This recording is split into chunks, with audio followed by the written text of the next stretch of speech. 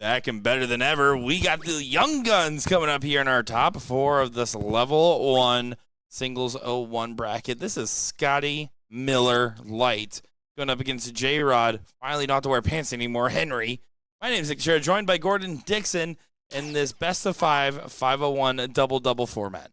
Now, is that a requirement? Did all of Team USA have to change? Well, I did look back, and Ram never signed the contract, so he was allowed to not wear pants. Yeah, the old loophole. I like it. Yeah. Well, it was more of a belt hole, if anything. Oh, goodness. Yeah, because I would have rocked the championship jersey the rest of the day. But there was a hat change, there was a pant change, there's a jersey change, whole 9 yards for J-Rod here. I will say, I feel like, you see some players kind of ride and die. They're wearing their international shirts. A lot of jersey sponsorships here in the States. So you see, like, the France and Polish players all kind of wearing them throughout the day. I feel like a lot of these guys switch to, like, Impulse Sports Apparel, for example, for J-Rod. So I wonder if that's a factor. Well, honestly, that's a great point. Because they have requirements on that side, too, I'm sure, outside of when they qualify for specialty events like that. So, Scotty Miller and J-Rod. J-Rod, top average of the day, 38.64 over 16 games this afternoon. Joe Cheney, Porterfield, Marti, and Scotty Miller rounding out the top 5. So, top 5 in averages here. J-Rod busts the 70. So outside chance for Scotty Miller. Should be 19's first to give him a couple of darts here. We'll see how he attacks this. Oh, good start. Good slide over to the 16, or the 20. He looking up? He is looking up. Double 6 for the steal. Ooh. And there it is. There it is. Scotty Miller. Nice fresh. 2-9 to open it up. It really is 2012 BullShooter. Take that, J-Rod. I don't know if we addressed it, but Mike Carter's in the chat. That one hit too close to home yesterday.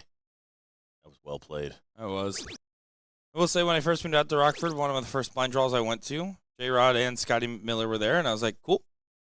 Well, here we go. And here we go. What kind of attendance do you Curtis guys Witherby get? was there. Well, the local draws, I mean, there's always 20, 30 people pretty much any of the night of the week that or any, like, Thursday to Sunday, I should say. I don't think I know too many Monday, Tuesday. Mondays, I know they have those big Masters League going on that they're like, come on, play. And I was like, I just retired from the CSC for almost 5 years of Monday nights live streaming. I don't want another Monday night dart commitment. Gonna lock back in. Instead, I have a Tuesday night podcast commitment instead, like an adult. And let's be honest, my average has been in the dumps. I'm playing like my father nowadays. How dare you. J-Rod off and running, looking to make good on the start here. Scotty doesn't get in, so he may be frozen on the other end of this one.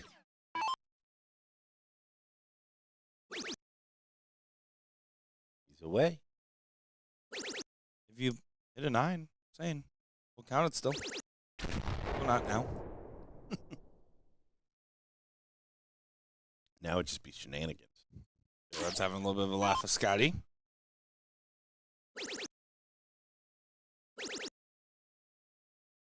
And here's our average leader. After getting his pocket picked on the first leg, he is going to make sure he gets enough darts at a double to win this one. Yeah, that is one thing Scotty Miller is known for, sticky fingers. He's supposed to be here on him, though. Scotty, my favorite German suplexer I've ever seen. Have you ever seen the No Scotty No clip? Nope. Oh, that's incredible. One of my favorite clips that I think we've ever caught on USA Darts.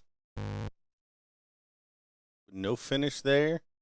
But Scotty, thankfully for J-Rod, not on 129.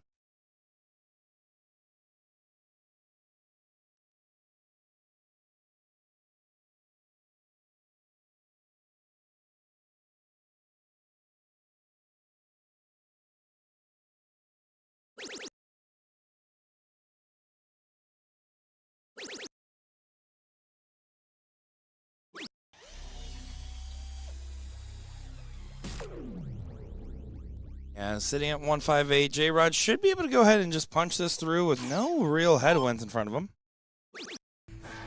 Yeah, 1-1. Ian Man, it could have been 2-0, but I don't think he's thinking too much about that in this race to 3 format.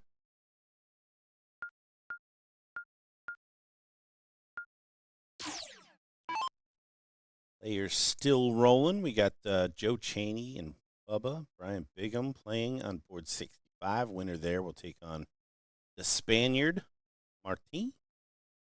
Martin Barton, Santa Maria. Mike Porterfield. And Ethan DeVira going head-to-head on 67.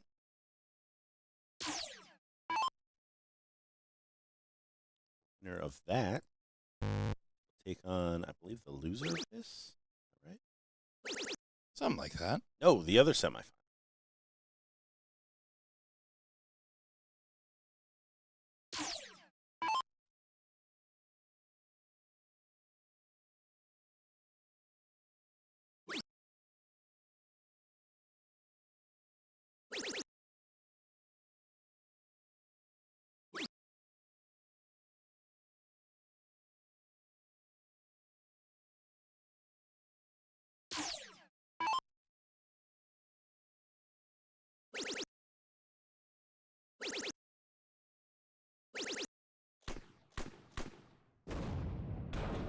Good 180 there from J-Rod. I now know what the No Scotty video is. Yes. It's modern art.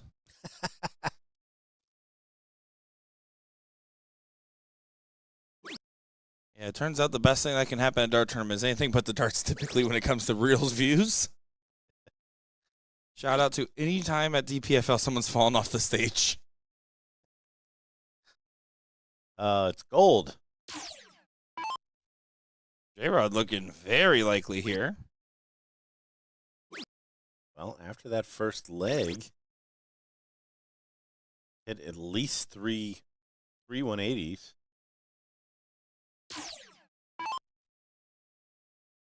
Scotty did well to snatch that that first one. Will definitely have to pick up his scoring to rival our scoring leader on the day, J-Rod here.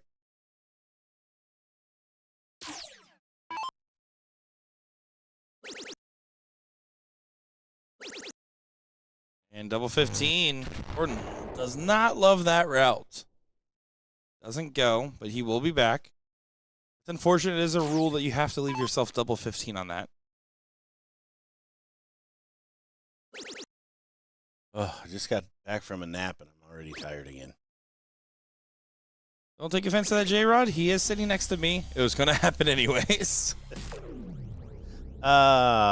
Even ton. And now, because of the shot selection, there was some potential drama. But, he plugged the 15. Well, he is a professional double 15 hitter. Or any other kind. Unprofessional double 15 hitters. All right, we'll get it started again. Scotty Miller to open up here.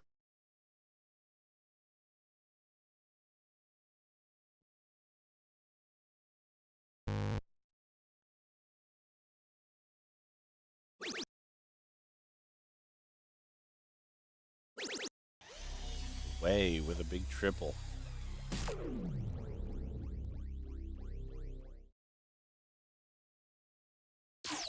So these two very familiar with one another. Yeah. The area that they live. And both same sponsor as well with Impulse, so plays a factor. Who doesn't know Scotty the Mouth Miller?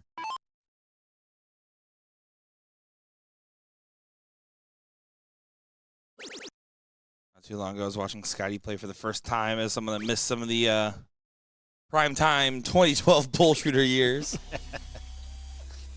Over, I believe it was probably 3 years ago now at TOC, where I was like, is that the Scotty Miller? He's a legend. I watched him play. I was like, he should be. We're good.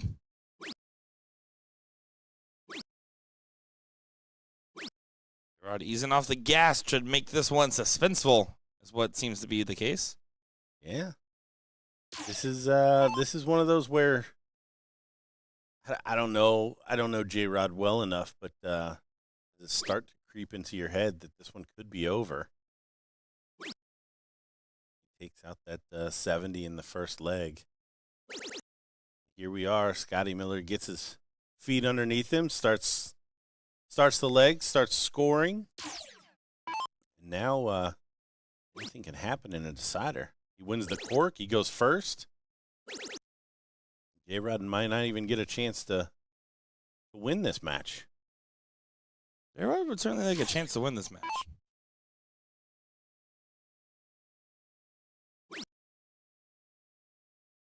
Over in our other semifinal, we've got Wayne Harvey and Daryl Nycannon, one apiece.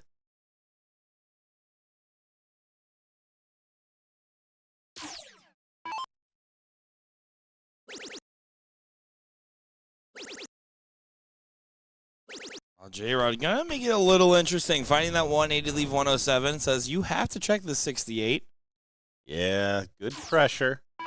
Scotty knows he's still got an opponent here in this leg. Scotty knows? Scotty knows? 16.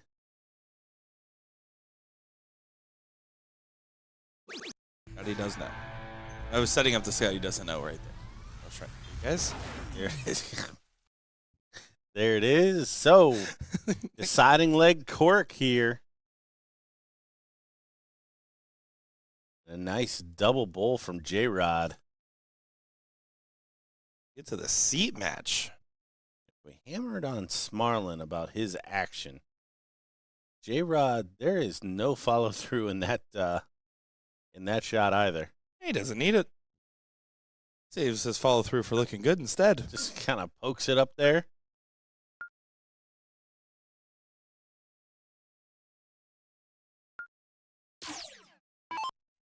He gets it started. The double knuckle bump. And away we go. Oh, what a first. No drama. Just off and running. Gotta think Scotty's gonna need to take this out at 12. May need a perfect leg, depending on what J-Rod does. It's just not happening for him right now. Does find it.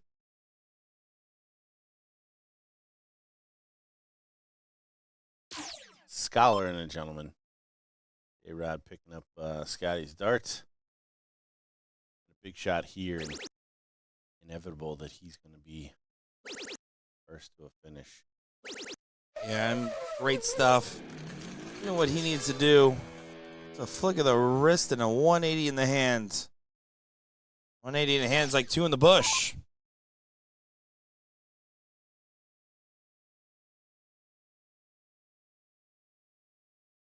I didn't know what it meant either. Scotty going to need to match here.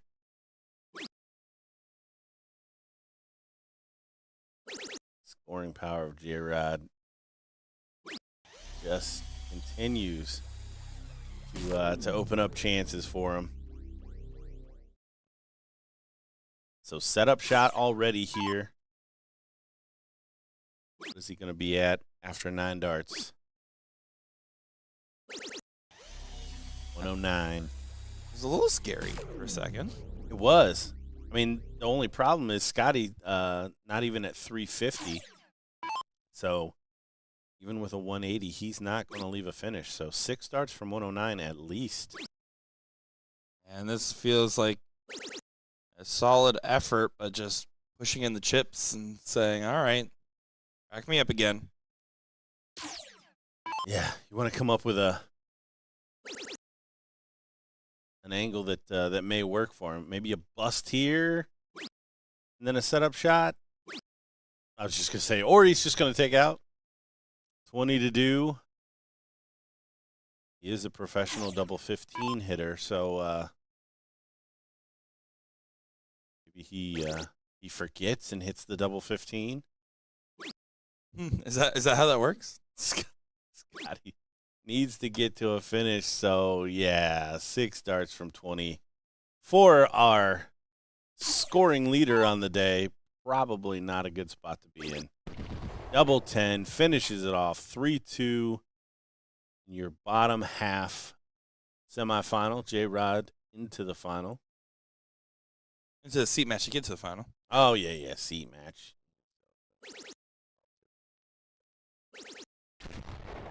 Fair enough. Was I Wayne still Harvey live? does Was I still go live? ahead and get a 140. Your Masters, I believe, 01 champion from this last NDA. Masters is one step below Elite, if you're curious how the hierarchy works. I wasn't, but I appreciate it. Level 1 is the third level by that. Just so you guys know. Grandpa Dragon, by the way. That is a heck of a screen name right there. We love it. Daryl Nycannon in Vegas was playing Trips and was under the Trips team name Barb and the Boys. And I said, using the boys a bit liberally here. He gave me a chuckle. Good last there for Wayne to set this up. This is to even this up. Daryl up 2-1 right now in this race to 3. But he's got a shot here. This could go. Ooh, it's even more likely now. He shoot the 14. He doesn't. Yeah, he stayed. I don't like to stay because you're on match point. Just try to break right here. Get it done now. Get it done now. If you're going to do it, you shouldn't have hesitated. That's the other thing. Play that shot in rhythm. Don't play that shot, folks. Don't play that shot. Trip 14. 14 gives you a whack at the bull for the match. Said we're getting a last leg decider here. Wayne Harvey pushes it through.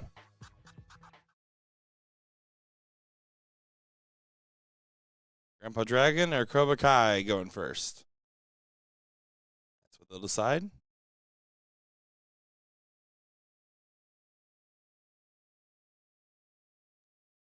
Little refuel on the on the aiming juice. Seemed important. Here comes cork.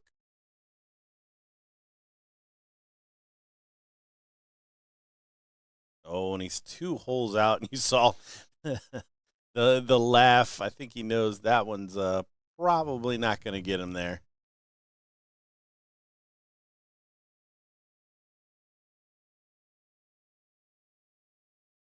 Daryl Nycannon does convert to go first in this deciding leg.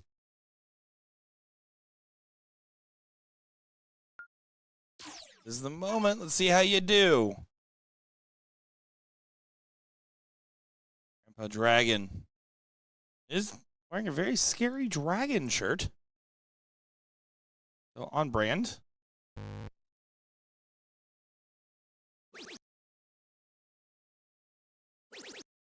Away and a big triple. Not there to stick with it. Chain does best. Brian Bigham 2-1 to move on to play Martine. Or that will play Scotty Miller.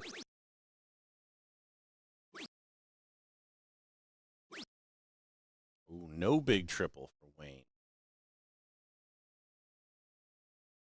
Here comes the race. How much more distance can Wayne put between him and... I'm sorry, how much more distance can Daryl between himself? That's an opening. That's an opening. An even ton gives you parity. An extra 60 or 80 on that starts to look better for Wayne. Does grab the 140. It's a good play. Puts pressure on Daryl. Try to collect all 3. If you do right board management, 302 can be very friendly towards you. I feel like Gordon's about to be upset. So, Yeah, Grandpa Dragon 2 triples away. sorry, 3 triples away at least. With the proper shot here, Wayne could get to a finish with just 2. At the skids. Did you study for the assignment? What do you got for us, Mr. Harvey?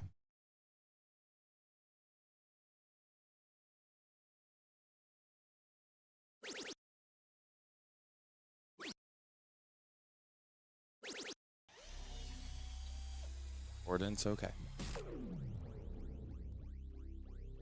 Even had a chance to still switch away, to get away from it.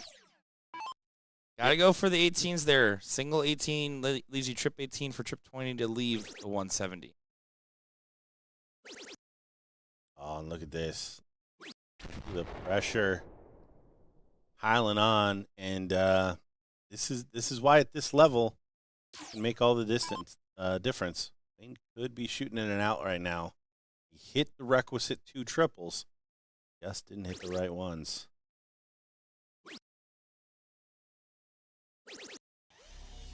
For that, he may pay the price. Grandpa Dragon, 96 for the match. High cannon. Try to fire it through. Find something here.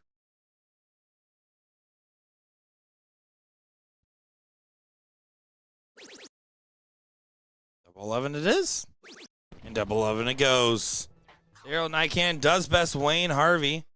Wayne Harvey going to be playing Ethan DeVera, who just bested Mike Porterfield in the last league decider this 6th match. Coming up next will be the seat match here for us. Don't go far, folks. Make sure Gordon Dixon, the ghost of Jen and Will. We'll be right back.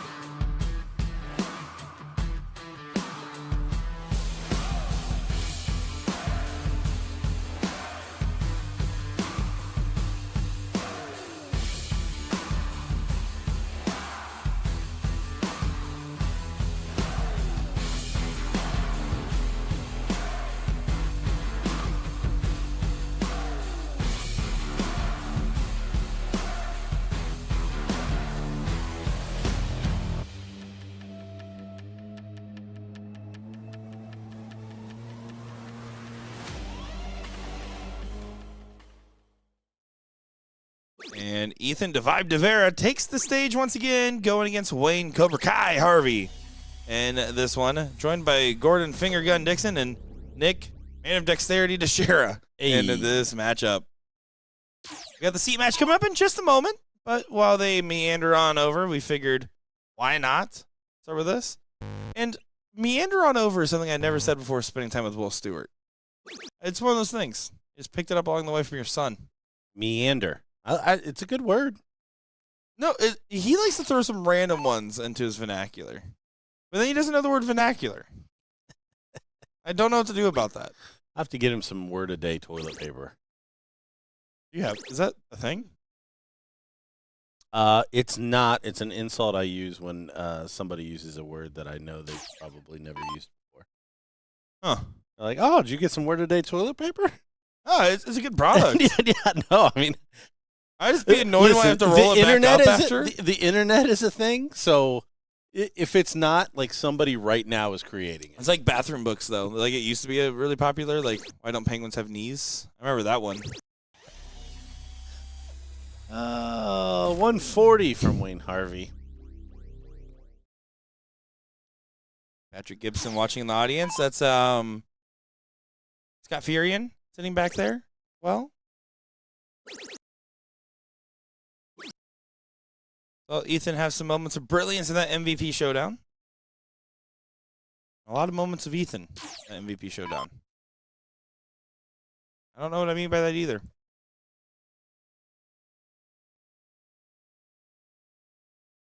Rod and them getting signed in.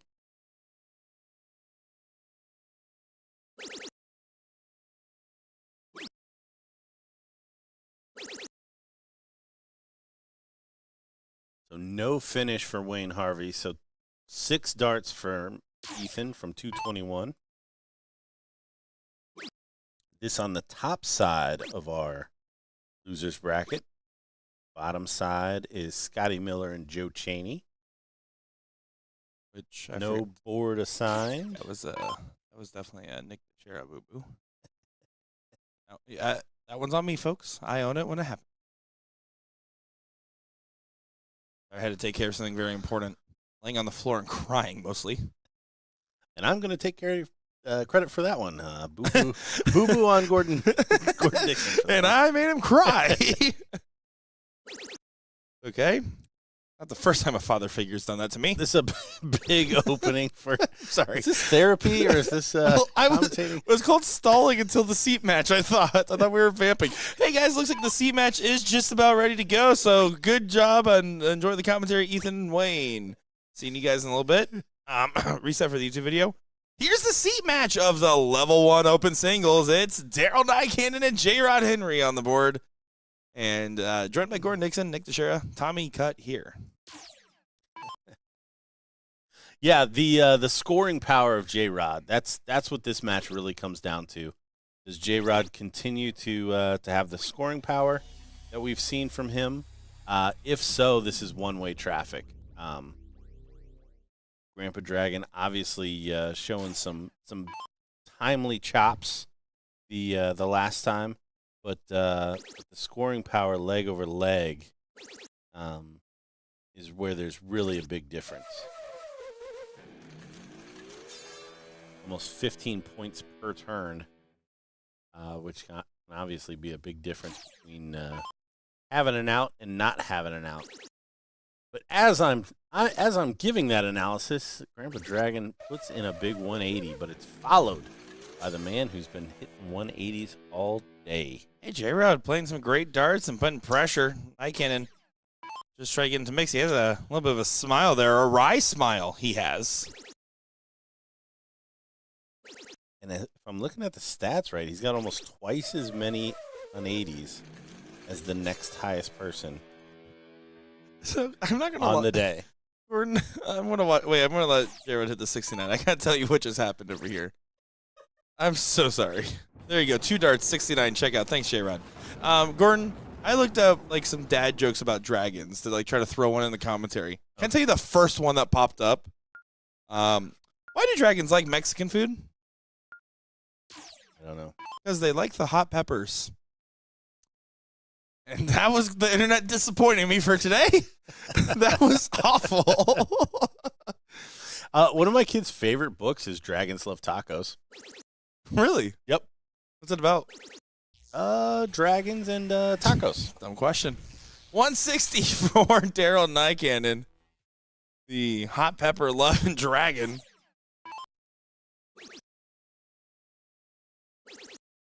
Look at this follow. Oh, it's not perfect, but man, oh man.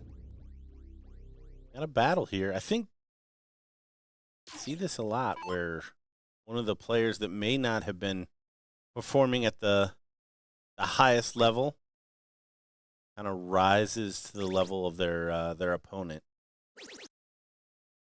A little slip there from Daryl. But perfectly capable. Saw some big finishes and some big moments there for Daryl in his semifinal.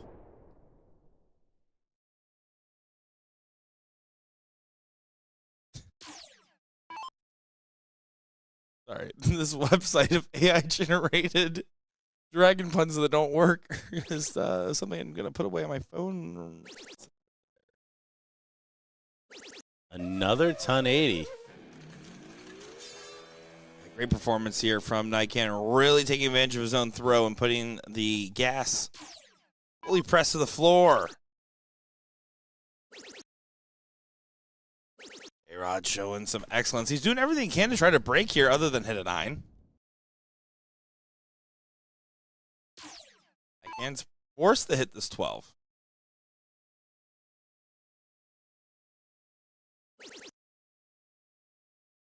Not going to go. No 2-dart finish for 108. Just going to be a setup. Stay there for 28. Fair enough. J-Rod, 75, 51, 24, maybe 45, 30. 45, 30. Oh, I'm so glad to not see 16 for Bull. Oh, you give a little hop on it too. Yeah, shot it right. Can't complain. Got a whack at it.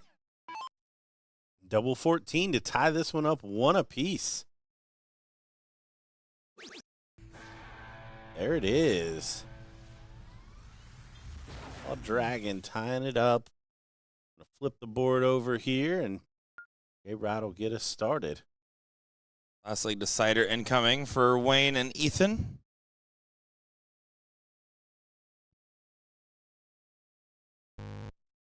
A-Rod does get it on the last. Yeah, important dart, but big opening here for Daryl. Potentially put some pressure on J-Rod's throw here.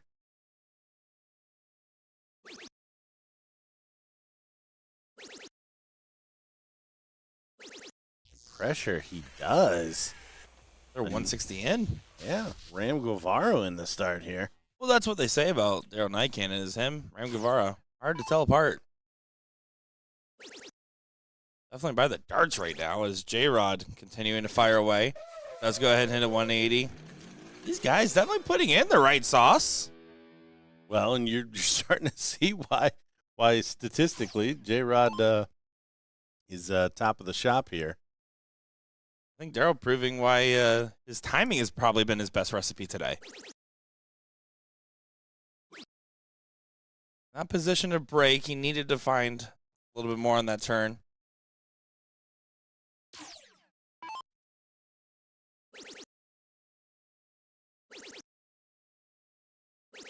Oh my gosh, they're free. All Man's a machine. All just jumping right into place. No real question about where those darts are going to go.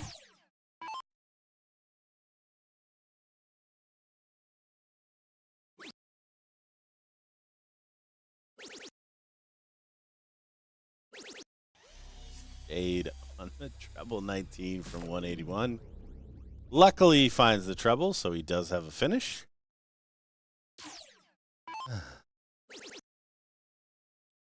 52, 12 for tops. 12 for tops. There it is. Henry holding throw. After a shaky first three. Perfect start from Daryl, and runs down the board with two 180s. That's the story. Grandpa Dragon needs to do it again. He'll have an extra shot in this leg if it all goes the same. You already know what's going to happen here. Roll the tape. It's another 160 in for Daryl Niken. Is it 3 of 4?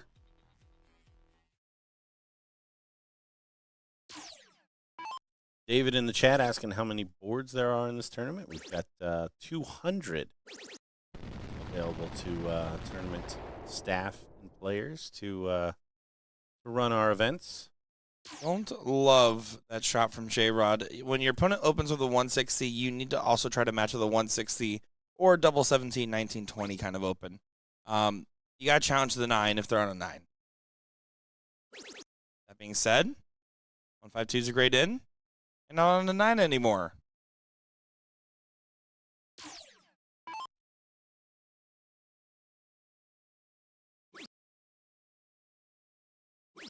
This hack job. 60. 118 check with Wayne sitting on 56 on the last leg decider from Ethan DeVera to go ahead and scrape on by that matchup. Wow. Yeah, Jared not finding a triple on his last turn was a shocker. But I mean, to be fair, 96 on the score. They're playing a standard who are kind of just used to hearing animations and noise and lights. But this does still give a good opportunity if you can collect all 3 now. Did you save them up? You did. Incredible. Incredible. 109 comes back to the board. Outside chance here for Grandpa Dragon. Trip 20, trip 18 start. Should be 54 for Bull. Oh, he doesn't get a shot. Back to the 20. Shoot trip 18 on 86, folks. Leaves 32. 109 for the match. Be the seat holder. You knew it was trip 20 for double 15 incoming. Doesn't get the go-ahead. So, to go to a last leg decider in this Hill match. Daryl's been money bags on this. Great finisher under pressure. Have to imagine it's going to happen. 16-8 it is. Double 16. And here we go. Money bags. Cha-ching, cha-ching.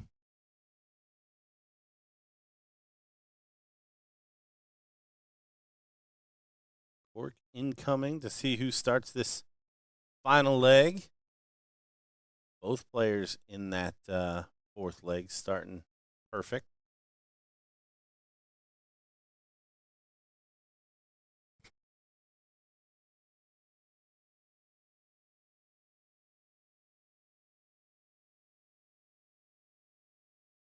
Looks like Daryl's got the center.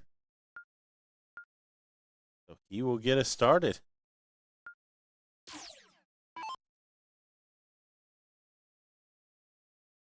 Got a timing versus big score battle here.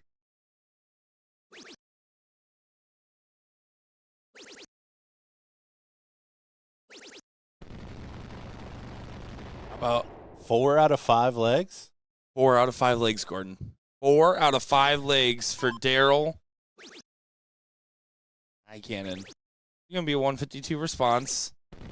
Again, not challenging the 9. We'll see if that pays off for him. It only matters if it's a 180 here, to be fair.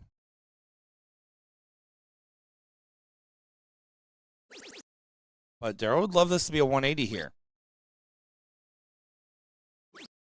Not going to be. And I would argue that it doesn't matter that it's not a 180 there because you're on the same pace regardless if he hits the 180. The point in challenging the 180 is the fact that or challenging the 9 is that you can then go out and 9 That's even if fair. I said it. Thought it was kind of dumb. So it was. I agree. Just clarifying that, like, You're right. I actually don't mind not challenging the 9, except for deciding legs like this. If they hit it in leg 4 to take you to a decider, cheers to them, whatever. But here, like, you don't want to go through an entire leg playing at the level that J-Rod has without even having a whack, and that was the potential at the start here. But he's still going to get his obligatory 180, and Grandpa Dragon is going to have his chance to be obligatorily well timed. Be crazy for Night Cannon. Finds the first. That's an inviting dart. Do you just write it? You do, because he hit double 11 already for the finals appearance, and it doesn't go. It was a good dart. Gosh. Gordon, it was beautiful. That was disgusting. Oh, my gosh, that was disgusting. What a shot by Daryl Night Cannon. Just did not go in. 14 for double 16. The double 8. And it does go. J-Rod survives a double from Night Cannon, who almost took it from downtown. My goodness. Perfect start and almost whacks the big finish. Coming up next, Ethan DeVera and Joe Cheney in the 4th place match. That will be in just a moment's time. Don't go far, folks. We're Nick and Nick Teixeira. Be right back.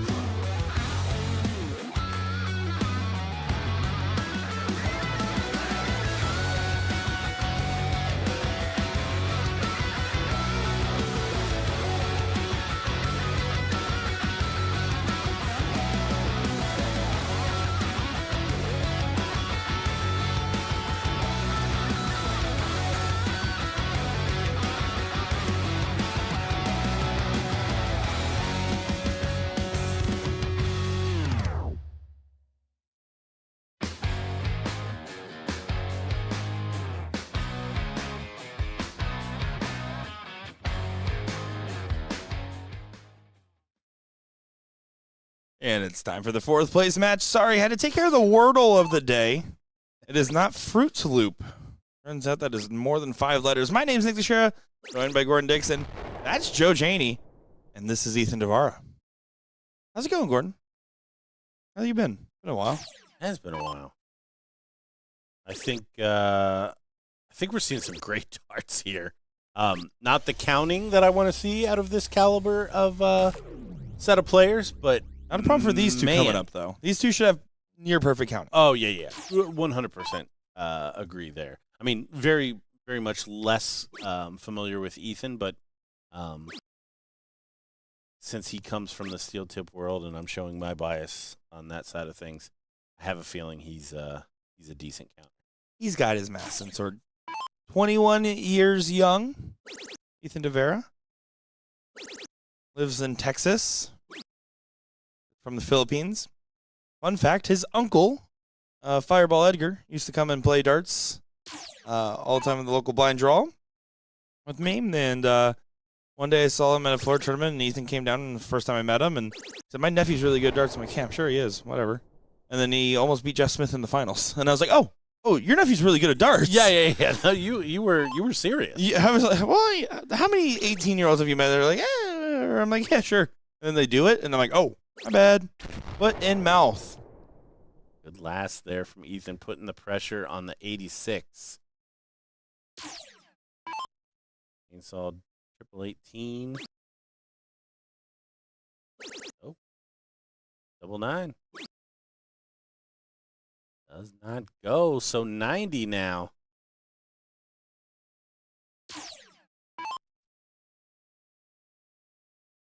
Trying to run through the permutations on why that was the way, and the 2-dart 90.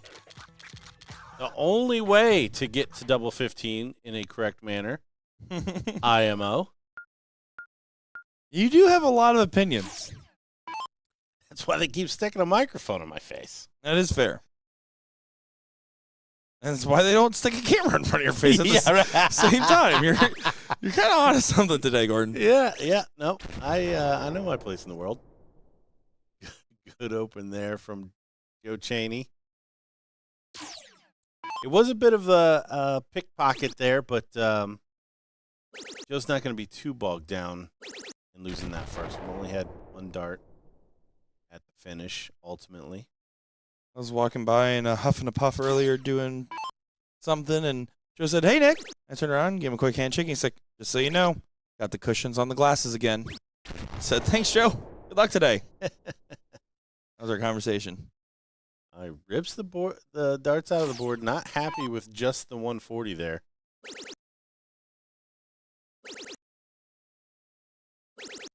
But was not in danger. It was always going to have 6. As you can see, 180 did not bring Ethan to a finish. Got a chance to set this up.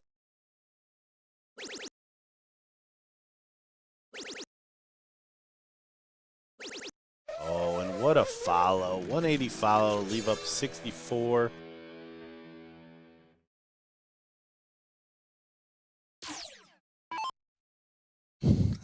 I don't think that's how that works, right? I don't think so. Look at this. Putting pressure. Says, gotta take it here. And he really wants to have 2 darts at this double. I was just going to say he may only get 1 dart again, but here it's a must go. He'll get 2 darts. Does take it there. You're going the distance. And these guys playing with pace. I mean, Ethan really likes to be on the heels when he throws. Yeah, that's always an adjustment that I need to make playing soft. Gotta wait for that board to flip over. Really good dart, even though it's not in the double bull. Chaney just another hole outside.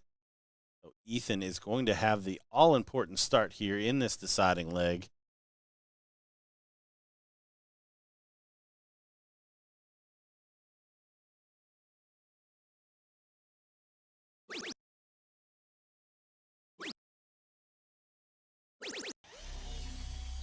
Not a bad start. A good double and a good triple is usually the baseline of like, that's what I have to do at minimum, especially with throw. See what Cheney can get done here. Oh. Wait. He needs a big triple. That's not the triple he's looking for. You saw the reaction. And he's a cheater. Ah. Shenanigans. It was perfectly timed, too. If I'm Ethan, I'm thinking, keep the 9 points. I want to play in rhythm. That's honestly where my head would go to. Yeah, because now you got another 8 seconds that you have to wait before you get to chuck them.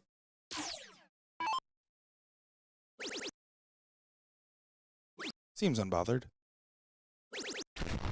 He's unbothered. Yeah. Give it a little sauce as well. Yeah, I like the aggression there. Keith, if you go to the BullShooter app on your phone, you can go to tournaments and then see all, and you'll be able to see all of the brackets. And if it's an active tournament, you'll get live updates on the board scores. If this draw is correct for the Pro Luck women's, it's already decided. Abby Spot, Lisa E is a pull. Feels tough. They're gonna feel pretty good about themselves. Joe Cheney does know this shot, and another treble 20 will leave him a finish. Doesn't get there, so 6 darts for Ethan DeVera to move on to the third place match and take on Daryl Nycannon.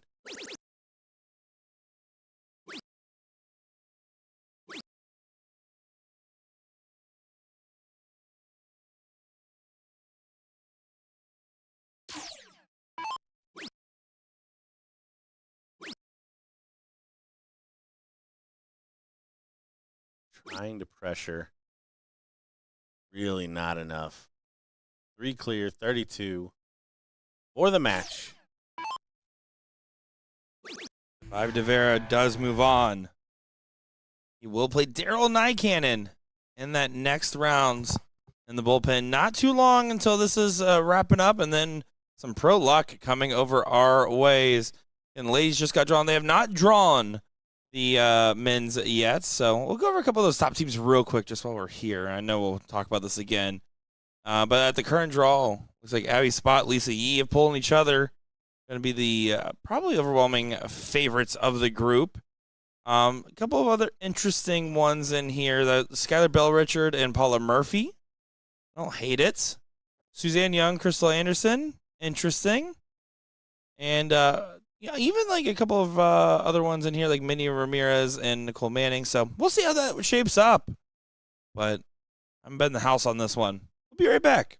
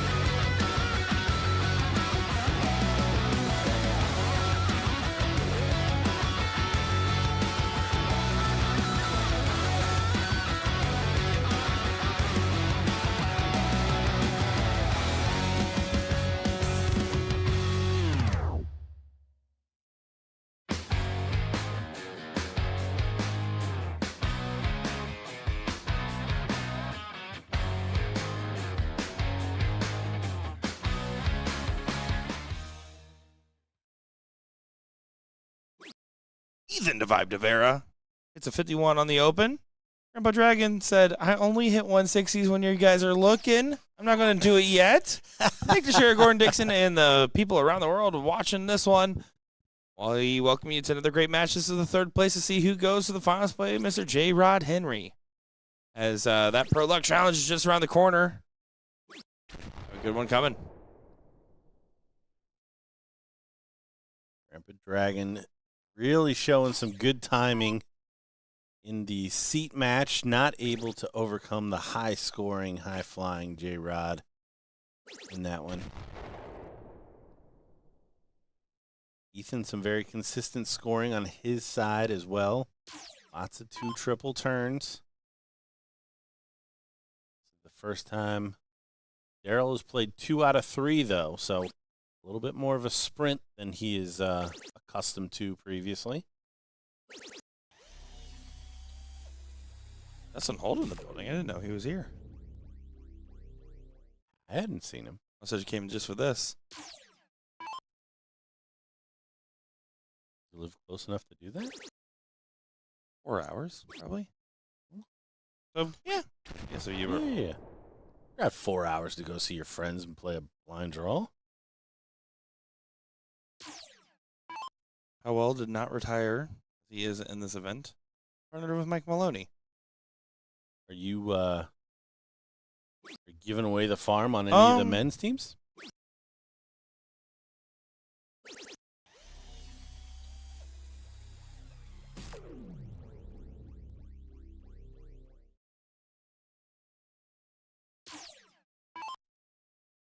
Setup shot for Ethan, but he's going to need to fade the 81 regardless.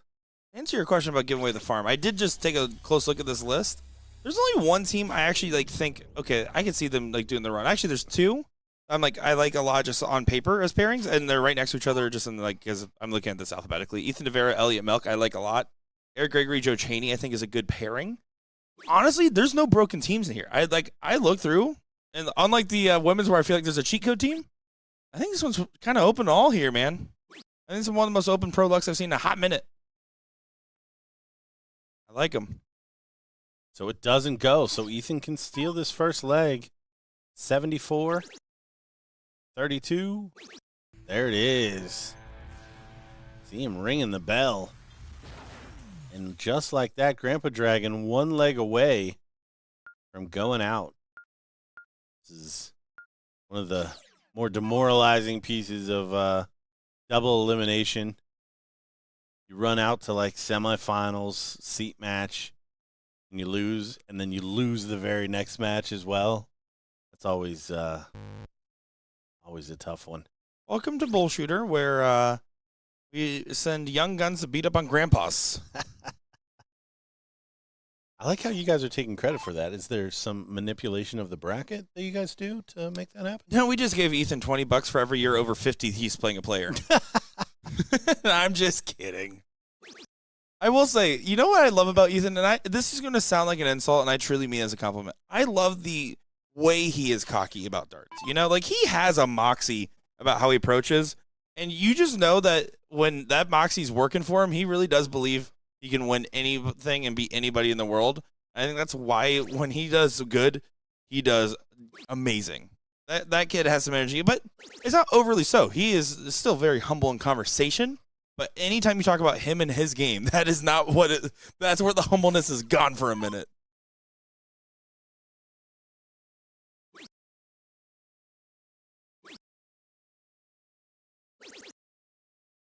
Good last parity in the leg. But unfortunate for Ethan, he did not start this one. So Daryl still with an opportunity to bring it down.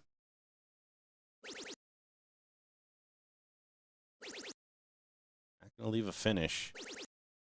Does fill it up for the 180. Ethan cannot leave a finish either, even with a perfect turn. Yeah. This is looking good for Daryl to go ahead and get a leg on the board and send this the distance. All about setup. And if there's one thing we know about 9 cannons, the 9 timing.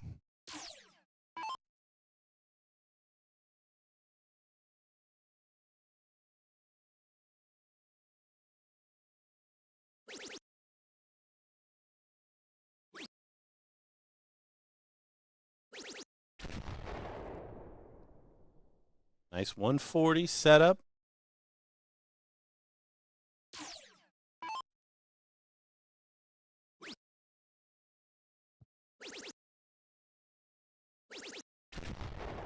Ethan does do enough of the work here. He does get to a finish if 58 does not go. Yeah, just not nearly the scoring that we've seen from Ethan previously. Coming down the stretch though, so 58 to tie this one up. There it is. Pressure finishing again.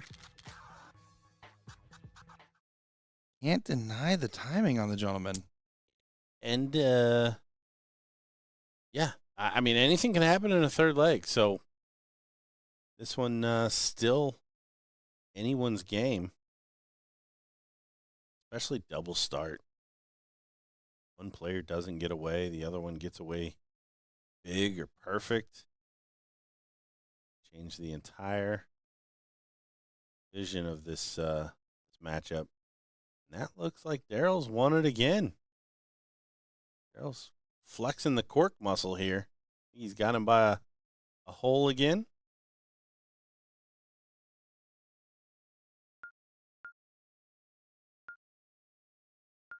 Both legs going with throw. Oh, sorry, not true. Ethan stole the first one. 74 finish against the darts.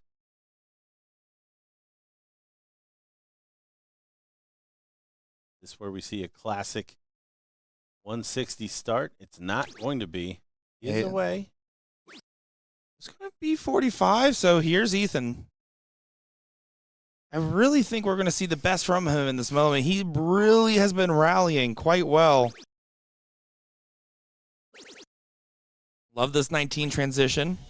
Solid opening. Hell, he wanted it. Already done work here on the front end. Ethan lost in the third round to Ryan Farrell after beating up Ryan McConnell and Justin Dennison, by the way, and has won 1, 2, 3, 4, 5, 6, 7, 8 matches on the loser side. This would be the 9th to get to the finals, if that's the case. That's a tough way to do it. Stupid Ryan Farrell. Could steal the darts here. Needs to find a big triple. Oh, he rescues the shot on the third, but perfect turn here. Gives Daryl first chance at a finish. It's not going to happen. He's going side to side now. And what an opening. Ethan's stealing the darts effectively here. He knows the moment.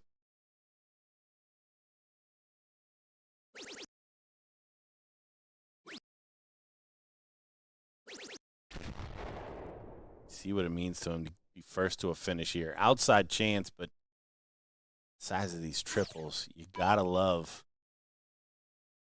Gotta love his chances.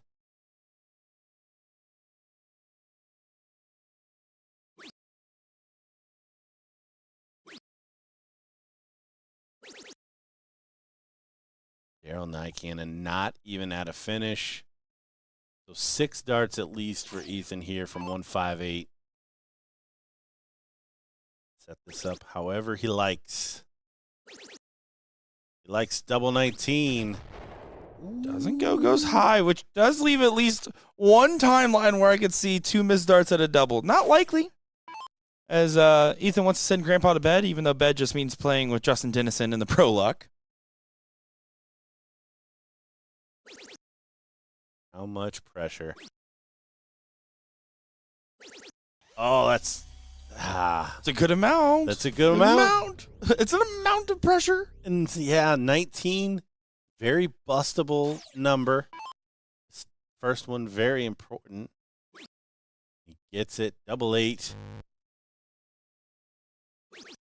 There it is. To go to the final, Ethan DeVera takes out the 19. Daryl Nycannon's day is done in the singles. But as you mentioned, not not out, not done throwing darts. He gets to go play the pro luck. And we get our finals match, Ethan DeVera versus J-Rod Henry, coming up here very shortly. Don't go anywhere. We'll bring you that match as soon as we can get everybody to the bullpen.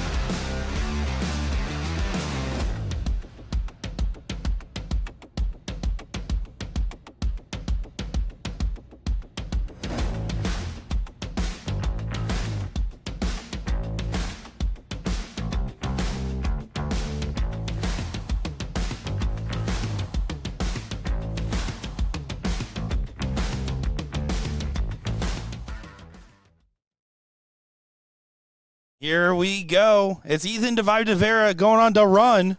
Trying to play J-Rod Henry here, who has the seat. Nick Teixeira, Gordon Dixon, the commentators in the booth. Have you been consulting AI again? Listen, that website consulted AI. I trusted funnyfinder.com way too much. That was on me. I'm going to type into Claude, like, things to say to pink-haired young men. see what he spits out at me. It's fuchsia. Fuchsia. You know what? It would have really empty me, Gordon. Probably would have never worked. Probably would have never worked. Let's talk about darts, because I love darts, and boy, do I love dart tournaments like the BullShooter World Finals. J-Rod Henry, Ethan Devera. J-Rod has been a power scoring machine, hasn't he? And the 152s have been pretty solid for his ends as well. Yeah, honestly, I keep rerunning the count just so that I can see where he's at with the dang 180s, because I'm pretty sure he's still doubled up on the entire field. Oh, I keep forgetting it went to the bottom. But yeah, the power scoring here has continued to give him chances. And not that Ethan hasn't. Ethan's hit a lot of 2 triple turns, and he's taken his chances too. First leg against Joe Chaney, first leg against Daryl Nycannon. Those mid-range finishes are always what can win you matches.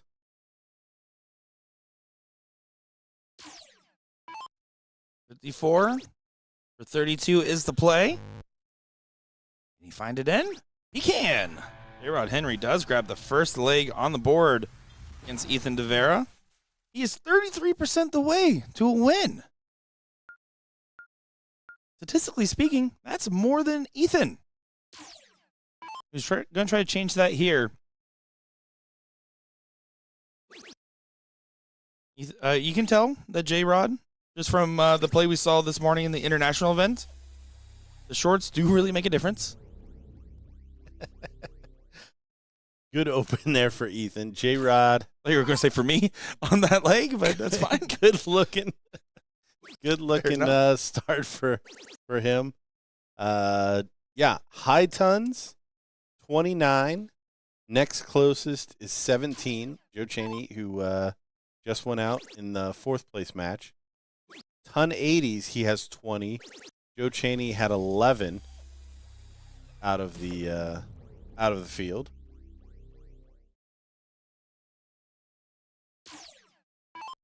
Surprising, his highest out is 126, but that's because this man doesn't leave anything above 126 coming down the board. Yeah, I was gonna say right now he's gonna next go hit a 180, have 108, right? Like that's just how his game's been going. And when you're hitting the 180s in that like high 200, low 300 slots consistently, it leads to some very interesting pressure moments on whoever's going first.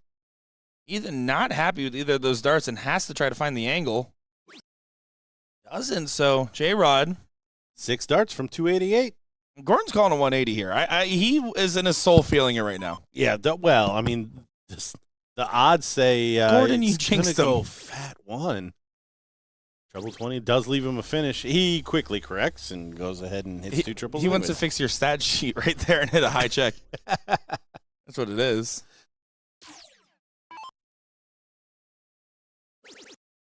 Now, this does vibe well for Ethan DeVibe. That was a good one. 167 outside chance, steal it away. This would be so hurtful. It won't happen. Ethan doing the right corrections when needed in this leg. That was almost a 15 leave. I was so ready for a double 15 leave. What's funny is like J-Rod will sometimes just choose the optimal route and then sometimes just do whatever Gordon hates. And I think that's actually what he's trying to do. Somebody's reading my diary. You don't want to, folks. You don't want to. Tragedy. All right, J-Rod to get us started here. Would love to win this one and go 1 away. Pile on the pressure to Ethan. Another 1-5-2 open. Love it. Especially going first. And honestly, that's probably what these 21 or 29 high tons are. Mostly the 152s. Is the 152s. Yeah. Look at this. Gotta challenge it, right? You gotta challenge it. The snarl on the young man's face. I'm telling you, he plays with this like confident, cocky moxie, man. No matter what, you will be entertained watching Ethan play every single time.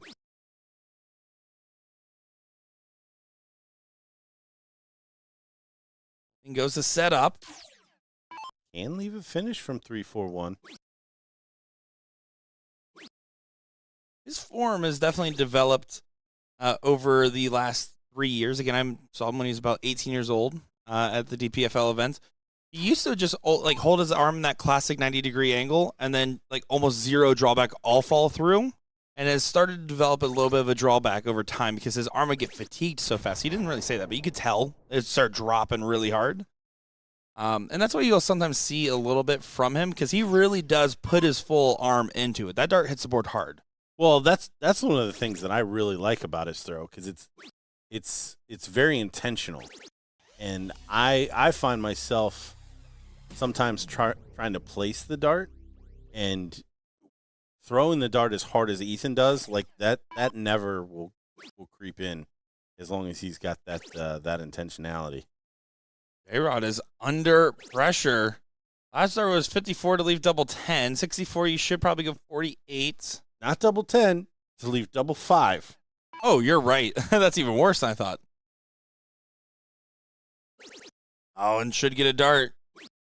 Chooses double 16. Oh, and he doesn't get it. All right. I'm going to close my eyes for the first dart. Okay. And just deal with whatever happens. All right, I'll let you know what happens. Keep them closed. Oh, all right. Don't hate the shot selection. Jordan's processing.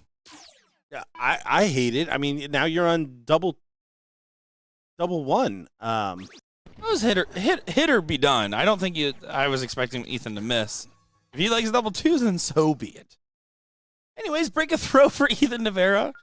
And it's like cortisol raise for Gordon Dixon. Well, this is why I need this is why I only work 3 hours at a time. You've been doing a long 3 hour stretch lately. That's true. The 3 hours has been extended. That'll be renegotiated in my 2012 Gordon Dixon, if I've ever heard it. Young, full of energy, moxie on the.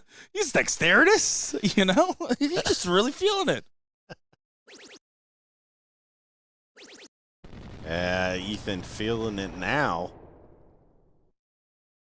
Trying to get this first set over with. Jared, plenty of experience though. I mean, I'm hammering him for the board management, but he's definitely been in these positions before. He knows he's got the start here. He's a talented player. Talented player indeed. A great ambassador. I mean, he really is a super nice player. Those are not nice darts from Ethan Navarra, giving himself a pump up on the 180 to set up the 161 here for the first set of this final. Doing everything right. Gonna win the first set on a 9er? You said it out loud, but he's not going to go easily. He's going to be under some pressure. A 180 pop from J-Rod says, I'm still going to be on for the 12. What a shot this would be to win the first set. 161. Ethan pops the 20. Over to the 17. Gets a dart. Double bull. And Ethan Navarra wings the last one on the shot. And now J-Rod can still punish. He might have had to hit the 9. 112 goes. Last leg decider. Anything can happen. Still options. Double top. Does there go. It is. What a leg there from the gentleman. Ethan smiling, saying, I knew I had to hit it. He's a rhythm player. I wouldn't have advised him to slow down, but he wanted it. Let me tell you, that last start you could tell, fling just a little bit. Yeah, probably could have thrown with both hands there in that those last 2 darts just to throw that fast. But important court coming in here. And Outside. that's not where you want to be. J-Rod. Gonna grab the start here. And gonna look to finish it in the first set. Not even mess around with getting to a double dip situation. How well can he get away?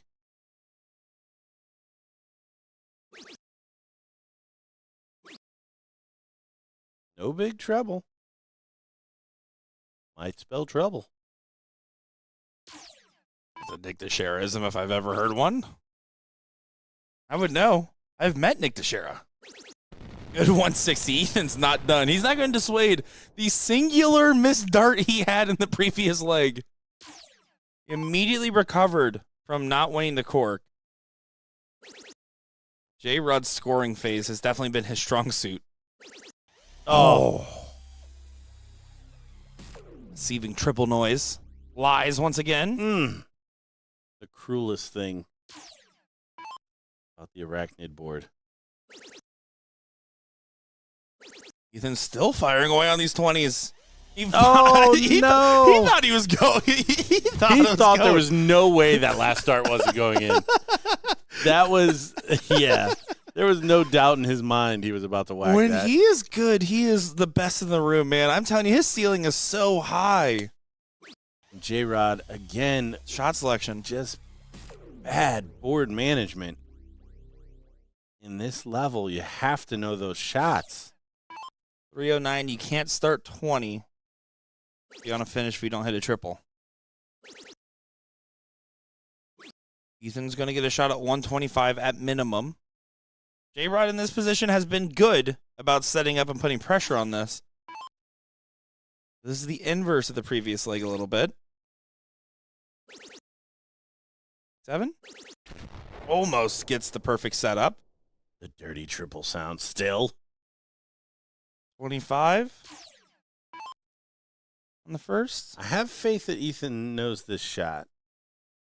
You should have faith. Oh, and he's next door. He's next door. Unlucky. 45, 57. Next door again. So 68. I mean, I understand he's disappointed, but I mean, 55, not much difference. And double 10 it is, and double 10 it goes for the match. You can see I think they were having fun that match, man. You can see the big extended hug as J-Rod gives it a little gas on the end, gets the big win, gets the first place title. Ethan and DeVera giving him some love. What a great performance. And let me tell you, at 21, Ethan's doing stuff like this. 18, I watched him almost beat Jeff Smith. I am just so excited to see him continue to develop as a player, man.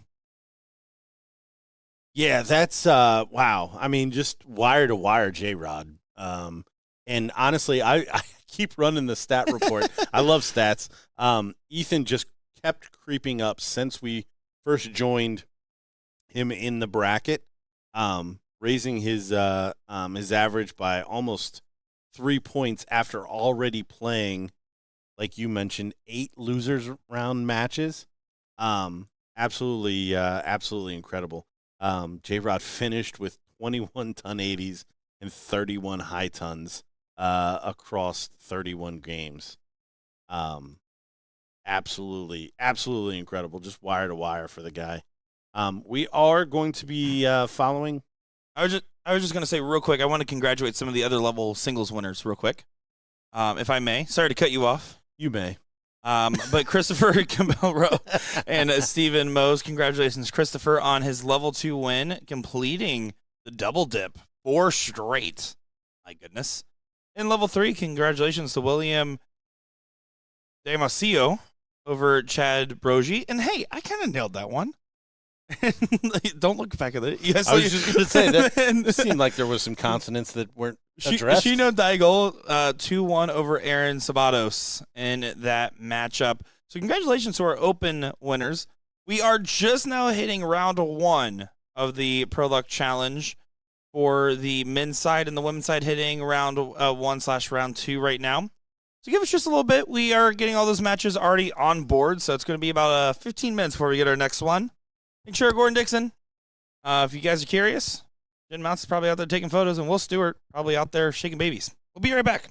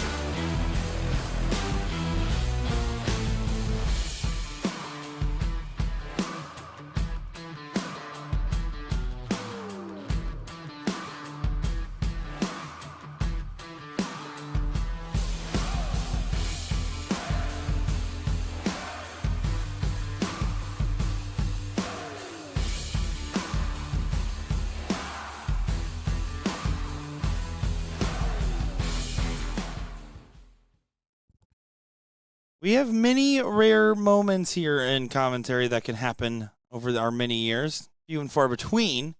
This happens to be one of them. An opportunity for something special to happen on our live stream. An opportunity for Gordon Dixon to commentate over his own son, Gordon Stewart, commentating over Will Stewart. I'm Nick Teixeira, and this is the Pro Luck Challenge. How you doing, Gordon? Doing well. I am keep a very watchful eye over the board management of somebody that I have a lot of direct contact with. Yeah, this is And your fault or your... It can get physical if this goes awry with this young man. Young man. Felt intentional.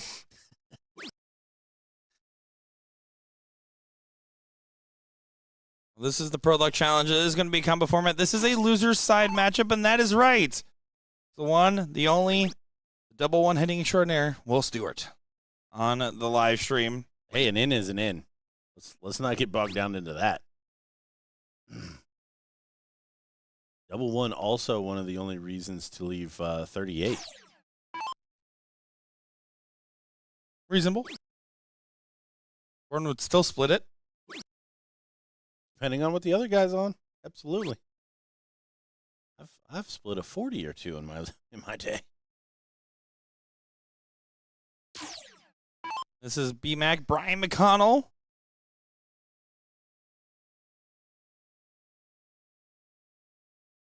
Wearing a Dart Patrol shirt. This is a loser side match, so we are definitely not hiding our bias here. Watching our friend Will play. Oh, this was intentional. This is by design. We can admit it when we see it. We don't have control over the brackets, except when we do. We use it wisely. Like to get this great 180 from Will. Will, take it away. Take it away, Will. Let the board do the talking. And thank you, Will. Like his average drop in just off the mark. But does find the trip 19 on the last. Everyone's a little slow on the start. Try to correct that.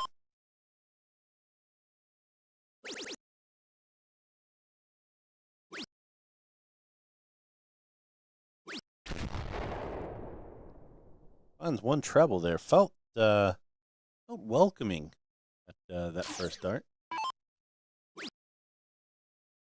Not gonna stay there. Trying to work around those two darts and just can't quite get underneath. Find the triple. Start to see some of our pro ladies in the Pro Luck filter into the bullpen. The round 3 matchup of Young and Crystal and Tawana and Liz. Less bias there. Or girl Susan. I went up to her and I said, Susan Young, you know that Gordon loves you? And she said, really? And I said, all I'm saying is he keeps asking for a bracket full of Susans. And she said, she just started laughing. So she knows now. She knows. Because God knows she doesn't listen to us. I have to tell her. Who wants to watch this commentary?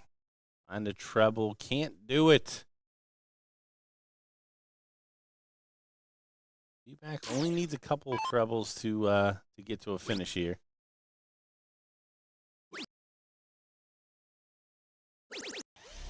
What's the difference? High, low, and then finds the treble.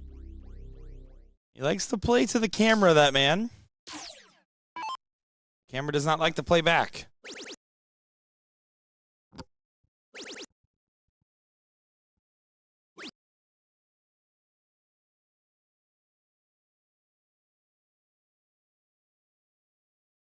I know I've commented this previously, but the Popeye face that Will Stewart makes when he shoots darts is enjoyable. You said a Popeye face?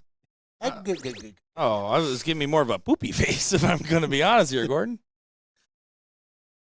You want to say hi to Bryson, Daisy, and Hannah Stewart? Stewart's watching along. Probably not now. Eventually. Oh, good setup shot here from Stu. And not ideal on the last, but two-darter. When he comes back, outside chance of a freeze. Need a big shot, bad shot, big shot. And not the same place I just saw this team playing at. I'll tell you that much. I was going to make a comment that Will sounded better when he was coming back here to tell us how he threw in the last match. Usually how it works in these dart matches. Only 58. Big opportunity. Will to bring this down. Yeah, no chance to freeze the 86. That's a DRA fine right there. Yeah. Definitely turn him over. Can't. Wouldn't be the first North American. Can't mouth all shucks like that. Here comes Stu going at the 20s on 86. Should be 16 for Bull to at least take a shot at it in this leg. I like the shot selection there. Double Bull. Oh, he's high. And going for the Bull.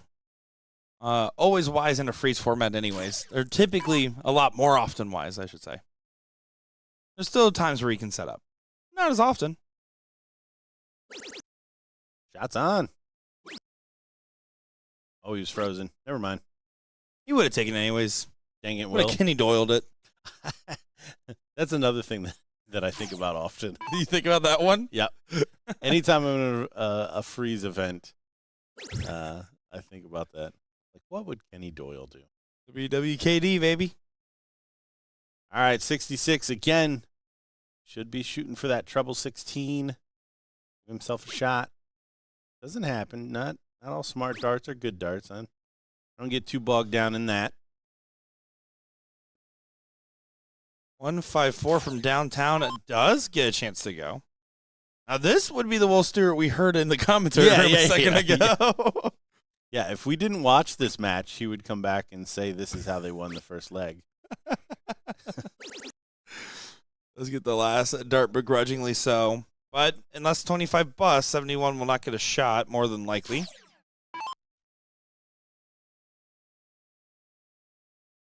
Yeah, important to think about that. It should be okay. Should be 11 for double 7. Don't bust. Push the button. Don't bust. Oh, he doesn't bust. What a nervy dart. Maybe if he knew what the ramifications were. Ramifications, not the team name of Ram Guevara's doubles team tomorrow.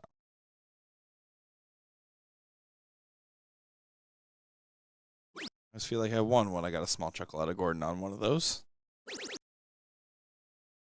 And Just wanted to have a chance of a flight slapping the board. You might as well increase your chances of disaster, Brian McConnell.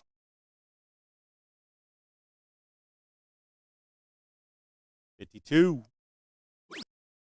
Almost finds a Sneaks trip. in the corner. That one's about right. Strokes it.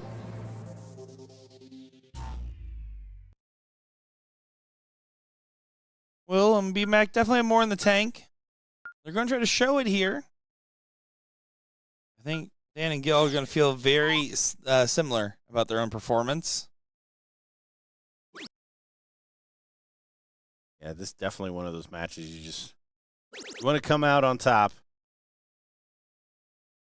The hey, we're going to play really well the whole time, kind of out the window.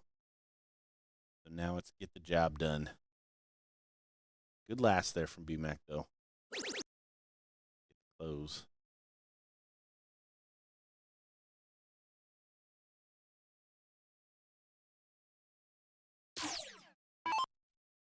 Well, Wayne, he won't be out of work for long.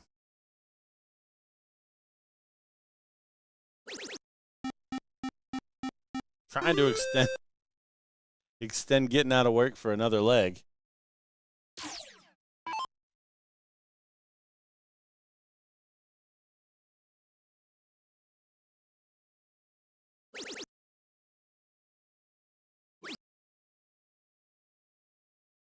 Gibbo reeling back 76. We'll see how aggressive B-Mac wants to play this. Definitely putting the big in Mac right now. 9-6 and does that. Will's making fun of him in the background.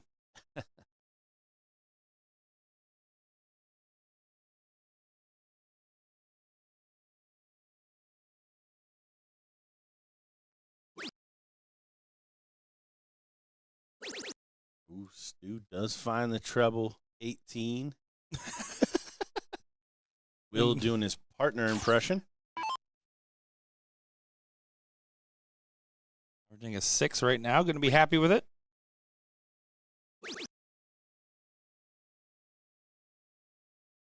Is Will just a cricket player, maybe? Maybe he's just not on one guy. Is that what we're seeing today?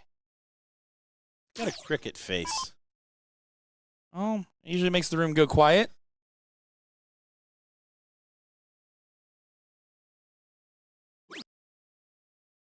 Just on the outside here. Does not get the close. So, another big shot here from B-Mac. They'll have a big lead going into the bullseyes. Job done, though. This one looking solid. Is it a forced third leg 0-1, I'm assuming? Sure. I'll find out.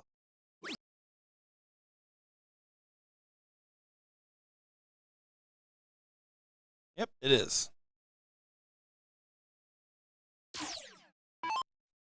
Yes, it is indeed. Oh, that's clean living right there. Missed the bull into the skinny 15, which you needed anyways. Smart darts. Will Stewart using the Nick Teixeira Colonial Alpha darts.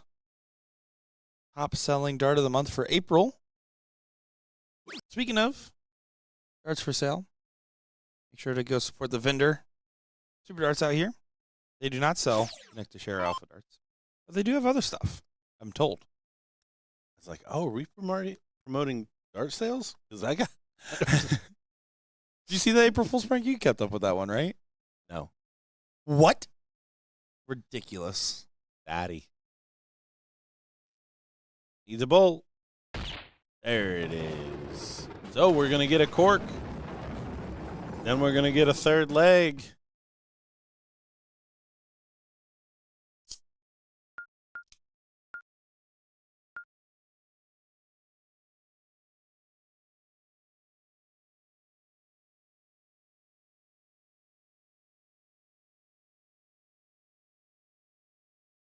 Just looking around the bracket here. Meal and James 1-0 up on Aiden Robb. Caleb and Sean taking on Jacob and Jeb. 107, nothing started just there. As B-Mac takes the all-important cork. Garrett and Brian taking on Scott and Dylan. Richard and Robert taking on Leonard and Mark on the winner side. Winner there will take on Kevin and Martin. RT playing quite well, I saw earlier. Will played against him. I did watch a little bit of that match in the background. RT definitely locked in with a double 4 to win the match coming up right behind him. So Will goes up there. Trip 20. Trip 20. And the most aggressive no-look that was almost a trip 12 on the last start. At the exact same moment, Camille, standing next to him, hits a 180. I said, see, that's how a professional acts right there. And then Marty goes up and hits the double 4, unamused. Oh, needs to find it. Yeah, good switch. Gets away, most important there. Supporting role. B-Mac and Gibbo solving the world's problems back there.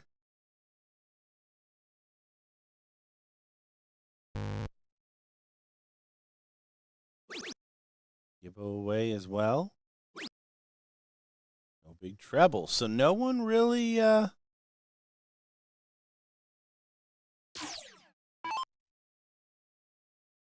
setting themselves apart here so far.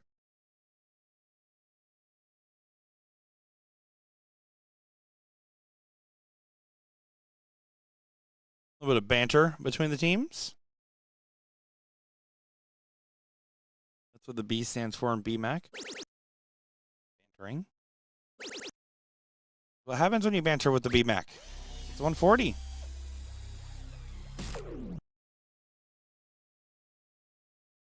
Little cheeky smile to the camera there as he goes and pulls his 140. Oh, it is like watching a canary. That is BMAC to you. It's right into the reflection.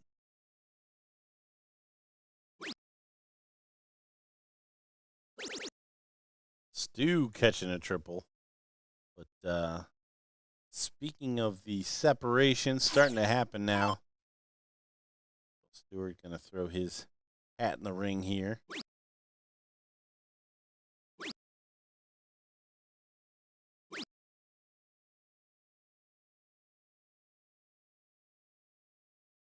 Only 41. Gibbo. Put some pressure on Will. Maybe a freeze maneuver here coming down the line.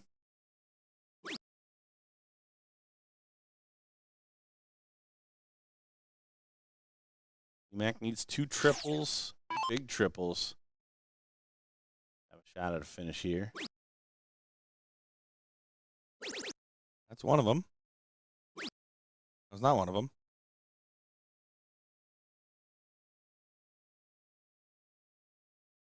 We've left a bogey after that triple. I knew that. Should have been even more specific on. Had to be the right. You tricked me a couple little of bit because I was like, oh, I mean, if Gordon said it, He you just know, needs 2 of them. he didn't really clarify, and I knew he meant the top half of the numbers, you know. Well, definitely needs a good scoring visit and starts off fine, makes it better, and hits a 140. He wanted to give a celebration. You could tell he was teeing one up in there.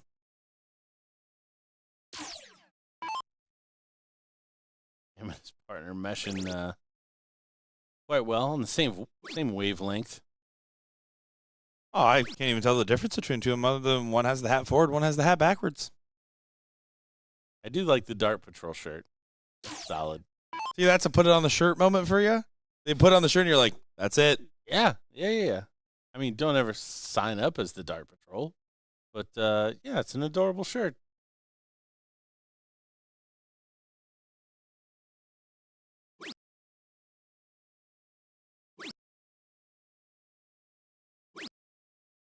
It is a leaf. 156. It's always something after each shot, I'm noticing. Oh, yeah. Stu finds the treble. Staying in the realm. Could be a nice setup shot here for Will. Another 140. Bring him to a 2 triple finish. Not going to happen, but continues to play that support role for BMAC. Gonna take something big from these two to wrestle this leg back.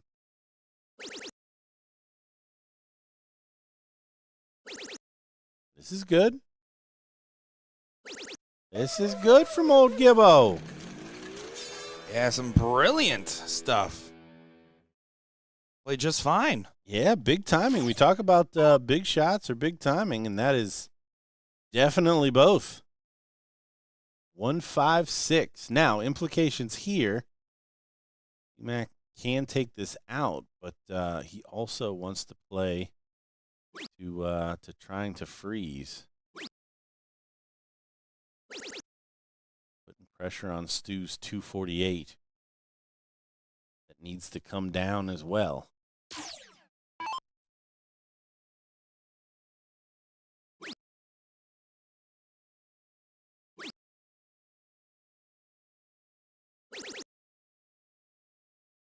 Good last. Good last. Needs to get to 91 or less. Can smell wood burning with Will thinking about that. So straight ton will do it.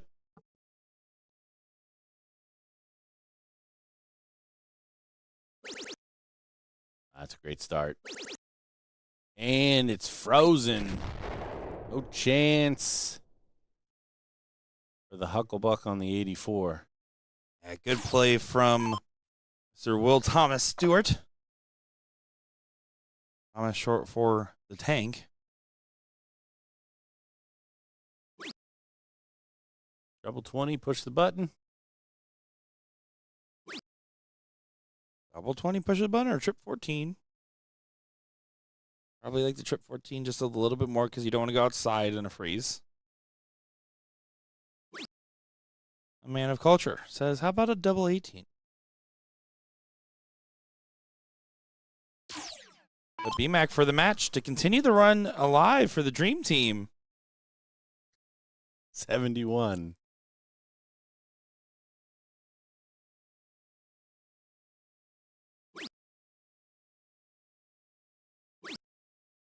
Tops.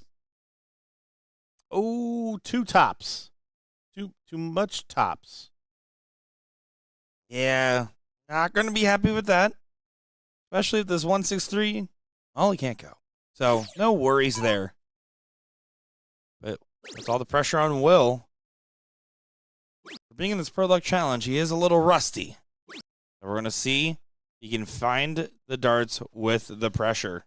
Well, no pressure now because the 43 is already frozen. So Yeah, but it's a point of pride. BMAC, it is No, I'm coming putting back pressure on around. this. Let me add pressure to this. Hold on. Double 13, Leonard Gates is idle. Blocks himself, but does get it there. And then you can see the level of enthusiasm. He gives the gold finger, the thumbs up there at the end. As a shameless plug there from BMAC, as you can clearly see that bald spot has been not treating him well. There's my girl. Come on, move it over to that other match. I'm so sorry. I was like just surprised at how endearing that was. I was like, what? Like, who walked in the room? And I looked at Suzanne Young on the street. Right here, Suzanne Young and Crystal. Crystal Phelps taking on Tawana and Liz. Currently 1-0 in this race to 3 winner side matchup. Gordon Dixon and Jen Mounts on the call for this one, as I will have to step away real quick, and I'm subjecting Jen to a Gordon Dixon experience. So I'll be right back.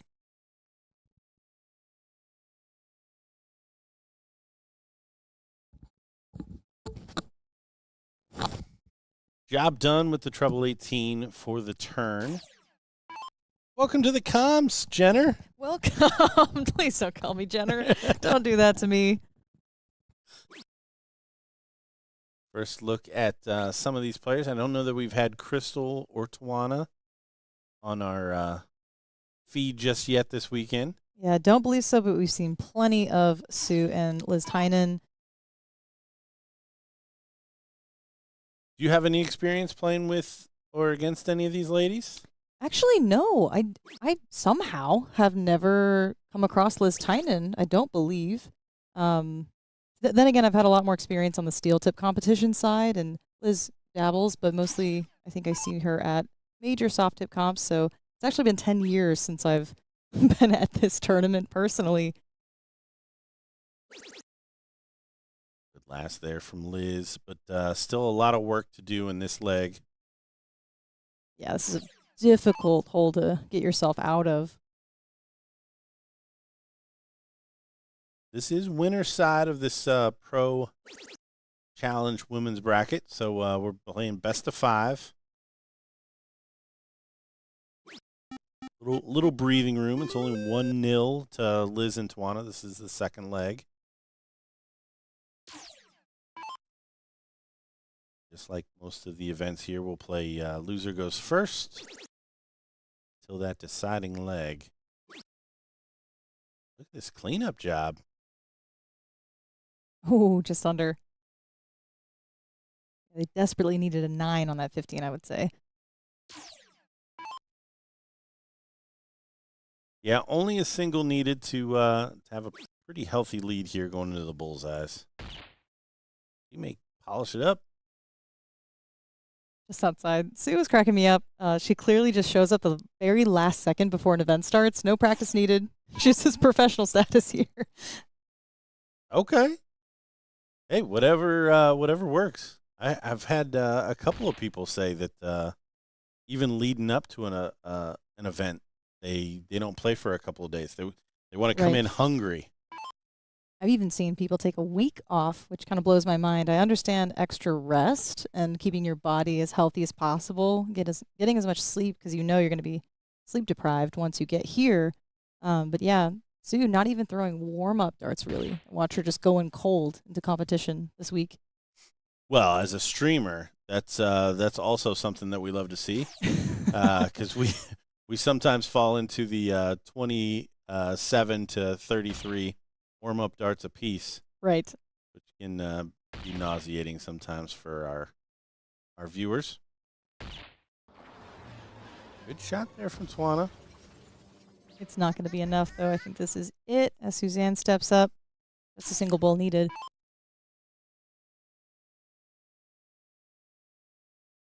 A little bit of a wayward dart, but an easy correction there for her.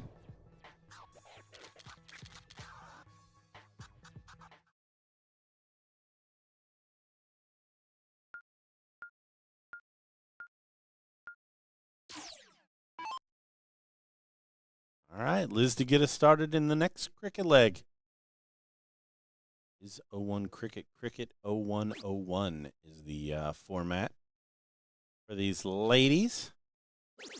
I love a nice combo medley with a preference of choice in the end, of course, but keep things rolling. We got to simplify it here.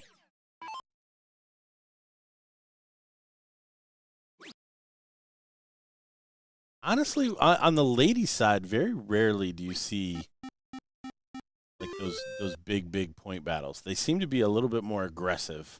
That has definitely been my experience. I would say even like the lower in skill level you get, the more aggressive it is as well, which can be very interesting to watch, especially people coming back at the back half of the cricket leg. But for the most part, I've learned to play it safe and hope that I can out-survive someone with an average and really just get more marks in over time. Yep. Yeah, the dang dudes. They certainly live and die by that. Some of them. I mean, you can get your fair share of super aggression as well. So Phelps trying to reel back some points here. Good follow. I think she's frustrated. Where'd that first one go? It's funny how you get into a different mentality if you're feeling that flow state. You think you're perfection all of a sudden, and you're very frustrated that you cannot hit the 9. Well, honestly, that's a regression that I felt anytime I switched from steel to soft. Yes. Because it was so easy. You're like, man, I average a triple a turn in soft or steel tip. And then you come here and you have your first like 3 mark. And you're like, what happened? Things are huge. It is mind-boggling. You have to create the right mentality when you're constantly switching between the two sports. I think socially that's the bigger challenge for me because you have a lot more chatty players, I would say, in the soft tip world. And so I mentally have to shift there and remember people are going to want to talk to me while I'm competing.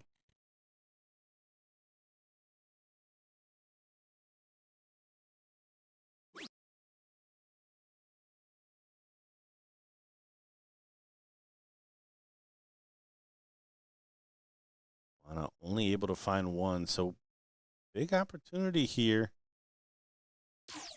Crystal and Susan to maybe get this one against the darts.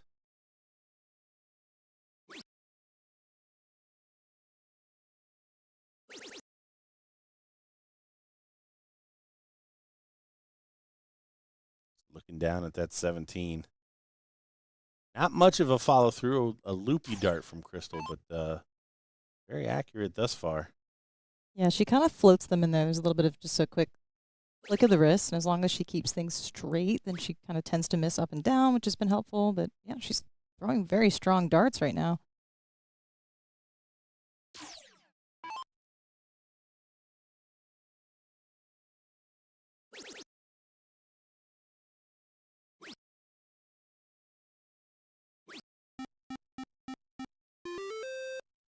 Big round from Sue trying to stay alive here.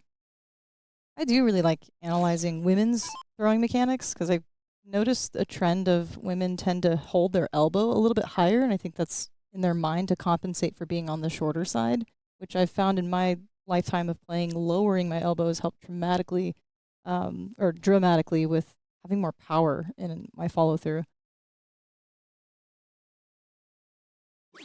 Just out of curiosity, how heavy darts do you throw? I throw a 21-gram steel tip and an 18-gram soft tip, so not very heavy. Well, I mean, for a time you would have been maxed out on the soft tip side. Yeah. But that's something that I've always suggested, especially to like newbie women players, is try to go as heavy as you're comfortable with. Because I think it makes.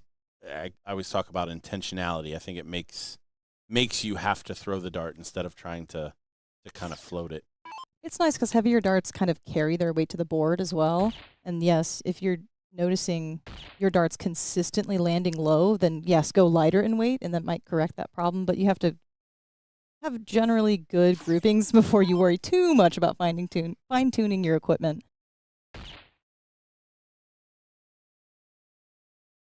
That's going to be tough to squeeze into the double, so I think, yeah. Yeah, she wasn't too worried about it. She didn't even move. Yeah. I think she was going to be happy with 2 bulls after that blocker. Which is understandable when you're four houses up.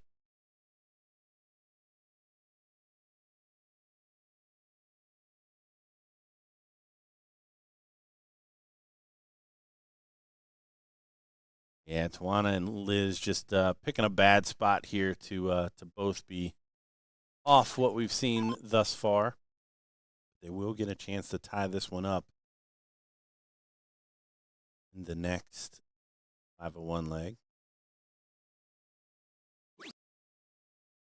Definitely a 19. Into the double. What a strong performance from Crystal Anderson, averaging 4.64 MPR. I think that's one of the better legs I've seen her throw this week.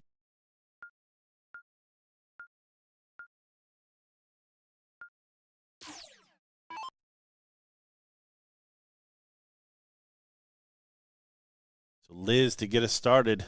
Double in, double out.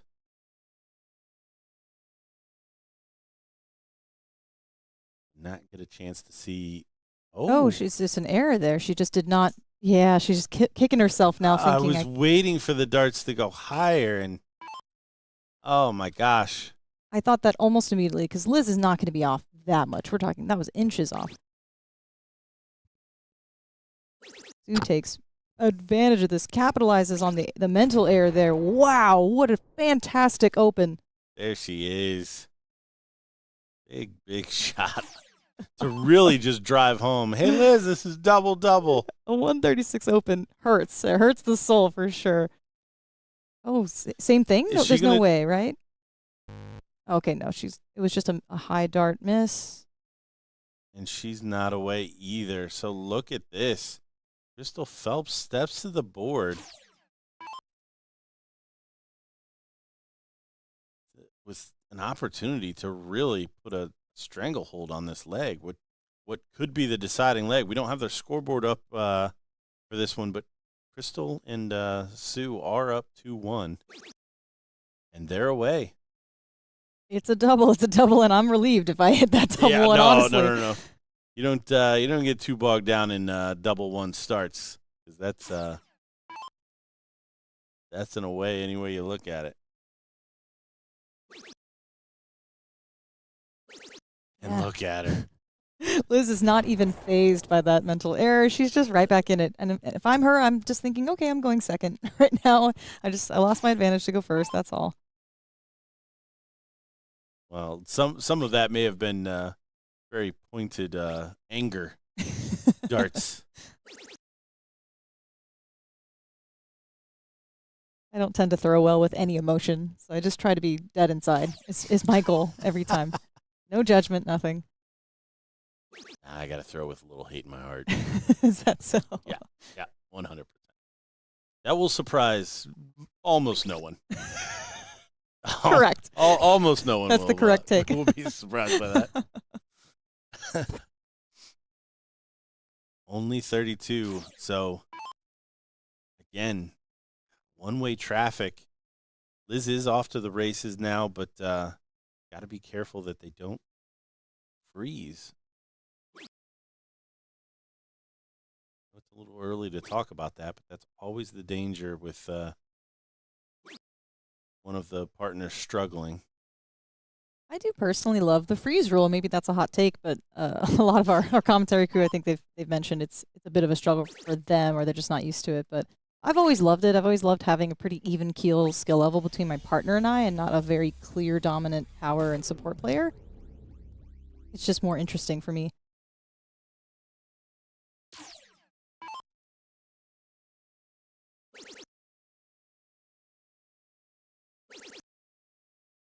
Get Suzanne correct. Doesn't find two. Doesn't get to a finish, but again, stealing the darts after that mishap from Liz right off the rip.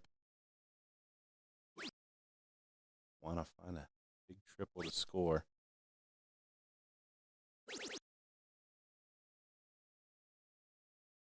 She's talking to herself too.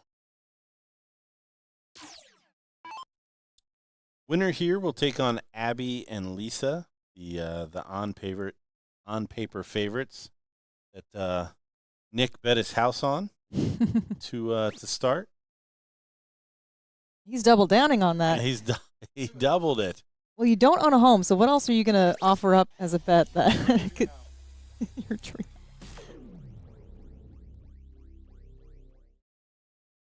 Now, biggest thing for Liz, if she can go out in 6 darts, they'll have a whack at this. Oh, and this is just it's not going to do it. She gets the field goal at the very least. Yeah, she's stuck in there. I mean, that's still an important dart, but yeah, just given the position, she needed to get to a finish and kind of check out from a ways out. Wow. So Dude, no care in the world. She's going to leave a 45 regardless. She just wants to power score her way down. I've definitely noticed she does not switch a lot in a time where that would be very advantageous to, especially leaving the right finish.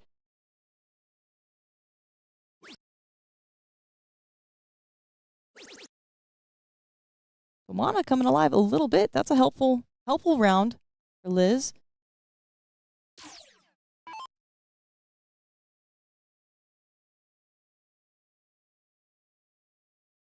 the crystal approach here, the top half of the winner's side of this ladies bracket. We've got Meredith and Olivia taking on Lindsay and Marquis. Winner there will take on Tamara and Carolina. Shaping up to have some of the women that we've featured all weekend here facing off on the business end of this Women's Pro Challenge.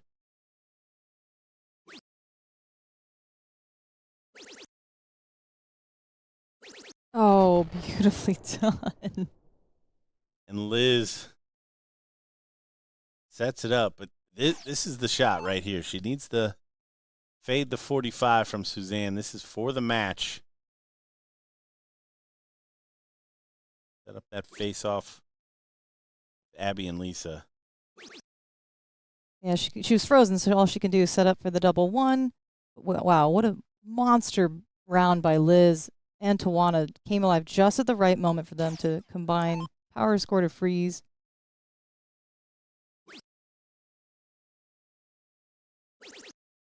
Oh, and Tawana going to do her job. Back to back, 95 rounds. Fantastic timing. And poor Crystal had such an incredible cricket performance and has just slowed down quite a bit. Is really struggling to find her footing on her scoring for 0-1.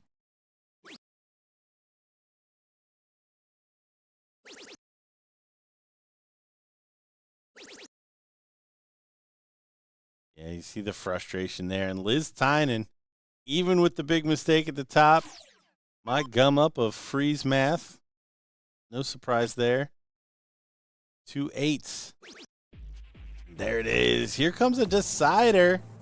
It's going to be 0-1 again, but first, I see an important cork. Who's going to start that leg?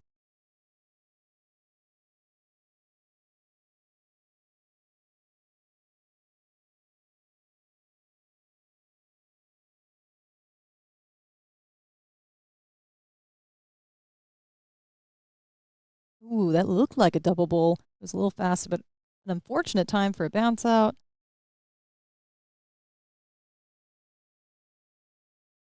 Seems more likely with Crystal because she holds so far forward. Her tip isn't elevated before her release, and her dart impacts the board at a very steep, high angle.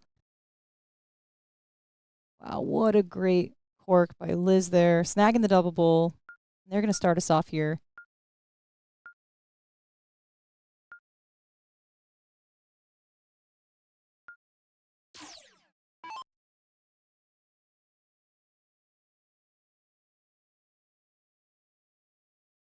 I imagine her mind is fixated on that double 16 right now. We're not going to make the same mistake. But what a comeback. Good correction. Well, and after the mistake at the top, the big setup to freeze was ultimately the turning point there. Young back in the double and back in the triple. Oh, I was going to say another 136 open would have been insane.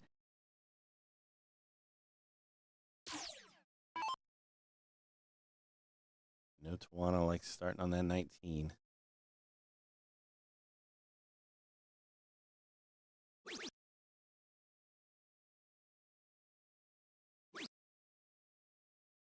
He's away. The important part's done. What can Crystal do? Can she have a little bit better of a performance than that last leg?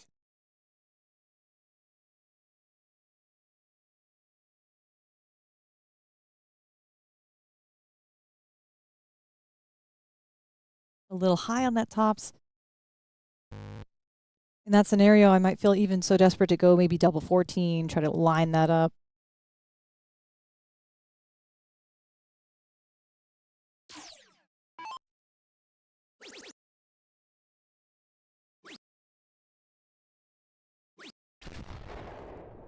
Solid ton from Liz. She was steely-eyed, staring that treble 20 down.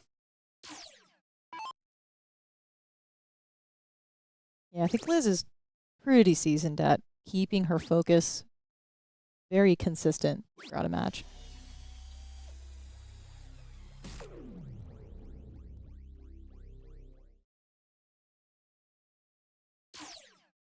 Back-to-back tons. Let's see what Tawana can do.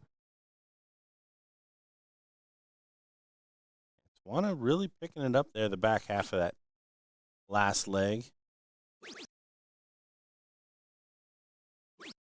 A slip to the double 19 helps a lot, honestly.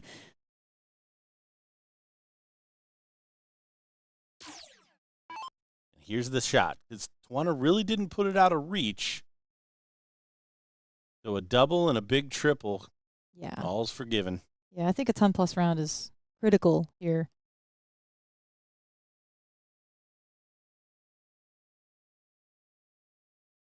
Didn't like tops, went for double 16. That's not working either. I think she's still looking there, but not able to go. So Liz has got to be approaching the line feeling quite confident here.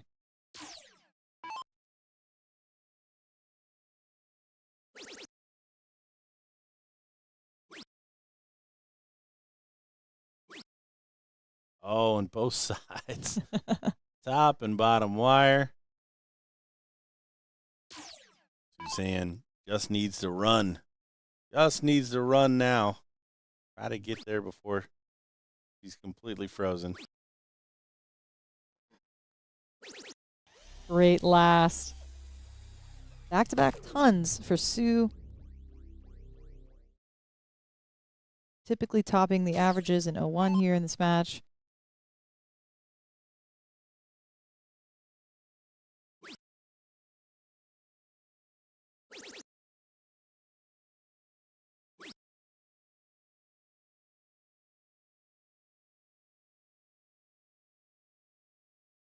Yeah, 83. Now that separation's starting to really become apparent.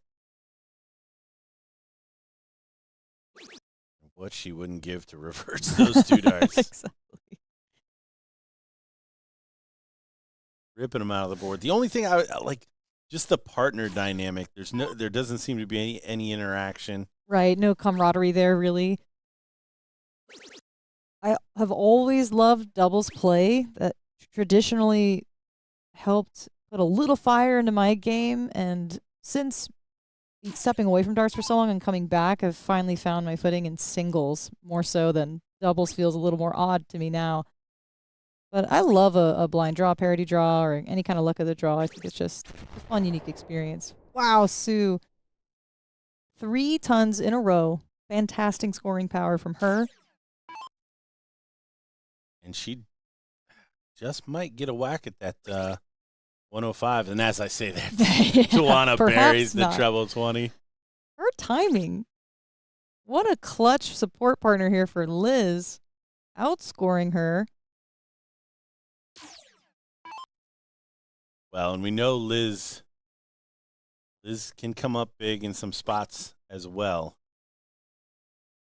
Stay up there. Dangerous. I'd like to have seen her move to an open bed. Does find the fat 60, but it should be enough.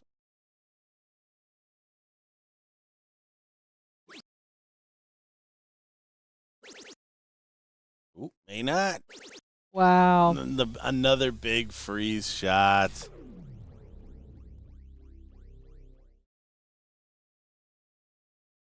Exactly what she needed there. 386 the combined total.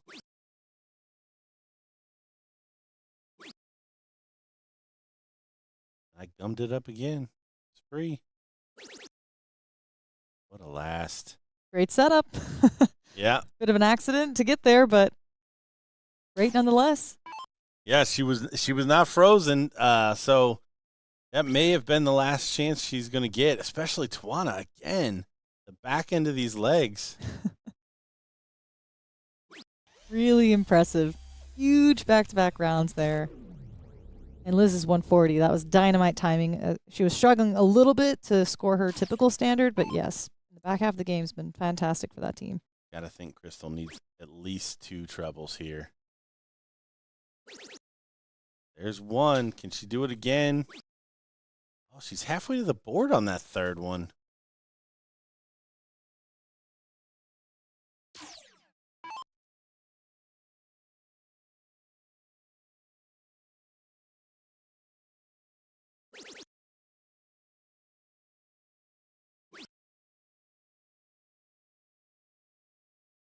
Cheeks.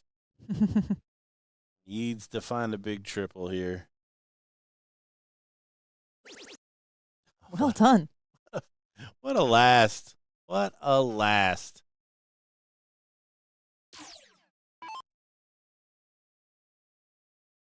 Losing frozen. Double 14 maybe. Yeah, my guess is she's going to go double 15. She tries to and succeeds on the second dart. Yeah, I don't like the 2 leave. Just because you can't be frozen at 4 either. Well, you can't freeze your partner. We talk about that all the time.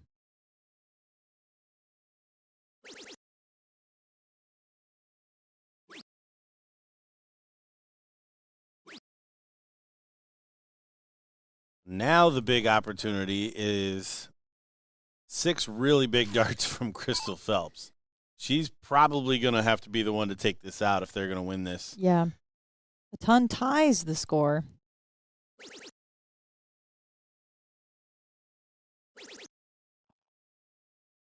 Tough dart. Oh, what a correction, but a slip into the triple 18 would have been amazing for Crystal in that moment. Regardless, great round. Take it out, don't bust. Take it out, don't bust. Wow, what a pro. Take it out. what a pro, Liz. Fantastic.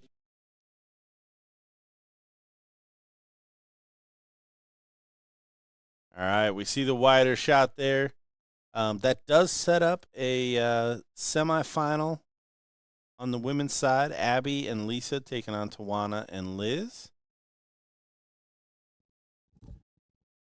Thank Jen for joining me in the comms there as Nick rips the headset off of her head and sits back down.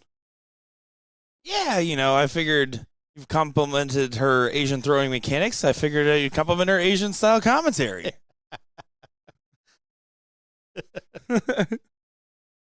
No, this is going to be a good one coming up.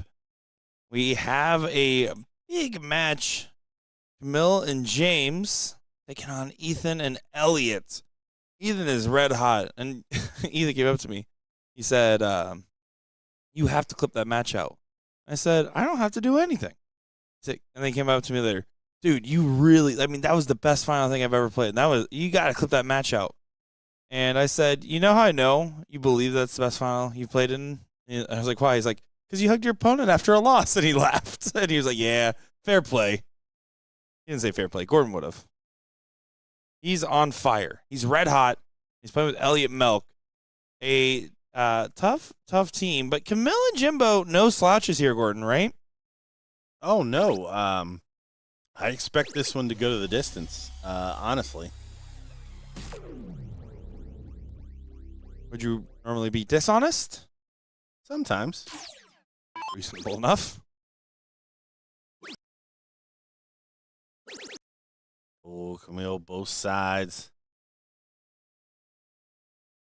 Elliot, another one. Surprised we haven't gotten a look at him up until this point.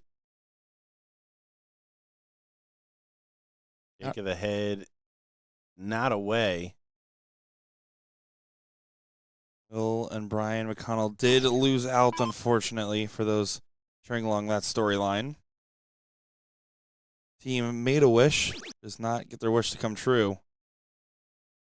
Will did throw a 4-7 in the losing effort, though. Partner, not so much. 4-7, good. Well, I mean, I'm just comparing the reference points I have. Yeah. But then again, I don't know about what metrics to compare everything to. What? Almost a 9? That's pretty good. Oh, Perfect. that's 0-1. You said it out loud. That's your son. Your problem. Goodness gracious. Oh, gee, Willikers indeed. Elliot Milk trying to get in. Frustratingly throw it in there. Yeah, it's one of the things that I love about having access. I don't know. Can you see the stats that you're looking at or that we look at through the app? I've never tried. Not yet, but hopefully one day. Okay. I will greatly appreciate that because then it'll be another case where you won't be in these stupid conversations. They're like, oh, man, he went 15-15. I didn't even have a shot. And then I pull up Dark Connect. It's like, he went 24-21. Like, Yeah. What are we talking about? You do see people kind of like repaint the memories a little bit, right? Yeah, repaint the memories. Yes. That is a very kind way of saying lie. Oh, sometimes I don't. Lying is, for me, more intentional. Like when you can tell, like I used to be the Phil Taylor back in my day types that you always run into at the local draw that shoot a 2-2. But there's some people that legitimately just black out and then just have their own story of what happened. Like Will here when he tells us about his 9-point per dart.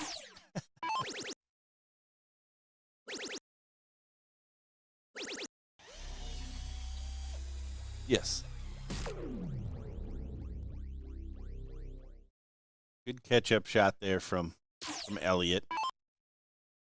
Still maybe in a little bit of trouble depending on the back-to-back shots here. Ooh, and it's not going to pay for it. Jimbo way off. Bar round, under 10. I don't make the rules, Jimbo.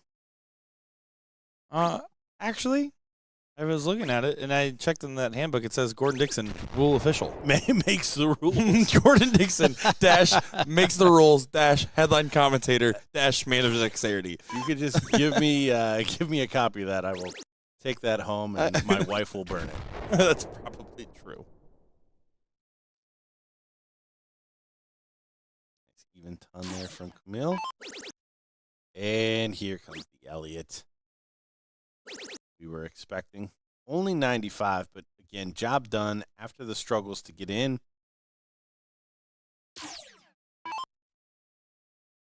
Camaraderie there between Ethan and Elliott, and letting him know he's gonna take it.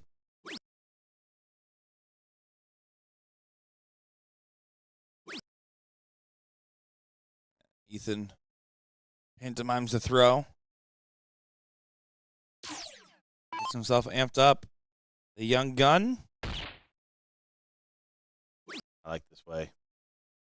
You can just watch Ethan's throw all day because of the shot selection alone. Your sanity is restoring, Gordon. Well, shot selection, the bar is low. So yes, I like his board management, but You didn't take it away from him. You could have just let him have it. that's I don't know why you did that. That was just an extra step. Good work.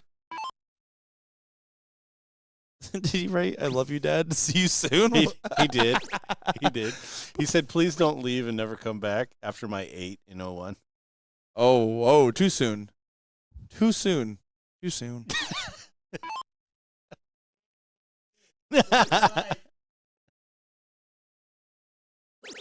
They're adopted. I forgot my mic was on. Oh, and what a shot from Jimbo. Same leg, he hits a 7. He finds a 180. But Ethan DeVera, double 8. No problem. Yeah, Ethan goes ahead and cleans it up.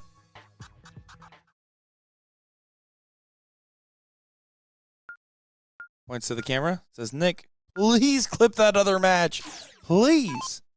But think about it. He was 1 off the 9. Really good battle. Loses out to J. Rod Henry. Apparently the next leg, according to his opponents, and this is going back into let's check the stats history, there was a 10. So I wouldn't be surprised with how much energy he had going into that next match. Roll to the finals, and then, right in time for the first round of the next event. Yeah, probably going to keep rolling. Let's verify that real quick. Might not, but it was within the next leg, I think. I heard, let's see. Oh, Let's see. now you're the one making up stories? Oh, my gosh. Let me check. Hold on. Team Ethan over here. 50.1. Nope, that would be a 10. That's 10. All right. Yep. $5. 100. Wait a minute. You told the story correct and you get $5? The bar's that low. It's with shot selection, okay? The fact of the matter is we have been live for almost 11 hours now, and we are crushing it.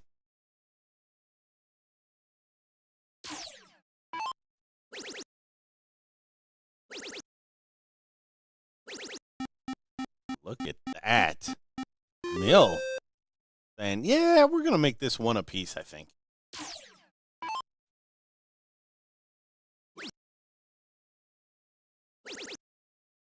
Mill, definitely one of the highlights from the Polish team this morning in the international event.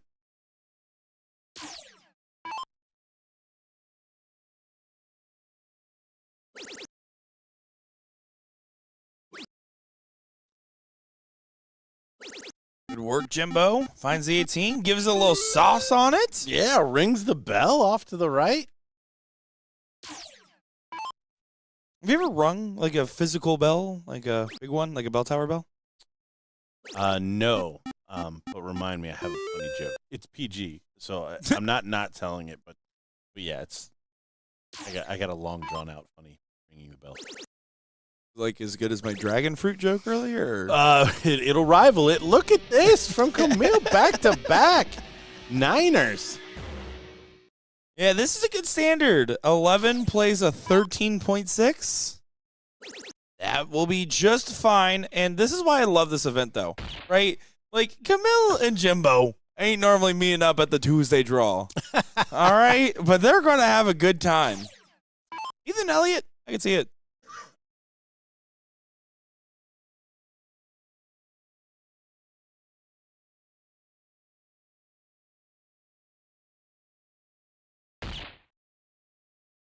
Jimbo does find a bull. He's frustrated, but the job's done.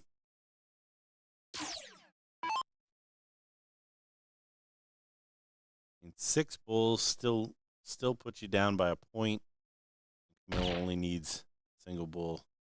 A lot of movement in that last one. He's got I don't know that I've ever noticed that with Elliott before. Camille, is that 7 perfect? Yeah. 9-9 double bull. Yeah. That's why he was on the International Challenge stage. He's a good shot. Showed every bit of the ingredients there. Really stuffing the Polish sausage on the dartboard. Nope.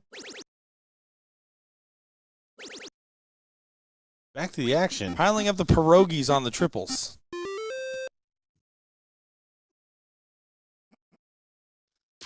Oh, goodness gracious. And he finally missed it. The commentary or him? Yes. Fair enough.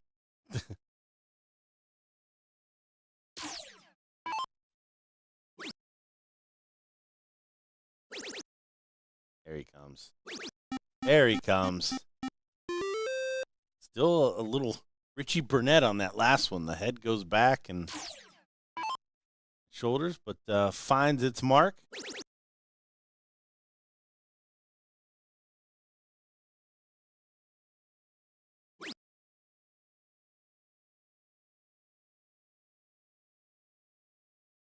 Four 18s for Jimbo. Don't know that. Oh, gonna take all 3. That was best case scenario. Can't expect him to leave the 18s open. Camille go on another one of his runs. Not quite a 9, but it's a good start. Yeah, he does enough to challenge, right? It's forcing Elliott to continue the standard, continue pushing. So he said, okay. Can I tell you, I one time had to be an Uber driver for Elliott Milk and drive him to the Chicago airport from like Milwaukee. So it was like a 45-minute, hour-long drive. Okay. Pretty Did good you put on companion. a hat and he sat in the back? I thought about it, but I had all my equipment in the car. Fair enough. So I let him sit in the front. And I said, hey, I'm just going to stop real quick. Didn't tell him where. And I went to the Mars Cheese Castle and bought a bunch of cheese curds. And we sat and had a good conversation. That's the whole story. I was going to say, like, are you going to elaborate? Like, what, did you guys solve some world problems or? Can I ask you, Talk what about, do you think Elliott Milk and Nick Teixeira would spend an hour talking about? I promise you it isn't darts. Well, yeah, I mean, you're promising my guess. Yeah, I got nothing. To be honest. We just talked about life, love, and the pursuit of happiness. That's definitely not darts. None of those three things. Here comes a bullseye.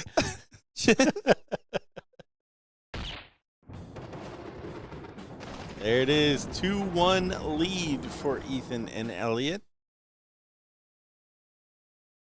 Camille and Jimbo will have the start. Like much more convincing though from Camille and Jimbo.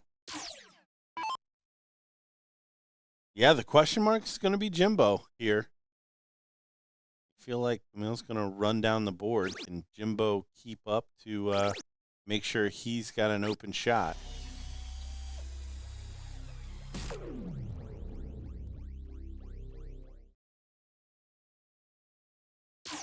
Oh, we've got a guess of comic books. Comic books? Is Elliot a comic book? I didn't know. He didn't talk about it.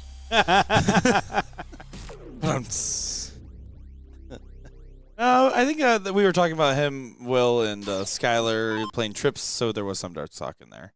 We just talked about like random, whatever drama of the week it was at that tournament.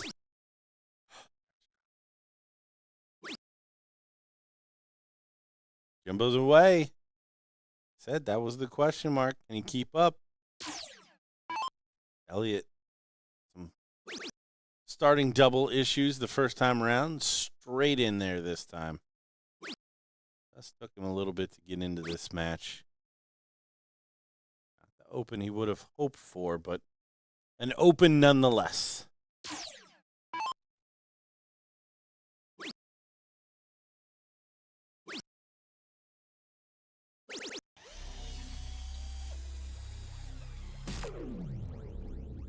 Continuing to find consistency, the Irish leprechaun from Poland. Ethan, trying to play for a match. Not an exact match. Not going to get a meaningful trip. Not positioning for a break. Gordon, how do you keep your energy up throughout the day as I mean, it's not like a late night yet. It's 9 p.m., which by dart tournament standards is basically middle of the day. But, I mean, most of these people have been playing since the, like, a lot of these guys got in some blind draws early on in the day, then went into the singles. Like, Ethan finished the tournament at the start time of this one. I mean, how do you think a player like him is feeling, even though he's a younger guy? Well, it's starting to catch up, but honestly, winning kind of breeds adrenaline. So some of that you can kind of manage between just being geeked up for whatever the next match is, and just making sure that there's not a potential or a time for a crash. We see Camille put in the 135. I mean, there's also 5-hour energies and Red Bulls in existence.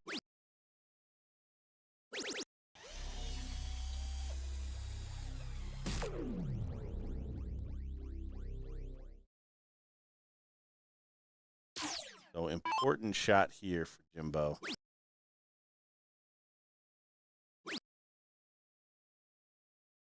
Getting frustrated. He's going to stay up there. There's a lot of stuff in the way.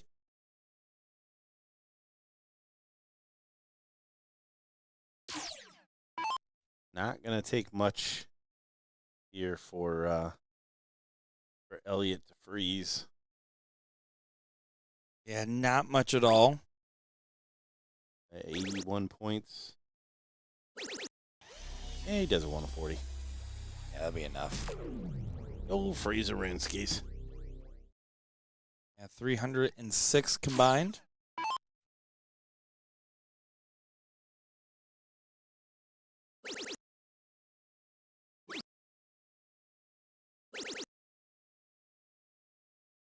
Yeah, no doubt a frustrating turn there for Camille.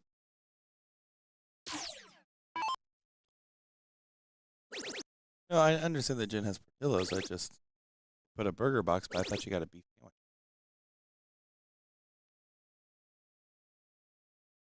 I know I was live. I understand what I said at this point. Can Jimbo fill it up? Something. Try to give Camille a shot.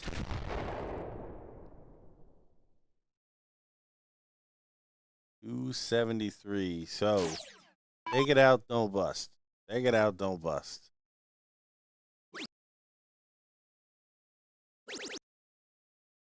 And here's the take it out. Oh, no, not quite. But if he caught it, according to the Bulls movie, you get to throw it again.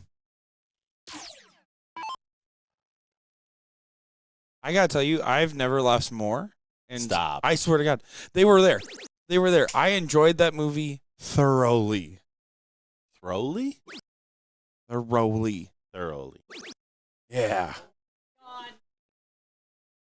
I was They so were glad. so mad at me. See, these are my people. They were so mad at me the whole time. They were so mad at my love for life. Remember when I used to have that? That part got you. Well, I just, yeah, I felt it was aimed at me. Like I've somehow taken a piece of it away. Jimbo just cannot find anything here. Falls into the 5. Double top. Take it home. Double 10. Double 10. There it is. Game over. Ethan and Elliott Moving on up to the semifinals, they are awaiting the winner of Rich and Robert and Kevin and Martine. On the high side of the bracket, we have Garrett and Brian taking on Caleb and Sean. Good stuff coming our way. Don't go far, folks. Gonna get that first top 4 on both of these brackets rolling. Don't go far. I'll miss you.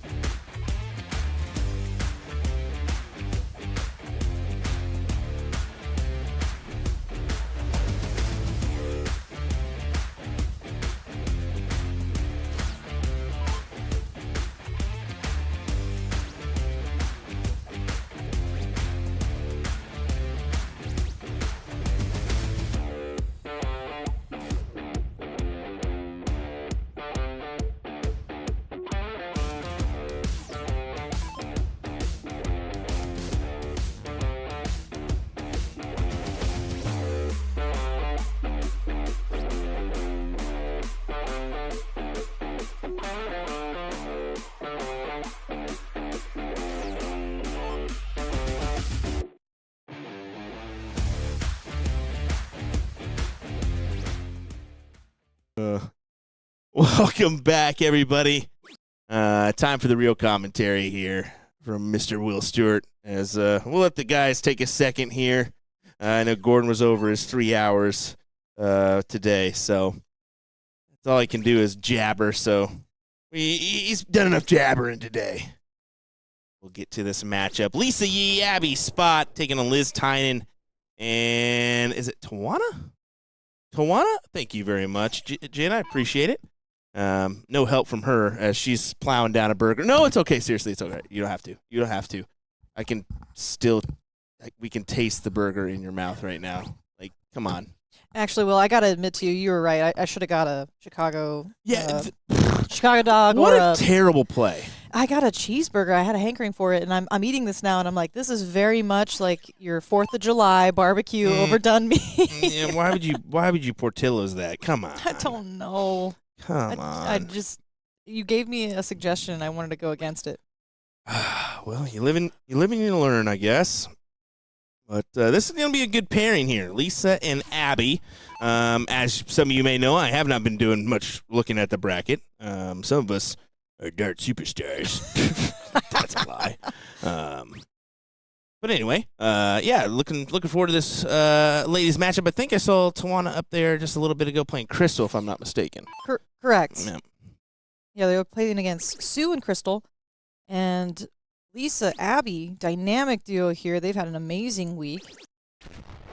Oh, dynamic is probably an understatement. These guys are superstars, and the fact that they got paired up together, I mean, there's bound to be 1-2 teams that you know, you just on paper, you're like, that team's probably going to win this. Right. This is probably the one for the ladies. It's for the extra mic. Okay. Yeah, you're all good. We hear you, unfortunately, Jen. I definitely thought I was muted this whole time, and I was like, oh, this is awkward. No, you are A-okay. Over on the other side, it's Tamara and, that's Tammy Dauber and Carolina taking on Meredith and Olivia. That match is on hold, so I'm assuming we'll get that one next up on 91 or 92. But, yeah, this bracket's shaping up pretty well for the ladies' front. On the men's side, it's Garrett Rakowski, Brian Langley, Caleb Hunter, and Sean Cafflish over there. I don't know the order or the teams, but the mentionable, as they're going to be on board at 90. You know, these brackets are available on about to say CompuSport. It's not that. It's TK. The BullShooter it's app. TK. Come on, guys. You know better. TK is also a great application because it offers those score lines as you go, which is really helpful to those that may not be on the streaming board.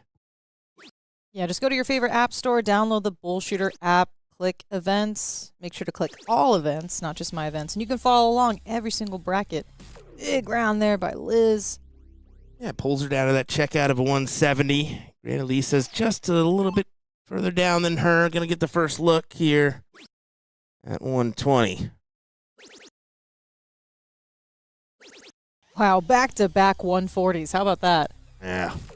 I'm going to be honest. Gordon, fun fact, and Jen, fun fact, while you guys are here. I believe that was only the first time I've played Freeze.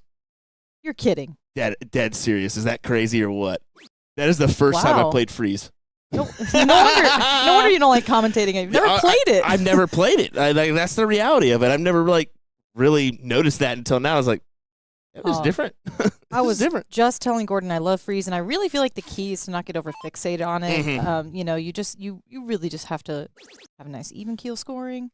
Here we go, Lisa. Oh, ooh, she just hello. scared herself a little. Hello. I gotta take a couple steps back. Lisa Yee, arguably the funniest person to watch in the bullpen. I mean, hands down for me, at least. I'm glad you mentioned the just go up there and hit it, because that's essentially was my mindset at once. Yeah. So I was like, what do I need? I was like, just hit 2 triple 20s, and that's what I did. I was like, all right, thank God. Yeah. We're good. Oh. That was a good first start. Second one just dropped short. Yeah, all she could do was bring it down. Liz being frozen there. Last match, Tawana kind of came alive at critical moments in the back half of the legs to support her. But against a powerhouse team like Lisa and Abby, she's going to have to just be on from the jump. Yeah, and you kind of feel that pressure, right? Just knowing who you've got on the other side. An unlikely kind of poor round there from Abby, so there's potentially a chance here, but she's really going to need something massive.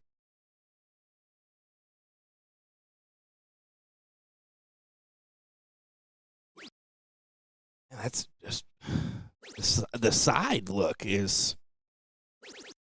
But she's relaxed when she throws. She's so relaxed when she throws. Oh, yeah. She's got a lot of movement in the body. There's a bit of a sway. Stands very far to the left of the board. And unfortunately, was just missing left and right. And in a competition like this, with this caliber of skill, you really got to miss up and down when you're going for that 20. Yeah. Double 10 for Lisa Yee. Yeehaw! She hits it. They're on the board, 1-0. Certainly work. Abby having success in the singles front as well. We need to change that scoreboard around, looks like.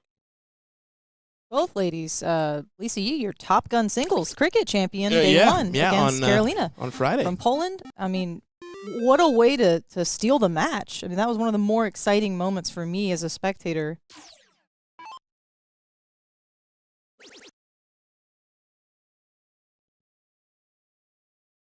Big open by Liz. Let's see. Tall order to follow up. But Lisa does her one better with a 7 mark. Beautiful open. A solid turn there for Lisa, no doubt.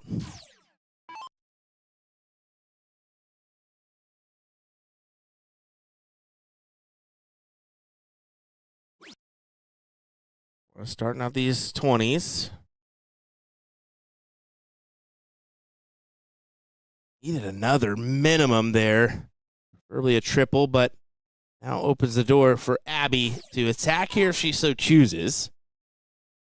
I think she'll at least throw one at the 19s before looking up, but I could be wrong. Yeah, her eyes are up. Or, oh, no, that Yeah, definitely tricks on me. She deceives you a little bit. Huh. She'll kind of give you that oddball look up and then right back down. Okay. She was just checking it out. She was just window shopping up there. Yeah, big score, though, as she does go ahead and capitalize on the 20s. Yeah, huge round.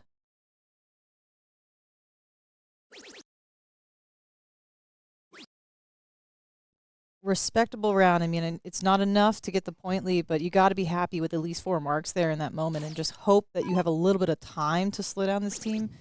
But Lisa Yee's not going to make that possible as she takes away that house. Oh, just barely misses the 17. You need to say, I'm wicked tired after just those leg of darts that I played. I can only imagine how these players are right now. How about, I mean, Lisa just coming off the international challenge from this morning and into the doubles and into this combo. I mean, it's crazy. I mean, little to no breaks. That's what I'm kind of trying to. I'm glad you said that because that's what I was kind of leading you into is a full day of action here on a Sunday, and then you had the 2 previous days as well. I mean, but what did you do before that? It kind of adds up. Yeah. You know, every week adds up. Wow, they are relentless. Abby and Lisa are making it near impossible for Liz and Tawana to have a chance at this leg. Forth their best effort. Almost good enough effort already. Really unfortunate for Liz, kind of consistently missing left and right rather than her typical calculated groupings. Too easy for Lisa. Wow, so many first start triples. Looking fixated on that bull. Let's finish off the leg. Go for the double bull. Oh, little lackluster last dart. Lacked a little bit of oomph there, but still, fantastic round. Got the close. Poked a bull. And she's going to make it so easy for Abby to clean up here.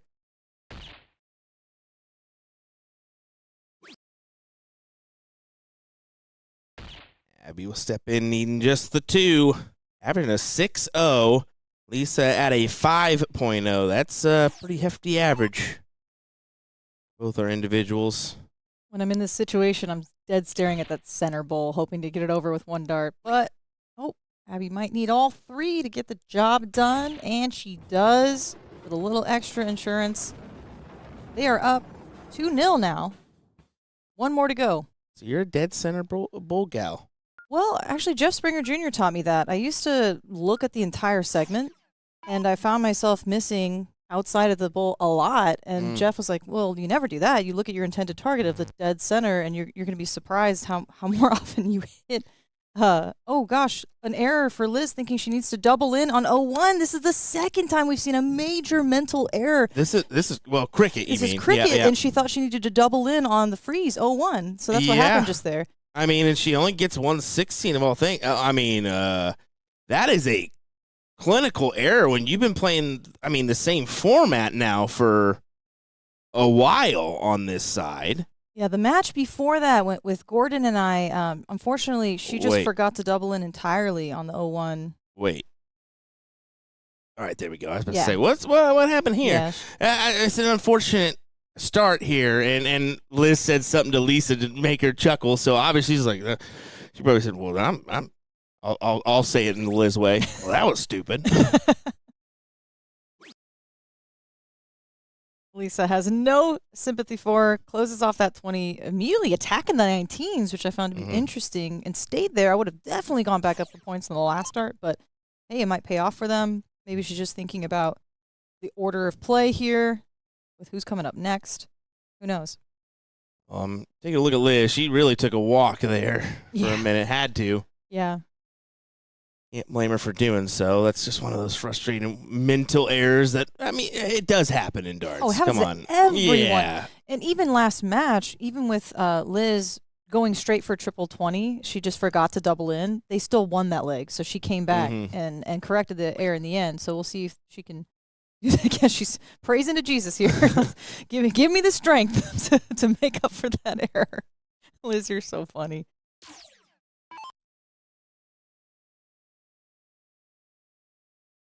You need to mention Liz kind of has an advantage that she's kind of around the area. She resides this way, so Big 5 mark. Right back in the game, but too easy for Lisa to shut that down and get a point lead. She might even start at the 19. I think so. Yeah. Get the easy one out. Now she's looking upstairs. Wow. She is laser focused this match. Look at her.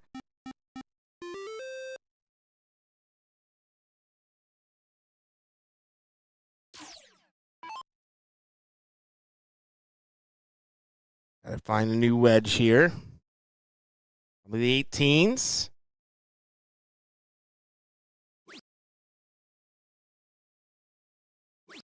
Ooh, she was desperate to get the triple on the last, but unfortunately she's not able to do so. A little bit of a slow start for Abby, but this is a wonderful moment for her to capitalize. She's going to snag the 18s and move on about her business. It's good positioning here for Liz and Abby. And that's why. Wow. And that's why. I mean, she had the advantage where as long as she collects a triple on the 18, she's pointing on it. So the distance is spread, and now you have the 20s, 18s, and 17s your way. Liz gets to take advantage of that single mark on the 16, closes it, and points on it. 1 mark shy of the point lead. However, Lisa was looking fantastic at her ability to close out these houses first start. See if she continues at that. Just under.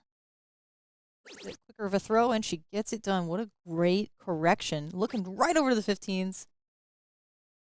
Lost a little bit of focus there.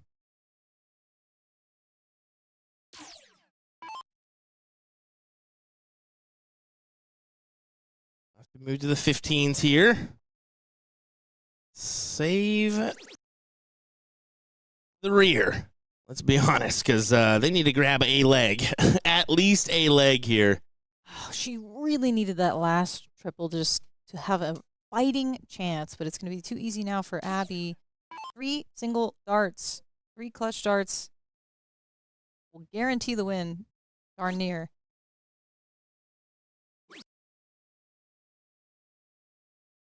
Oh, a little bit of a lazy last. Yeah, they're fine, though. I mean, you might be down some points, but Yeah, down Liz- 3 houses. yeah, Liz has to go bulls. She Well could done. she could have attacked there, but I think the smart option is to go bulls. Yeah, you got to think about your partnership and what's statistically likely. That was a great move. But Lisa's going to collect. Oh, wow, wow. No, she's not. She's going to go straight for the win. Wow. That works. Wow. Color me impressed. Lisa Yee, a 4.25 MPR. What a fantastic performance. 3-0, just like that. They'll advance to the seat match. So we're going to go ahead and head on over to this matchup with the boys. The boys.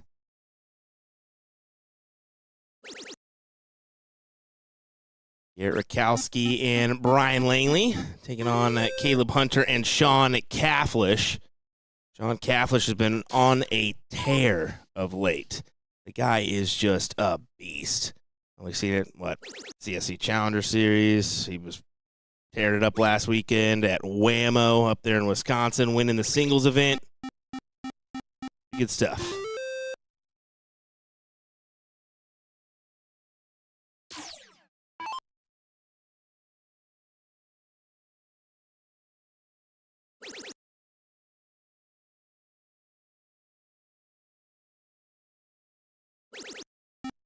Way to stay on the 19s. It's going to make it quite difficult for Caleb.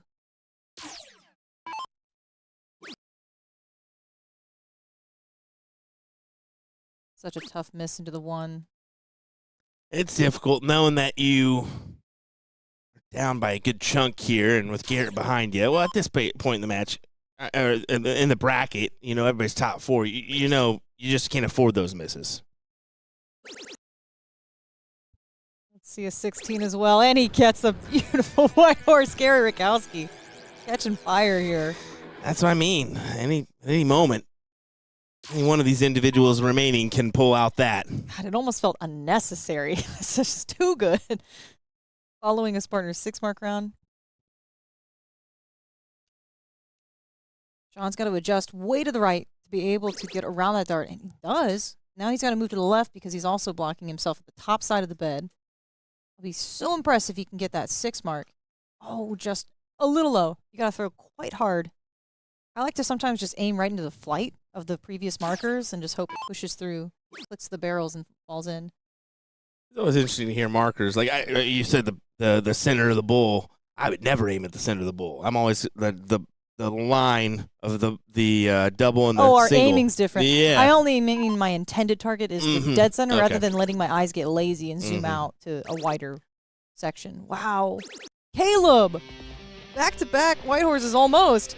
Way to bump up that average after quite a slow start. Only two marking first 2 rounds. Wow.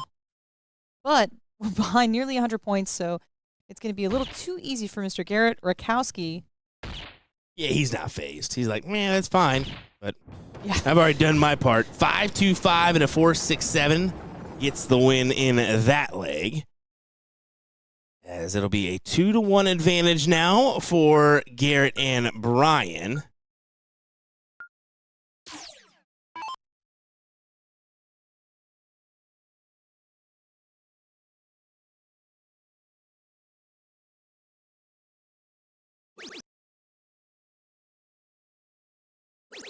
Let's see, the 160 perfect in. Oh, unable to do it.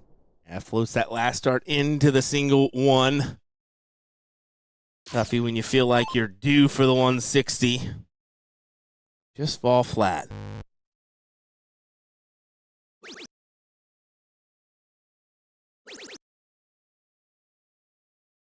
Like we'll have our other top 4 matchup for the ladies on 91 as they'll get underway here in just a moment.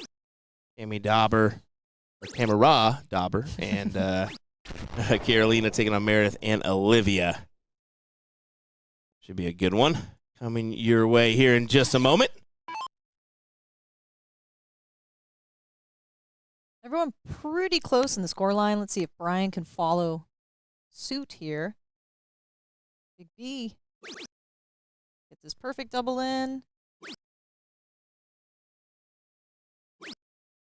I was going to say, was he opting to score on the 17, but just an unfortunate miss a little to the right? Yeah, it was a weird one right there. It was interesting to see people's out or ins and other side. Liz, I can honestly say I never end up with a 16 opener on cricket because I start on the 20s when I do double in, double out. A perfect maximum from Sean Cafflish. Yeah, that'll work. Has a lot of pressure to the remaining throws here. Sitting on 220 as a front runner. That player one score line is pretty big.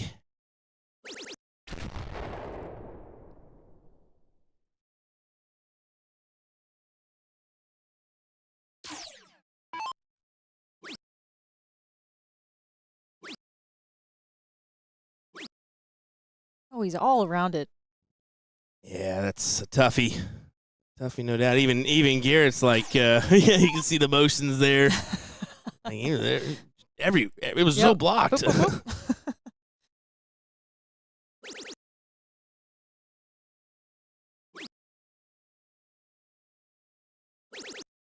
Big round by Brian, but it's going to be real close. I mean, with Sean having the advantage of the start, it's just going to be his game. Yeah, I don't think it matters. I think Sean's going to run away with this. Probably a 140, 180 here to follow up.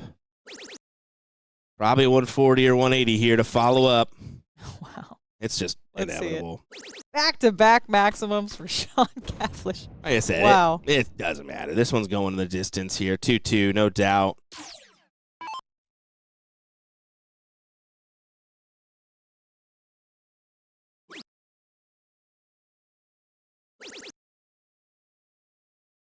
To have one just to get a look at a 167 and won't do it. That look was only if Sean misses. 3 at tops. 95 would be great here, just as extra insurance, and he gets it. Caleb's able to produce that.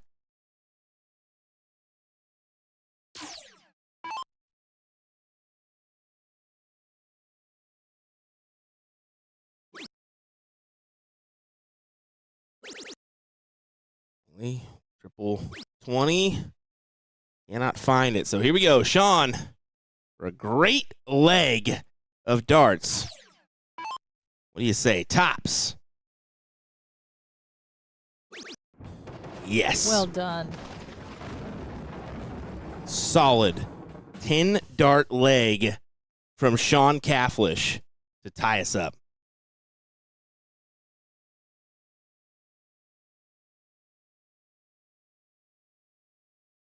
Go ahead and go to the middle to see who's going to start in our deciding leg. Room there for Garrett to find a double.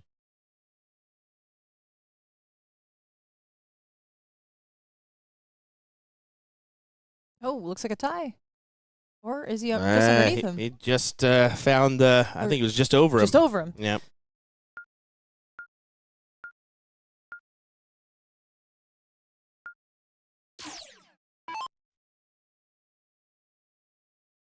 Here we'll knuckle up, and he'll get underway this last leg.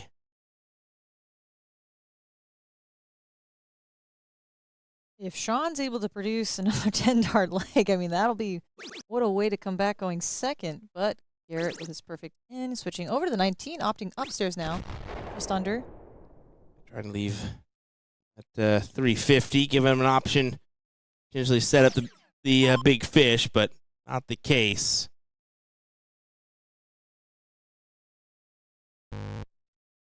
And you can see Sean immediately kind of nods his head knowing, well, there's the 9. At the very least, he's able to get in, but that is a tough start going second to Garrett, who we know is going to run away with this. An amazing power scorer. It's kind of the same for Sean there. They both know what each other are capable of, and Sean's thinking, I need to keep in line with him just in case. But now there's a little distance added in between the two score lines. Might see some drama come up at the end of the leg. We might see some freeze action. Yeah. Well, there's pressure added to every throw. Well, there's pressure on every throw, but that helps. A little added in this last leg. That certainly helps by Caleb Hunter.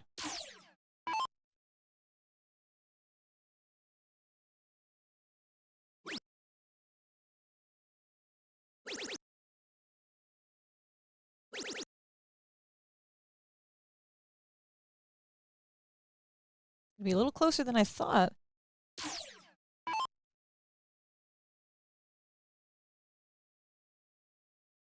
Looking for a turnaround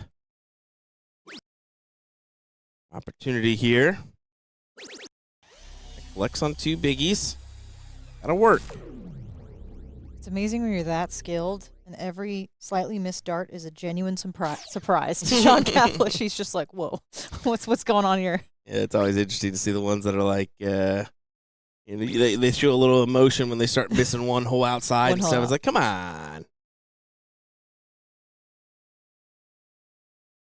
That's the thing about hitting a flow state. It's you know nothing else all of a sudden, and once you break that consistency, it does feel awful inside. Big round by Caleb, a 171 to keep things very interesting. That's a clutch turn there. It gives them options. And now the start is crucial here for Garrett. Let's go the correct way. Unfortunate last start, though. He really needed that trip 19 to set up a finish.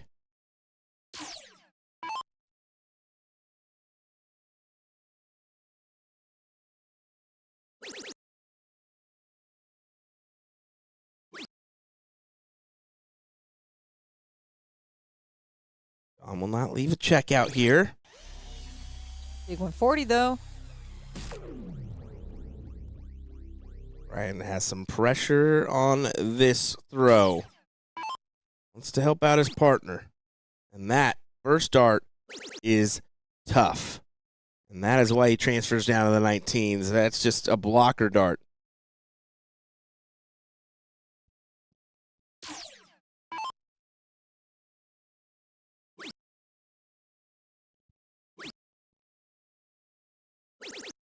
Caleb goes around the world. He does find it on the third dart. That was an important moment there. Garrett can keep this his way with a big turn.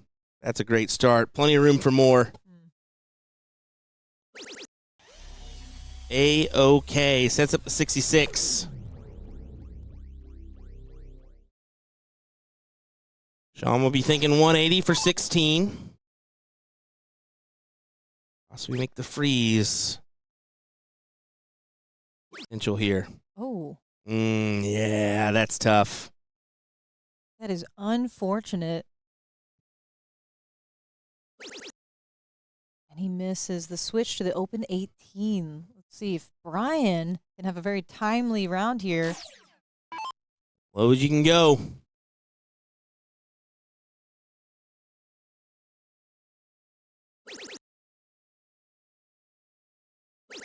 Yes. How low can you go, Brian? Oh, almost the distance. Wanted the biggie, but that'll work. Because Caleb now has to hit, what, a 140? Well, and he goes 19s. Interesting. He was opting to score on the 19, but that does really surprise me. Here we go, 66 for the leg and the match. Double 18. Wow, and what a correction. Of course he nails it. Yeah, Garrett just stays cool as a cucumber. I mean, nothing seems to faze him. Wow, what a match. That was a good one. I mean, lastly decider to decide who's going to go to the Hill matchup, I believe. Yep, there we go. And we should get Ethan Elliott, Rich, and Robert coming our way on board at 90 here in just a moment as we'll hop on over to this matchup. Well, we just diddled for. This is Meredith and Olivia taking on Tamara and Carolina.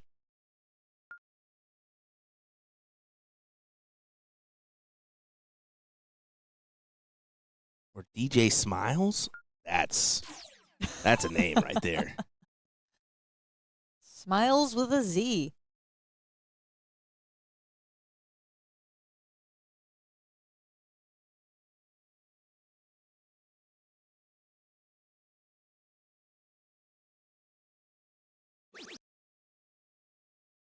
Meredith doesn't care what the double is. She lines it up on the right-hand side of the board. She gets in. Not the best option. You really want to go to the other side. I much if you're prefer gonna the do 14-11. Yeah, Yes, but- absolutely. Whatever you want to do. Good. Last. Tamara, respect my authority, is up next.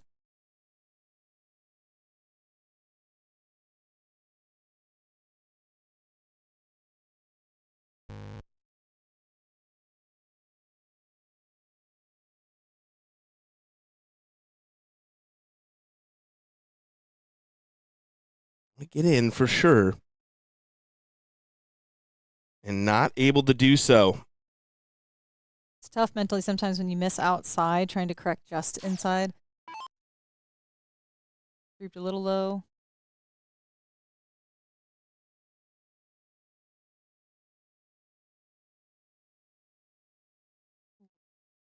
Just under that double 14. Referencing the left-hand side of the board. Inside, outside, outside. Not able to do it. Carolina.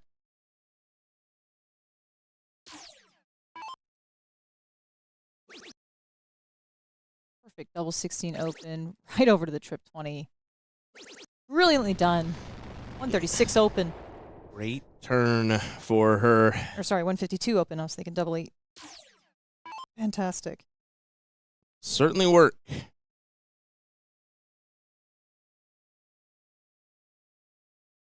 Carolina was our open level 2. Was it Doubles. doubles? Yep. And she Not was- doubles combo, was it? I don't know actually. Double. Yeah, just I believe doubles. Maybe it was doubles 01 Yeah. actually. Yeah. Yeah, doubles 01. We'll just say doubles. Open division for level 2 winner. She also was runner-up in that Top Gun, losing out to Lisa Yee. So Yeah, she darn near had the Top Gun title, and it just a little bit of a strategy error. I would say in terms of my critique, and it just kind of got away from her at the very end. Tamara hoping to get in here. Oh, just above. I can't find it. That is tough. I know that feeling a little too well. Smiles with a perfect double 16, right Ooh. on over to that trip 19 with swagger on the last throw. Yeah. You seeing that? That was a little hop, skip, and a jump over. Yeah, yeah, like a mesmerizing little swoop of the arm before the throw.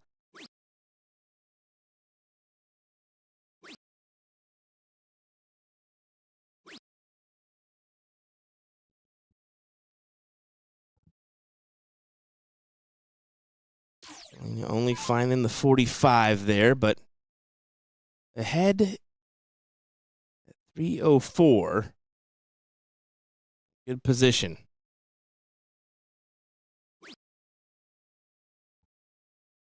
Cool to see Andrea Taylor in the background, normally a steel tip player. You see her all over the country and got begged to be a partner in a major stop tip event. And she's like, okay, you're dragging me out here, Yeah. giving it a shot. So that's always a tough adjustment, going from such a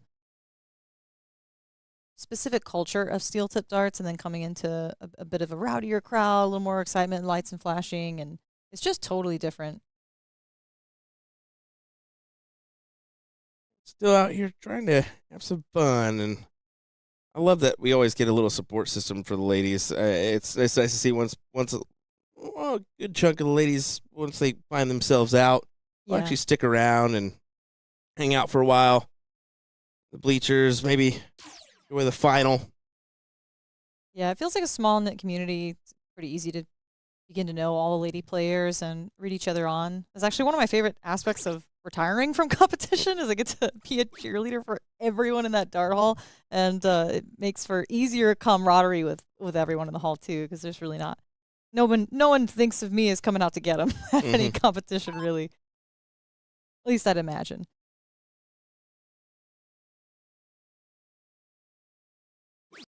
Carolina looking to charge ahead here. Still unable to get in, and that could very well play a factor here soon. So she needs to find it in this next round. Yeah, I was going to say, in the next 2 rounds, it's going to be extremely relevant, but who knows? She might be able to set up a big check and go for it. If Tammy can get in this round, absolutely. I think she can alleviate a little bit of that pressure because scoring hasn't been too fantastic with the other team.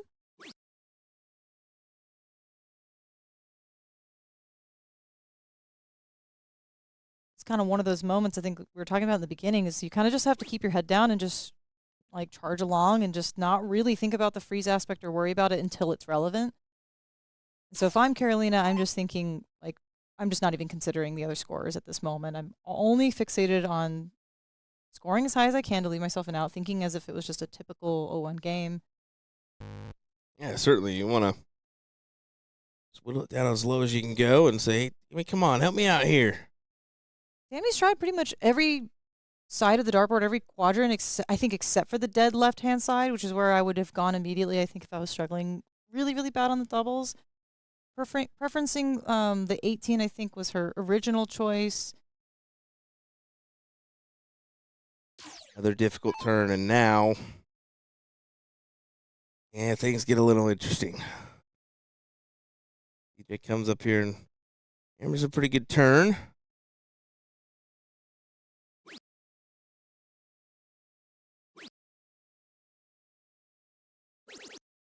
Big last. Now it's going to be getting tougher and tougher for Carolina.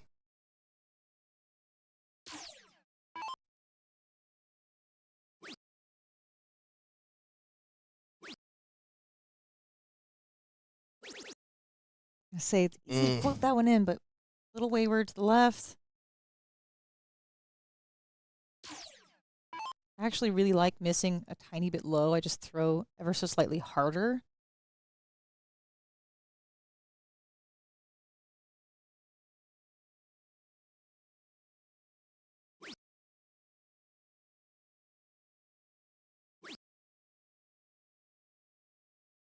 Try to find that big triple. We'll have to settle for 57. Once again, Tammy, I mean, time is running out here, girl. Yeah, I think she has to get in here because Olivia absolutely one decent round. We're frozen now. There you go. Timing is everything. I'll make the best of these 2 darts here. Find at least one. One big triple.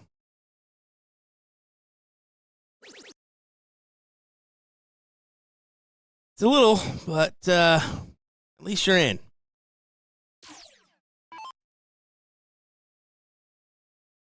Okay, though, it's around that 200 mark. Or we'll be frozen. Carolina catches a break here as Olivia is not able to score enough to put the pressure on. A ton would be amazing for her right now. Ton plus, really. Can't find it. Some tough rounds being thrown here, no doubt.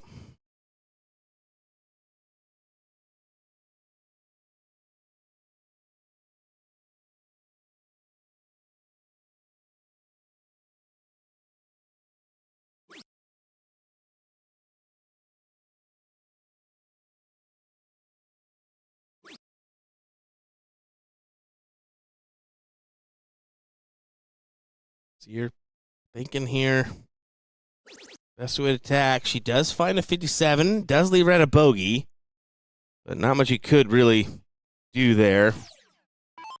That's where just the statistic, the higher statistic likelihood of hitting something big probably matters more to Meredith in that moment rather than her traditional setting up the proper out.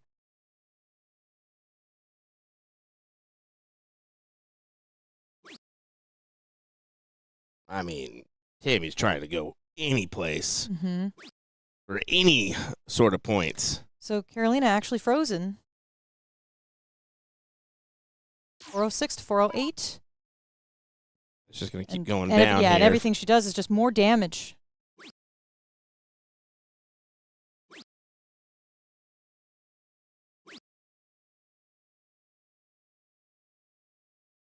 Carolina kind of just shook her head there. Knowing it's unfortunate that she's not going to get a real look. Stay right there. 54 to leave. Or you can switch to the trip 16. I mean, really, just don't go for the 20. Just Yeah. don't do that.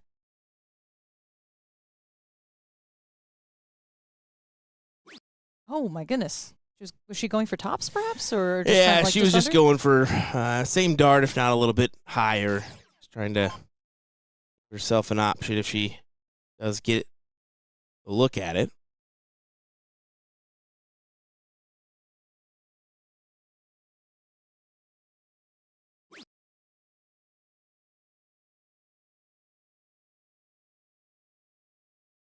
Meredith's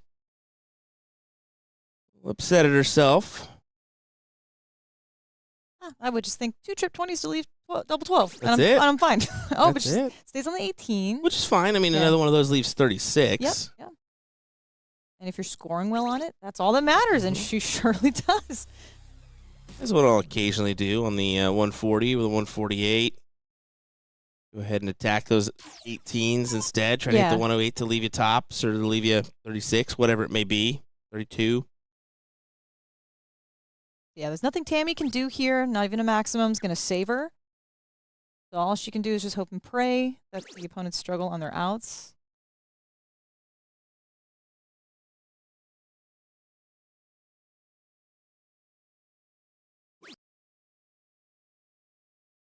Yeah, in that moment, I'm not looking at the score line. I'm just walking up there, clearing my head before approaching the line, and I'm just hitting as much points as humanly possible. It does not matter how.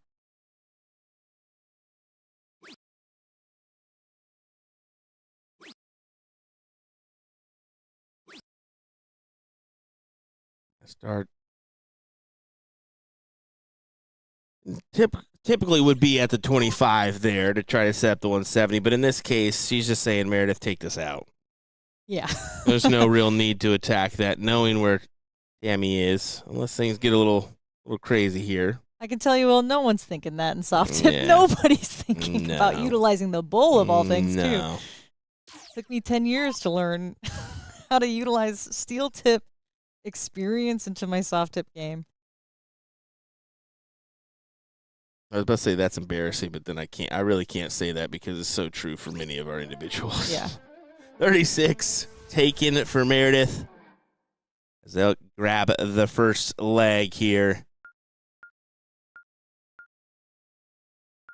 And we'll say, Tammy and Carolina will be thinking, let's just go ahead and forget about that.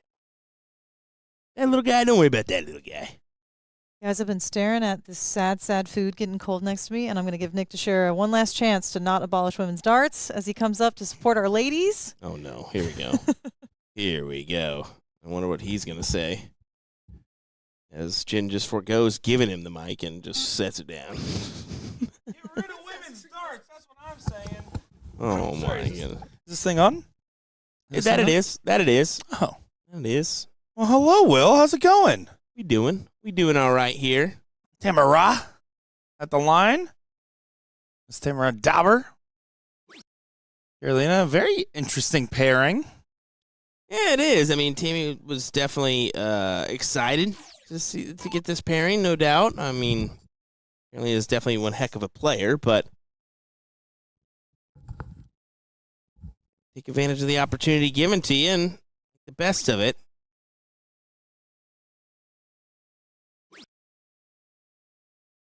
Olivia Adams, your AA Women's Cricket winner with Madeline Lewis last year over Sarah Sass and Crystal Wagner. That's right.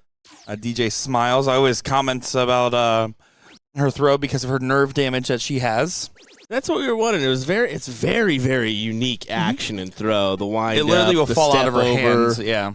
It literally, and she showed me, it falls out of her hand. So, no, and what was funny about Madeline and Olivia Adams, and she'll correct me if I'm wrong watching this back, but the year prior, 38th BullShooter, they won amateur, then went on to win single A. So, they climbed their way up the ladder as with the same partners. I don't know if it was the same doubles event or not. And they got enough the finals of both. They won the cricket, and they lost to Tori Gilstrap and Crystal Wagner in the 01 last year in the single A pro event. Oh, is a fan of DJ Smiles? A throw you can't forget, and a smile that's deserving of a DJ. DJ Smiles. Bam. Honestly, I forgot Jen had food, or else I would have came back way sooner. Yeah, that's kind of rude, brother. Yeah, no, because I literally went to go eat. That is what I did. Oh my goodness. Well, I was like, some food sounds good right now. in your defense, I did tell her, no, you're good, and she insisted. So, well, I wouldn't have left him alone. I even double checked. Jen just said she can't trust me alone, yet she doesn't realize she trusts me alone all the time with this equipment. Yeah, and how's that worked out for us so far? Also, I mean, she trusted me on my break, and I double dipped in her cheese sauce, so here we are. Well, you just let all the beans fly. That's what I'm known for. Letting beans fly. Well, I mean, If there's one thing, it's Nick Teixeira, death taxes with beans flying, please. I'm sorry, but the old $1,000 Uber Eats thing, that would have never been mentioned by me if that would have happened. Yeah, I'm glad that the BullShooter channel has made this official now. Great to hear it over here as well. I'm just kidding. It was already official. You put it out there on social media. We already looked at it. I mean, it's already been out there. We made 17 shorts on it. Out there for everybody. DJ Alrighty. Smiles. Mine's 19. Oh, Happy accident. it works. Yes, it does. DJ Smiles finds a big one. Big 6. Emma loves that jersey, by the way. She always wears that one. I can match with her. I have it up in my room. Maybe I should just go change real quick and jump in the stands. Jen, take back over. I'll finish eating your food. No. I'm not going all the way up there. It's too far. I'm tired. But not tired enough to see these good matches fall all the way through.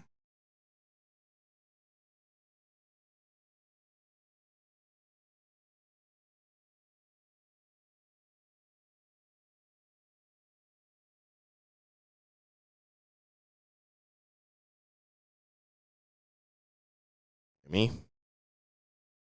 Good for the 18s. Only finds a single.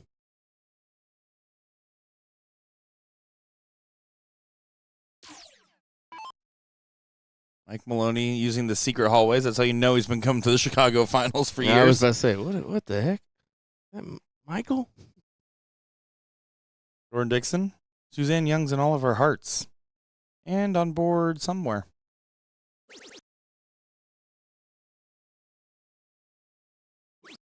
Not? I was say, I don't think you know what you're talking about, brother. No, I do not. She lost out to Skylar and Paula. Still chugging along. Skylar and Paula waiting on the loser of this match.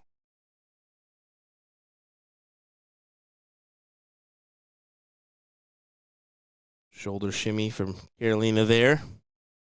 As I believe that was a closed number. I believe that was an error from Carolina. She's shaking her head as she walks back. See Andrea kind of telling her to shake it off.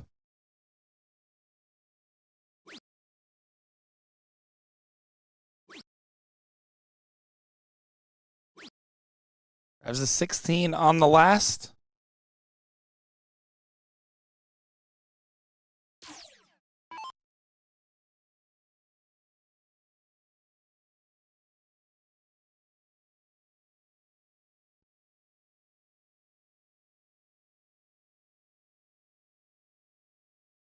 Emma trying to find the 16. She did ask me how to spell it. He's like, how many H's are in Tamara? I'm going to put it on a shirt. I finally have a nickname.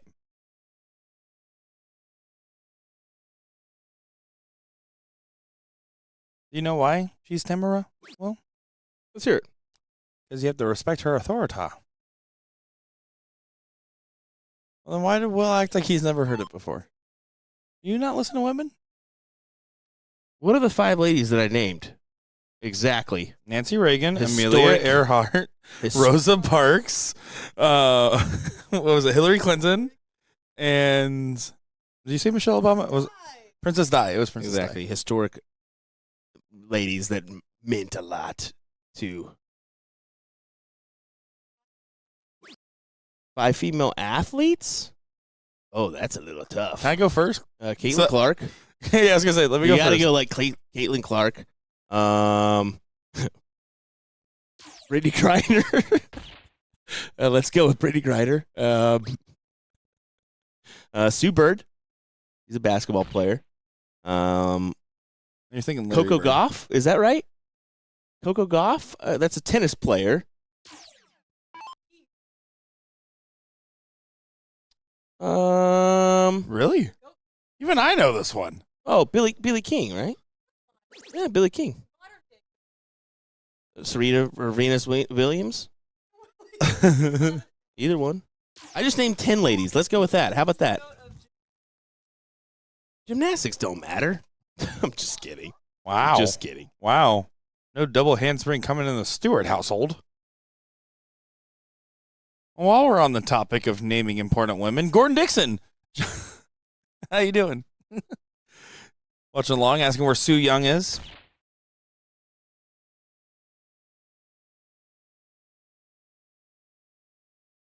If you guys can't tell, we've been live for 12 hours. And it shows. Jen out loud just said, sorry for interrupting your commentary. This should be set for a 2-0 advantage for Meredith and Olivia.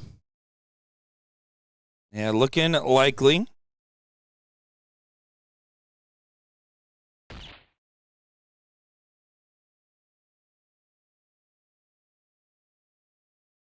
Meredith, someone I'm quite familiar with, known since my youth dart days. Did play on the same steel tip team as her. I went to a couple of different tournaments, including a couple out-of-state tournaments back in my day. Yeah, that's 28. Yeah, so back in my day means like 10 years ago. Back in her day means not 10 years ago. You had to watch what you said there for a second. Felt it She would coming. rip you to shreds. Felt me about to nick the share of myself out of that conversation. Yeah. 2 bulls needed. Go ahead and take the swing. Might as well. There you go.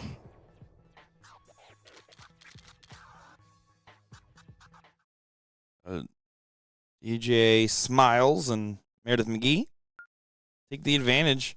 Admittedly, and it with no discredit to anybody on this board, I would be drawing this up 2-0 the other way. Oh, that's a gutsy play, brother. I said what I said. I mean, Tammy has had a little struggle here. I mean, she struggled to get in that first leg.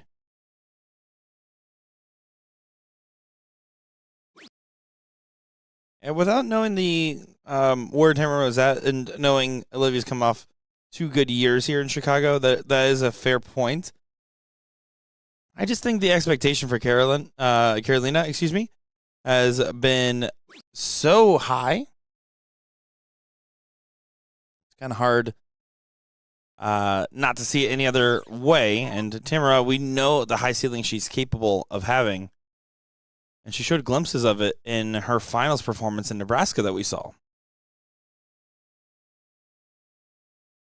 Look at this opportunity presented itself to Meredith and Olivia. One thing I should have learned by now is don't bet against Florida women in darts.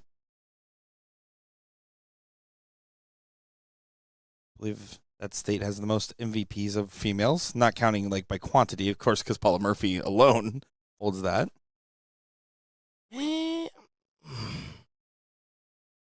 I'm gonna stay away from Florida. To be fair, you guys got too many stories. Like it's Florida, man. That's a series and a half.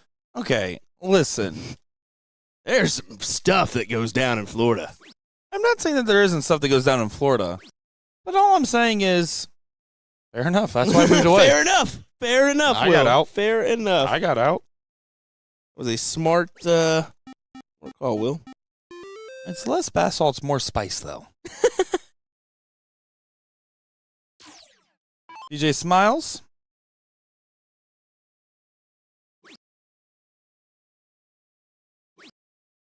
Trying to get the 17s rolling all over the wire, and that's a very unfortunate bounce. Flight slapped that trip 3. I looked right in line.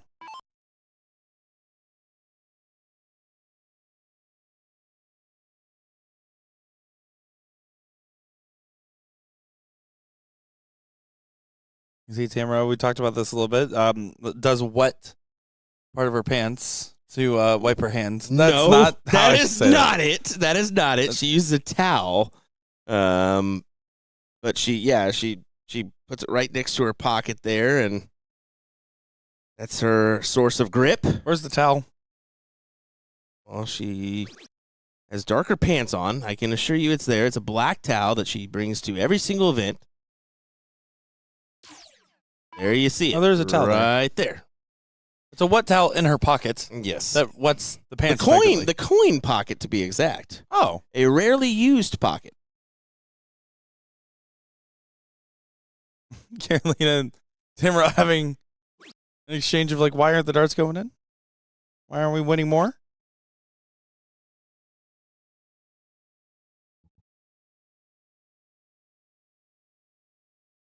Ooh.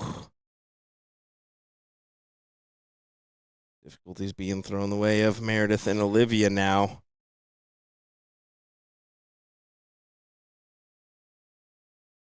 At Ingram said, you moved to Illinois, just as bad, but higher taxes. Fun fact, cost of living has been down 35% for me since moving. That's because I never leave my apartment. I'm sure. Now, you do have a very significant advantage being in Florida, though. What? Taxes. Oh, yeah. Oh, on that reason, for sure. But if you have no aspirations of owning property, you're not doing that bad. Yeah, that's the truth. They can't tax a salary that doesn't. I'm just kidding. I'm just kidding. You can't tax me. I'm doing tax evasion. That's a false statement, guys. Just don't turn them in. Anyway, Tammy, I like the 17s here. One attack, two marks needed. You got the 20s and 19s. I think I stressed out Jen. Jen is Jen has an upset tummy and will be not on the mic anymore tonight, guys. It's been a pleasure having you here with us, Jennifer. She's eyeballing this empty cheese container, saying, what did she do to herself, knowing that Nick double dipped from that. I didn't actually use it. I really didn't. All right. I did think about it. I was like, man, she does sound pretty good, Jen. And look at that. Tammy, unable to close the 17s. I mean, this is not how I anticipated this match going. It has not been a high-scoring affair from either party, to be honest. Correct. Dynamite drop in from Nick. Purple hair is Fuchsia. It's the hair dye getting to you these Fuchsia. days. I think it's the 700 milligrams of caffeine that I've been putting in my Brother, body a day. you've been on one of those things today. You need a water. Thank you. I'm drinking water. All right. Carolina takes one at the 20s, down to the 17s, takes those, back up. Why not?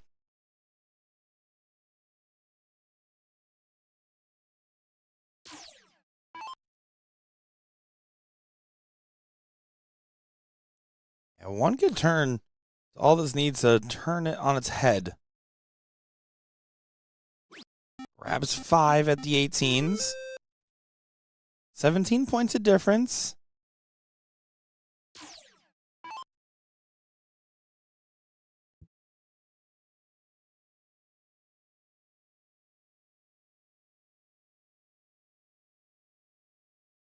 Her time setting up here.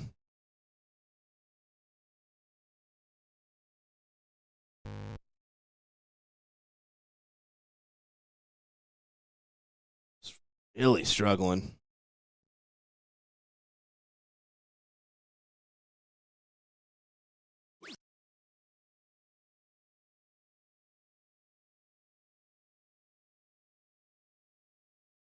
Now, there is one advantage that Tammy can say is going her way. She definitely didn't have a celebration like BMAC did, because that thing was absolutely atrocious. Yeah, can we talk about that a little bit, man?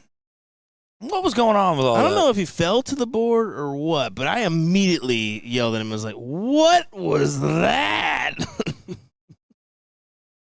Ugh. Yeah. Did see BMAC out there a little bit later.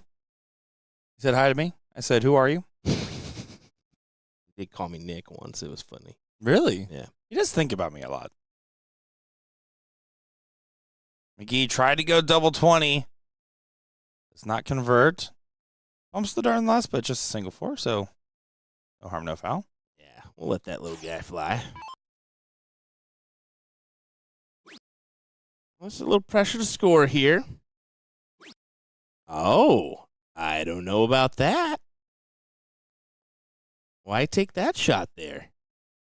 Is it because you have the two houses and want to kill it? I mean, could have been just a slip as well. Yeah, well, and it's 3 houses, right? No, 2 houses. Never mind. 17's too close. It is a good last start for her, though, to transfer back to the points. Snags a big 60. Yeah, it's the risky way to play. It's not the advised shot order because it still has an opportunity right now. DJ to grab the other numbers. Didn't happen. So it's 4 on the 18s.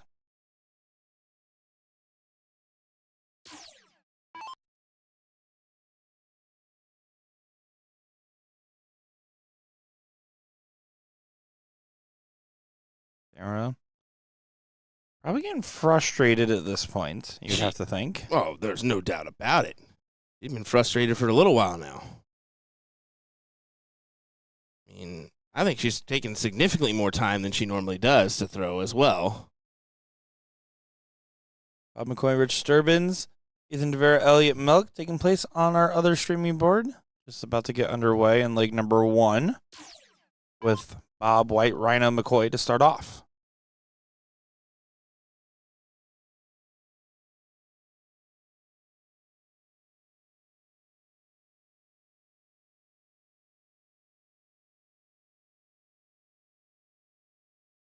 We're frustrated that it didn't hit at least a single, but does find the trip. Back to 18s. Let's go ahead and take a stab. This is starting to get dangerous as Carolina needs to dig deep, and she's already been playing at the highest standard on this board. 2 at the 18s. Grabs the double. Back down. And drills an 8 mark. Carolina absolutely nailing a big one. Yeah, what a big time shot that was. Out in front by a good margin here.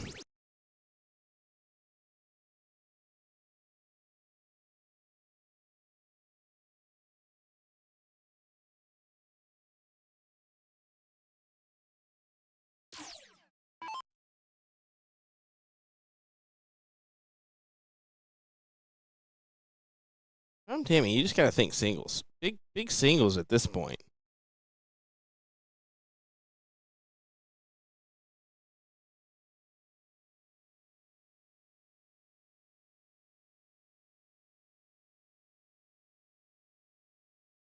Wow. This is the most I've seen her struggle by far. Yeah. This is just a nightmare scenario. It is very unfortunate to see. This is a nightmare scenario for her. Carolina trying to cheer up her partner.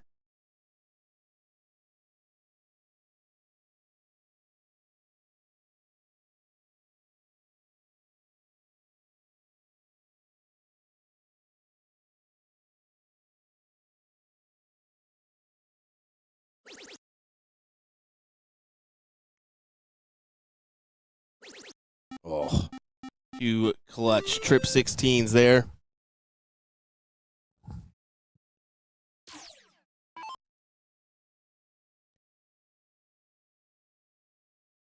This could be a big round for Carolina here. She's averaging, like Nick said, she's the highest average in this matchup so far.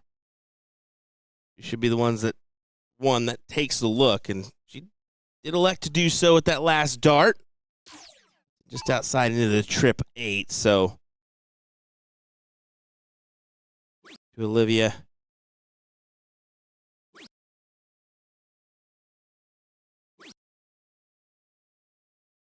Aggressive play at the 19s.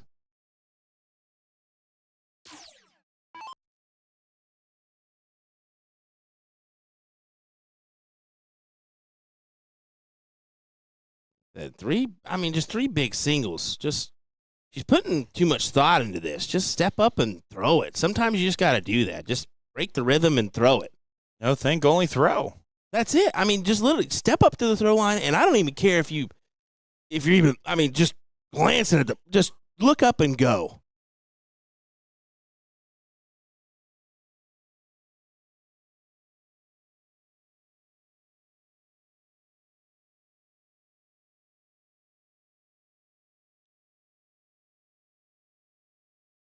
You got a feel for it.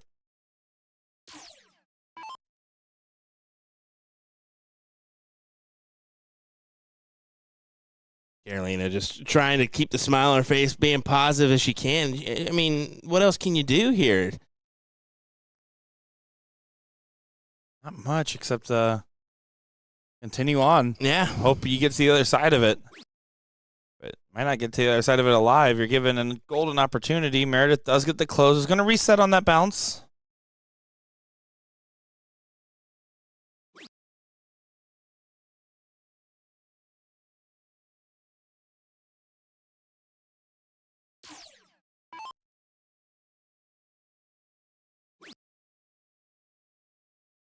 Carolina does have to commit to the 15s. Needs to find an open.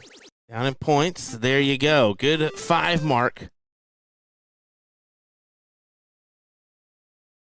Grab a 12-point lead.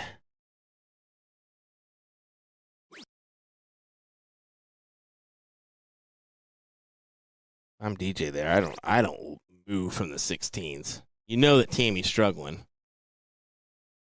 Yeah, it's hard. It's a hard position because you're also aware of what she's able to do at any moment, right? Yeah. She's still one good turn from righting all the wrongs of this leg. Literally nothing else matters if you hit one good turn here. I wonder what the conversation is being had with from Meredith and Olivia to her as well, because that one's kind of awkward because she's struggling, but I kind of feel bad for her as well. You try at least give her a little pick me up here and there. Yeah. Certainly the case. Familiar quantities, I'm sure.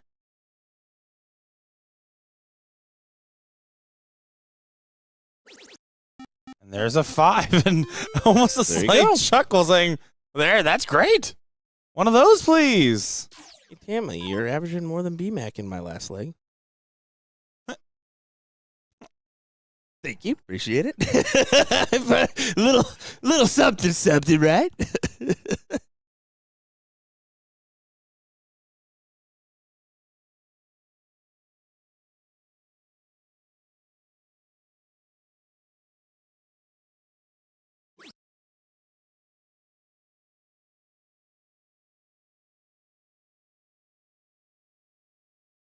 Decisions. The big 16. Ooh. Carolina strong arming this leg. That 3/16s gets an opportunity to have the Bulls with advantage.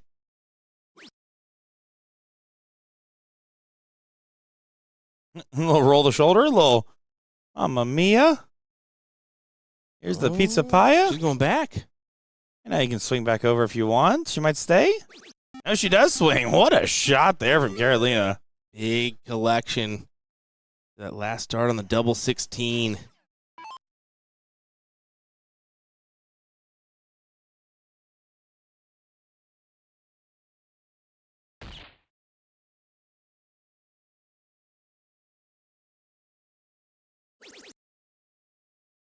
Okay, good last to close it.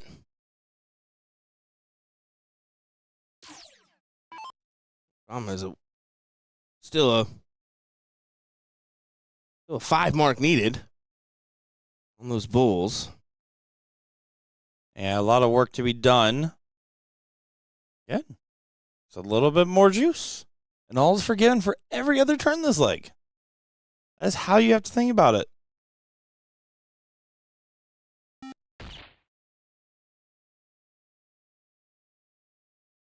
The crowd staying engaged.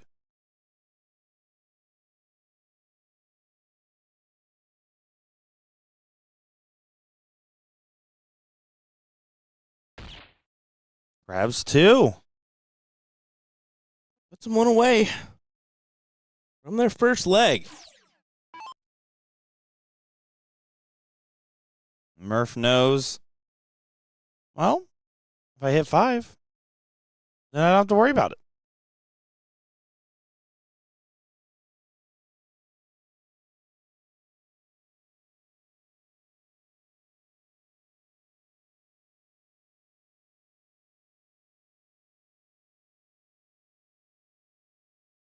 Not going to hit 5. Carolina is teed up perfectly from Tamara. I try to push this to another leg where anything can happen. Just a mental reset. You get in easily, your opponent doesn't, and you're playing a different game of darts. Here we go.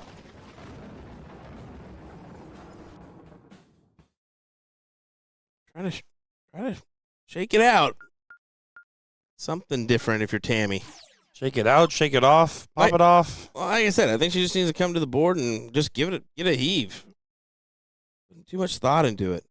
And you can see they're leaning on each other. This is where a strong struggle can play a big part.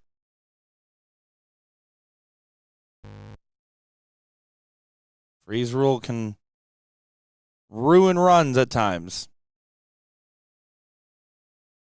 But Meredith's not in. Pressure off.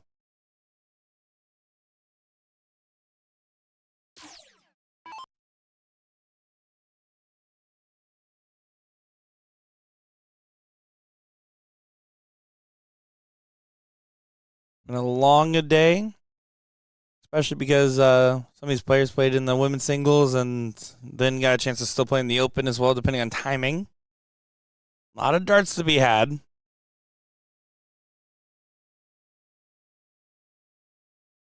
A few blind draws, too. I wonder if anybody got in that one. Somebody did, at least. Well, of course. Some of these players as well. And when you go out in a bracket or not. That's what I should have done. I should have immediately signed up for a blind draw. I wouldn't have blamed you. What a play. It was the other way around. I would have. Extend this out a couple legs. You know what I'm saying, Gordon? I'm glad you got that experience, man. I mean, you were on the pro list today. Congratulations. It's a big deal.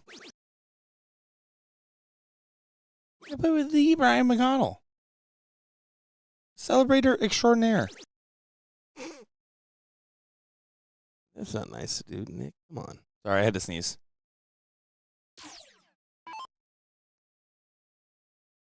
Murph wants to punish.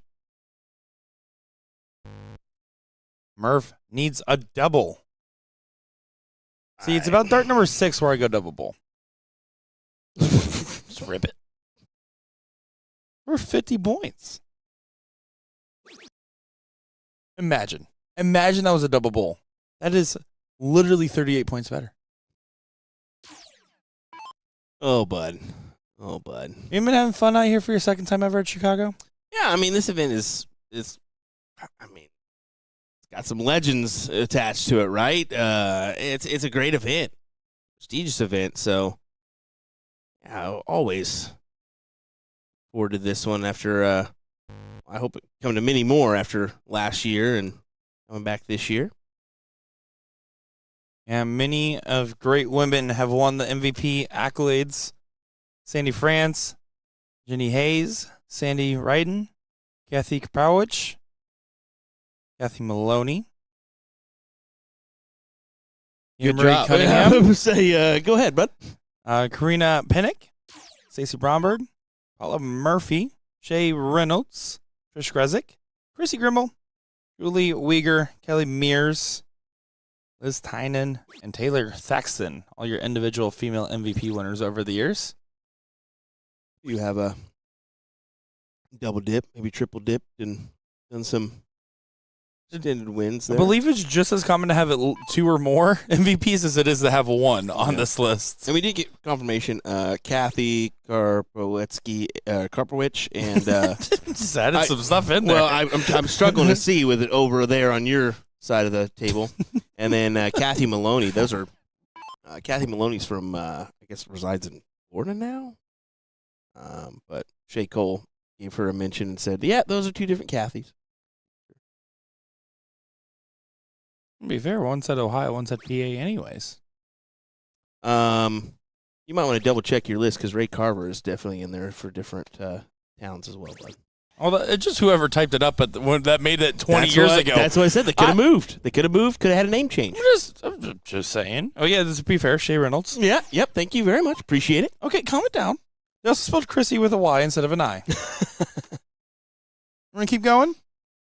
Nah, I Name think 5 more women. doing this right now. What would you prefer to be doing? Oh, that was some excitement there from Carolina. Well, the fact is, Carolina's doing enough where it can still matter. Scrap one, scrap all.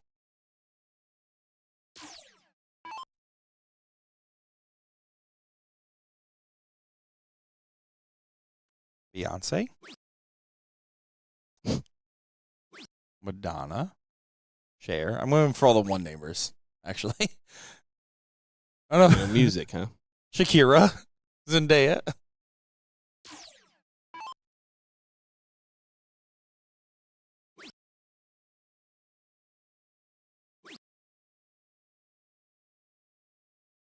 Well, shoulder shrug. Well, it's an important turn, right? To continue to pile on the pressure. Doesn't do so. Sorry, caught in Ethan and Elliot's little celebration there that they did together, and that was sure something to see. Yeah, 3 straight for them, I'm pretty sure. In that match. I'm pretty sure they gave one of these. It's like, Elliot, what did you do there, bud? They hit him with the namaste. The next match we will be getting on stream is the seat match of the men's Pro Luck Challenge, followed by the women's Pro Luck Challenge. Well, they'll be playing succinctly, I should say. Yeah, well, probably Just happen. based on timing. Pretty close in timing, maybe a leg or 2 differential, and we'll try to take a peek at both if we can. And thank you to our viewers that are still joining us here. Sunday night from Chicago. Over 822 of you. We don't Chicago. I gotta keep doing it. Anyway, It's the I gotta keep doing it part that's becoming funny. It's not the Sweet Home Chicago. Just want you to know.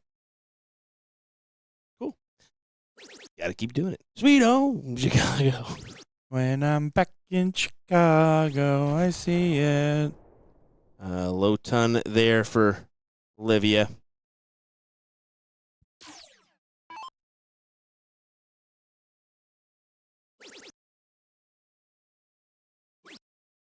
Fun fact, in the beginning, the song I was just singing was the song I tried to sync up the New Year's ball drop to, where it's like they have the whole main chorus, and I mistimed it, and I start off my year on a miss. It felt like one. Can't choose an easy win like hollering out something random. It's not about an easy one. It just I saw TikToks that started a song at this time, and I got the time wrong. Meredith looking for another there. Pulled herself down to 84. Follow it in. Why even hesitate? I thought she had room. Maybe she didn't assume so that's why she transferred over. That's had to be the answer. I mean, I guess we did see her attack the trip 18 on that same shot earlier where she went trip 18, and actually she got 2 there to leave the 36, so makes sense.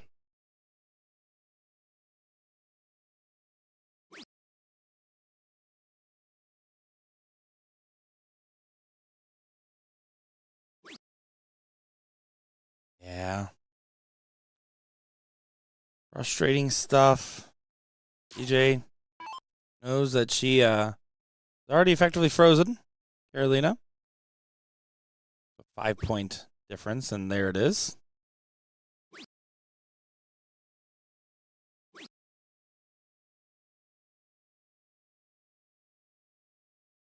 You want to acknowledge Olivia's jersey, the Darts for Kids jersey. If you saw that or not. I did not. Good call. To Bob Hudzik and the rest of the gang involved in that one. Good shot there from Carolina. Still having the best average on the board.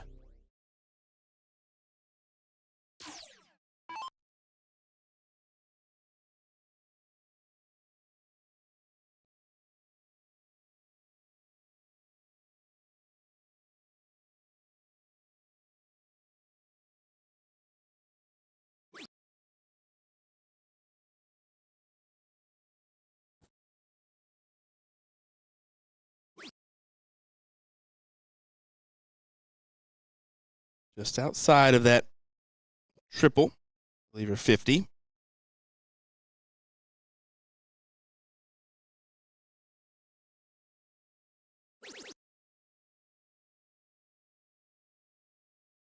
Sets herself up for success when she returns.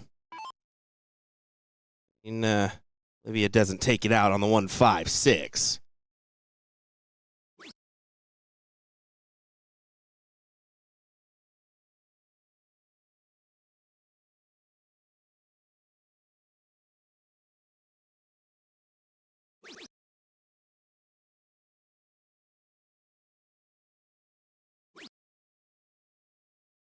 And 156 would best Suzanne Young's 152. Jordan told me I have to say Suzanne Young every 10 minutes. I want to make sure I hit my quota.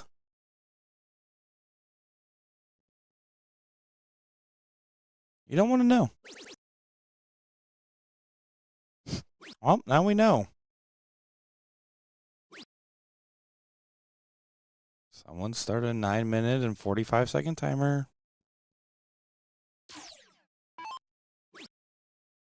And just Doesn't Kenny Doyle it? it's a single A. I thought about it today, by the way. I did. And I'm glad I did it because we ended up winning the leg. I really thought about it. I was like, this would be funny. No. No. That's so glad we That did would have it. been such a Will Stewart learning moment. Oh, my gosh. Trip 8 for double top for the match. Meredith McGee.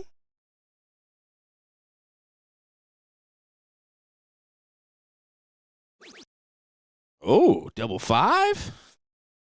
Double 15. One of the only acceptable ways to shoot at double 15, according to Gordon Dixon, is something like this happening. I'll agree. Unless it's master out and you somehow leave yourself on 45. But Meredith takes the leg in the match as we will move forward here in this bracket to the queen seat. And king seat. Well, I was just about to say, but we'll Sorry, get go that ahead. one Sorry, first. try again. Take it. Anyway, we'll be right back, ladies two. and gentlemen. And coming up next, be the. Go ahead. I see you muted us. I didn't mute You us. didn't mute us? Oh, we didn't mute. Thanks, you're on. Hey, guys. You know you can still hear us. Guess we'll be back with the king and queen seat in a little bit.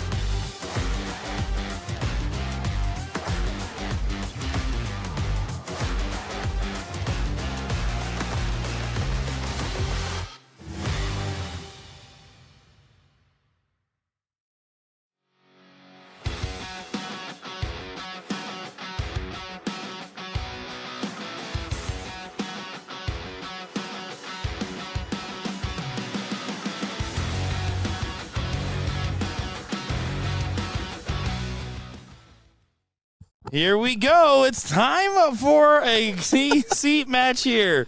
Ethan DeVera and Elliot Milk taking on Garrett Rakowski and Brian Langley. This should be a good one. I'm looking forward to seeing every bit of it. Garrett Rakowski voted Jen Mounts' second sexiest man alive. Your list, not mine. Probably Gordon Dixon. Ethan with that perfect in of a 160. Yeah, we've seen him do enough where I just don't care anymore. Ethan hit it 161 in. We definitely cued in Elliot and Ethan for a pretty good run here, and you're seeing why. Definitely a good looking lineup here. Yeah, these fellows look great, man. I have to agree. We'll see who comes out on top. Not just about looking good, but playing good. Well, on the opposite side, you've got Garrett and Brian. Brian, been a part of that invitational as a quality shot in his own right. Garrett, we all know what he can do, especially those Wisconsinites. Brian Langley, talking with him, he said that he had a lot of fun playing with Lisa Yee the other day as Ethan DeVera continues to light it up. Follows in the 160 with a 180. Had a look at this earlier, if I'm not mistaken. You were not mistaken. You were Will. Going outside and leaving 41, but did clean it up on the next visit.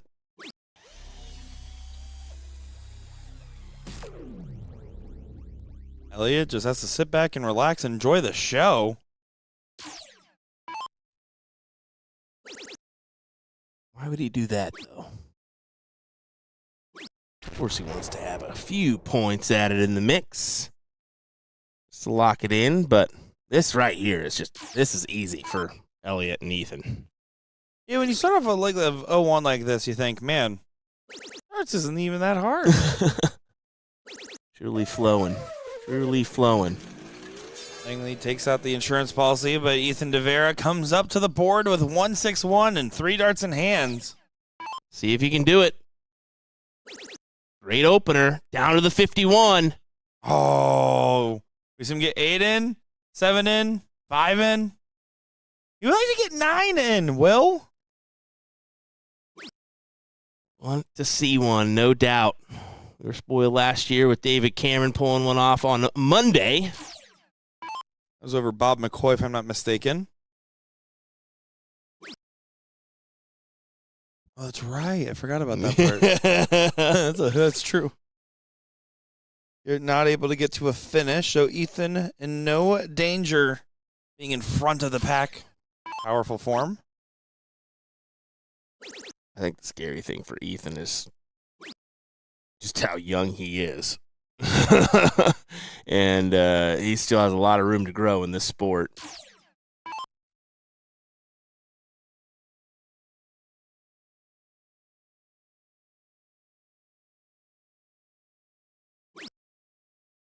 Langley, not going to be able to get to a finish.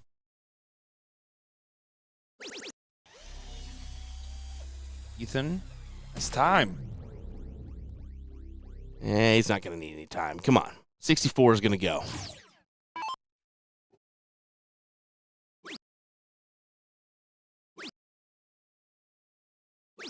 It will. Gives a little point out there for the 12-dart leg. And a good day on the dartboard for Ethan. He said, don't worry, Ram. Don't worry, Leonard. I got Texas. Well, they know he's coming. They know he's coming. No doubt about it.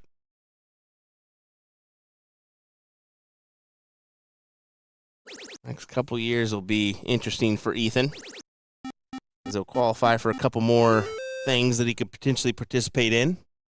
You start getting the luxury of options. To be fair, Ethan has only ever participated in like 2 soft tip tournaments ever, Yeah. and one was Texas BullShooter this year, and I believe this might be the second one. Wouldn't be surprised. Invitational probably being the 3rd one ever. You can probably count him in for that one.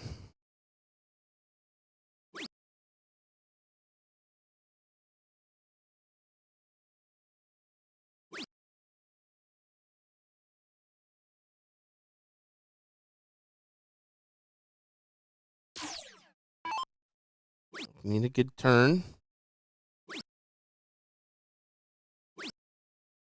Doesn't find it.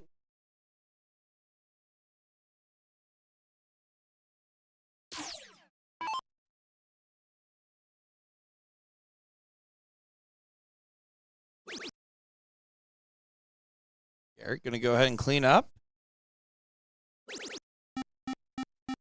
Kowski, who had a good year. Pretty well out there at the Wisconsin Regional, playing with doubles with Cody Brunello. Yeah, they found it pretty fair in that.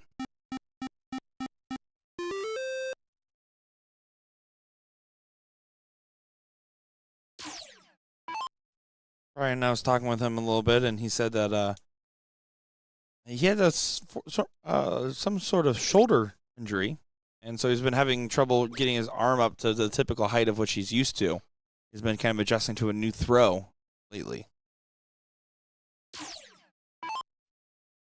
Sounds like a visit or two to the chiropractor is needed. Isn't that for backs? Are you serious right now? Good night, Mark from Elliott Milk. Serious? Have you been to a chiropractor? No, I don't believe in You it. probably should go. No, I do believe it is. Chiropractor is definitely a full body thing, brother. Well, or swimming pools. You're not wrong there.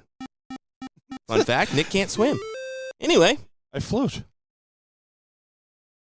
No, it's not Saints, true, Jen, Jen. of course. I lived in Florida. I was surrounded by water. It was sink or swim. That is the life I lived. Yeah, good turn for Ethan there.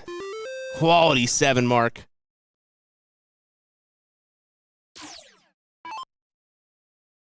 Isn't that just a back thing? Madness.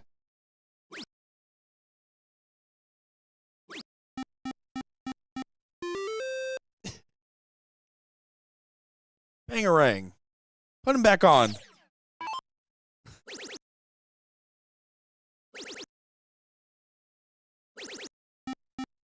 Yeah, they're just cruising along here. Big 9 for Milk. Yeah, that's not even 2%. That's full fat. Touch of chocolate added too. Let me tell you what, that's the best way to have a milk. Just a little tablespoon of chocolate syrup. Well, That's all if you're you need. drinking plain milk over the age of 13, I think you should go to jail. Yeah, that's wrong.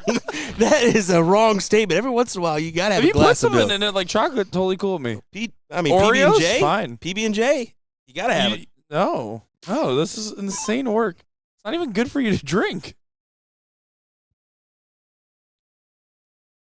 Coming from a guy that was around dairy farms in Kansas, so I mean, we get our fair share of the good stuff. Well, California's been looking well on Jen with her kombucha and coconut water. One more bowl. 6.5525 gets the leg there for Ethan and Elliot.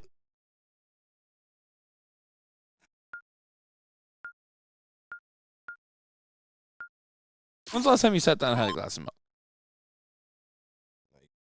2 weeks ago? Well, probably no, before NDA. Was your kids in the room though? Like, okay, because if your kids are having a glass of milk and like maybe I can almost understand the convenience of pouring one glass. Shut up, Gordon.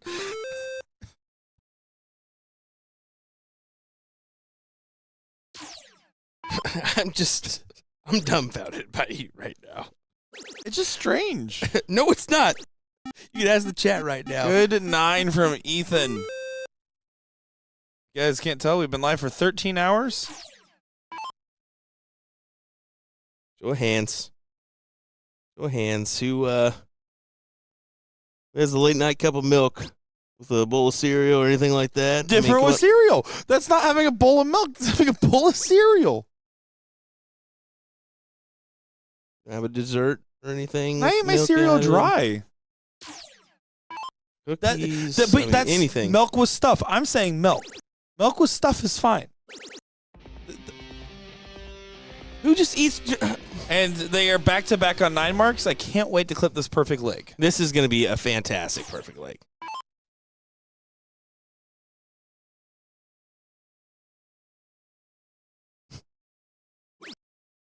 Local stuff is fine. Matt May says plain red cat milk for the win. Bro, you're going to lose this argument. Not about winning Because or the only losing. people that are going to It's about- comment are the people that are for milk. Yeah. Yeah, Oh, buddy! big Milk's in the room, and He perfect wa- game is ruined. He wanted that 9 big mark, double. 9 mark trip, bull, and all we're talking about is cow's udders. Oh, my goodness. What a fantastic leg, though. I mean, An utter travesty in the commentary booth. Really milking this topic. well, at least I can say one thing. What? Me and B-Mac had a 10 dart cricket leg, too. Good shot there from Elliott. Dip it in Milkman. And you know what's funny? Ours was a better leg because I averaged 8.25 and B-Mac averages 7. Hey-yo! Winner, winner! Will is good at darts. Well, we're going to advance on over to the queen seat matchup. I believe they are just getting underway in their first leg. As Lisa Yee and Abby Spot taking on Meredith and Olivia. Now, one thing we should probably just go ahead and say is Meredith and Olivia going to have to pick up the pace from that last one. No doubt about it. This is a tough duo in Lisa and Abby.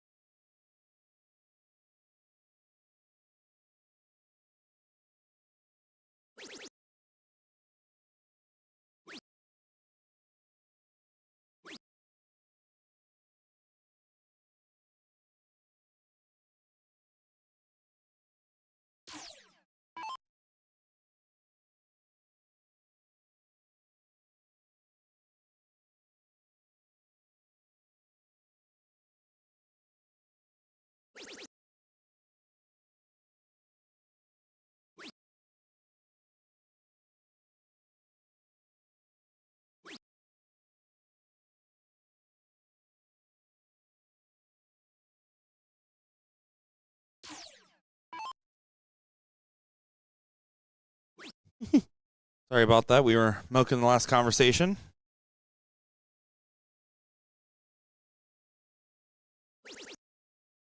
That sounds felt awkward. I'm just reading some comments here. You know, couple goodies. That's it. Those are fighting words in Wisconsin. Nothing like a cold glass of milk. I guarantee if Marty and Nick were in the booth, they'd be trash talking and delicious beverage like milk. So once again, you forgot our core audience here. Is milk drinkers? You're telling me our No. core audience is a bunch of milk Is drinkers? Wisconsinites that love cheese What? and love yeah. No, I'm good on the ham, man. Thank you. Okay, why do you have to be? What is drinking milk a Midwest thing? Is it just because there's cows out there? You're just realizing you messed up. Just like the That's 80s comment on the music. 80s music is the worst decade of music. Talking heads are overrated, and people shouldn't drink milk. That second statement needs to change. But the rest are fine. The madness I have to constantly deal with. Anyways, Meredith. Looking for a good turn here. Olivia, I mean, playing well in this leg, averaging a 30.83 at 131. And the kicker is that Abby's at 159, not a check, so.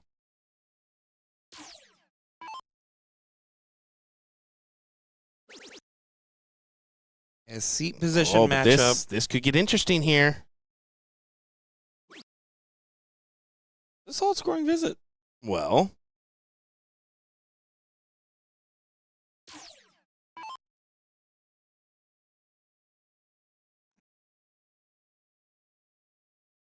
if Olivia cannot take this out now.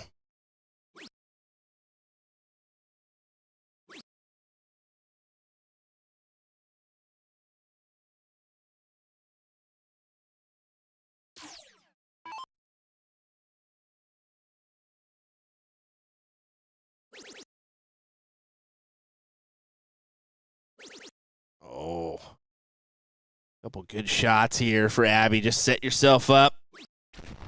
Goes for the 11 to leave tops.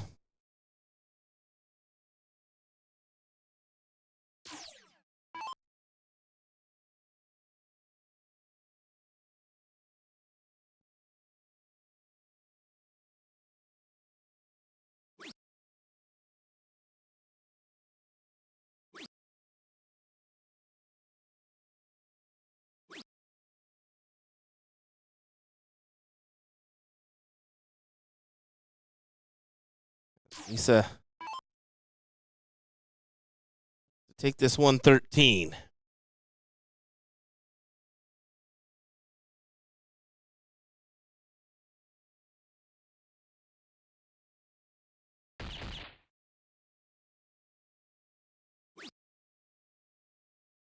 Oh, she takes a look, unable to find it.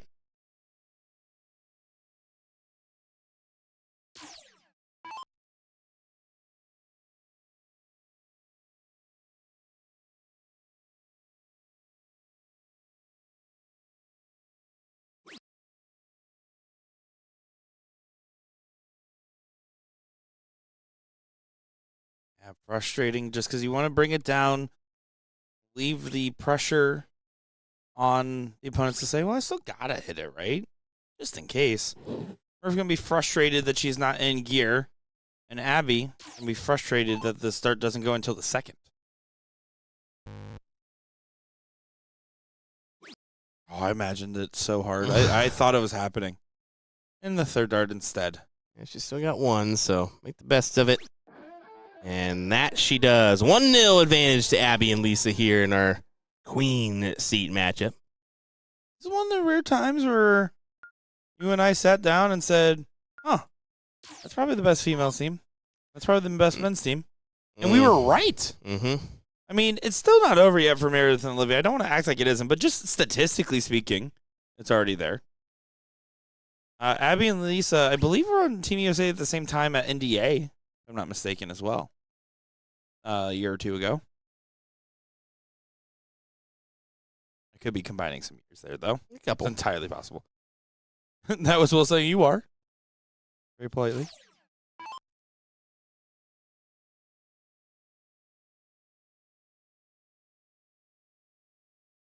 Ooh, Gordon's got you. Gordon just texted me, said, didn't you just drink a plain milk this morning? Pretty much. It was a protein shake. No, it was cookies and cream. It's milk. I said milk with stuff in it's fine. You put stuff in your milk and it's covered, dog. You put strawberry stuff. You put you can hop in for a second, Jid. You put stuff in your milk. we It came back up. We've got a third mic. We had 3 headsets and all the leche. Trace leches. Trace leches is great. That's milk with stuff in it. Well, that's a cake with milk in it. There you go. Anyway, back to this matchup. Abby and Lisa found themselves with 119 advantage here. Meredith's going to have to make the best of these 19s, and those 2 darts are very difficult to work around.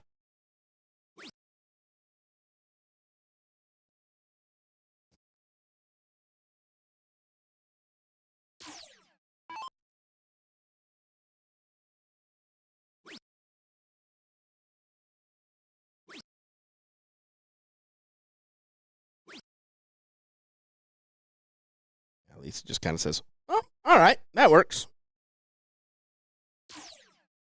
Yeah, it's gonna have to. See, Tynan watching in the back there. Got on Steinke and Billy Phillips. A few others. It's always nice to have people sitting and watching along your matches as you're playing. Yeah, definitely.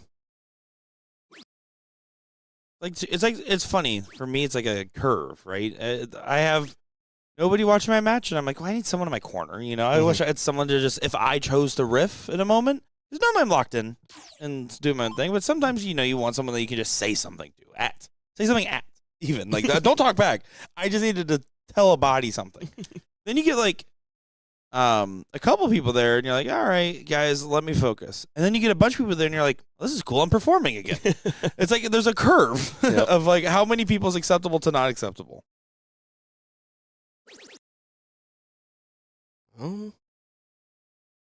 Close the 20s here, Meredith. Best play you can make. And she misses the big dart. Oh, no. That is a massive miss there for Meredith. And Lisa's going to make her pay. You know she is. First dart into the triple. Over the 18s for 2. She nails the triple with the second. That'll play. Yeah, I wanted to hit the last one to really tee it and knock it off with a baseball bat. But it's still more than a whiffle.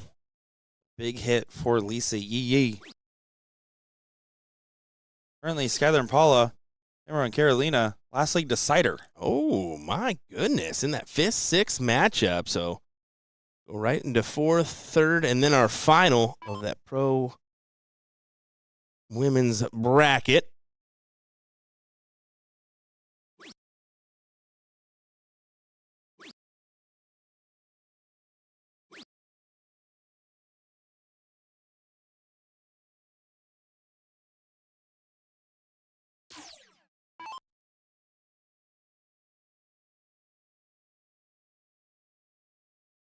Meredith ideally gets 6 marks on the corner pocket and a single 20. There's 3 of them. I popped the 20 here. It's 19 points. But she misses the big number and says, blah, blah, blah. What was that? I think the real word is almost coming out of my mouth. I had to stop it last second. The blue looks nice on you, by the way. I meant to say that earlier. Appreciate it. Thank you. Blue's my color. Blue's Really my color. pulling off that jacket, Will. I mean, now that I get to see someone wearing it, I see. Jen was really crushing the Target fit yesterday. She was giving me a big damn Daniel moment. Jen, you told me not to comment on your body, so played it safe.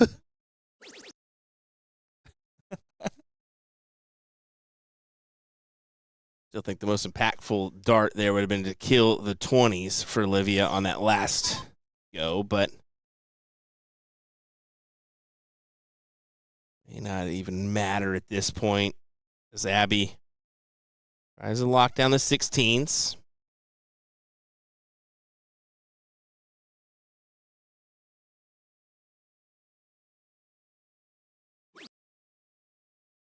Oh, interesting. She moves to the 15s with dart number 2, trying to open up another house. And it's not a bad decision considering you only need 1 to take away those 20s if you're Meredith and Olivia. Yeah, it's 2 schools. It's like, okay, I want to shoot at something else a little bit. It's also, hey, second house. But the mentality of the second house can also be sometimes you're accidentally downgrading your own number if you're not careful. In that case, it was all right, but the 20 should still go away. I don't like it. Leaves Lisa Yee with options. First dart trip 15 gets you a second house and a point lead. 20 worth more than 16. That's pretty much all the explanation needed on that one. But 15s or 16s? She goes 16s. That last dart can't be 16s. That last dart has to be a 20 or a 15. You're only at a 19-point lead with an X on your 20.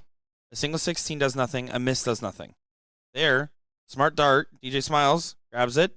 Trip 16's massive. Doesn't find it. But now Abby has to hit the pressure of basically hitting a 6. Tight. Or 5. Tight game.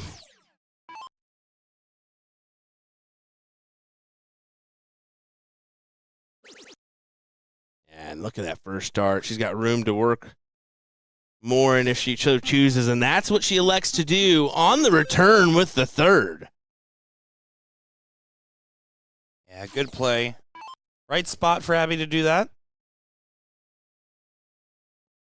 Come on. Come on. Please. That was not that bad.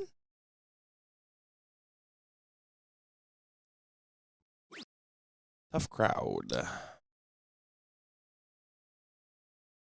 Oh, Meredith. Gotta find it, and she does. A 1-point lead for her.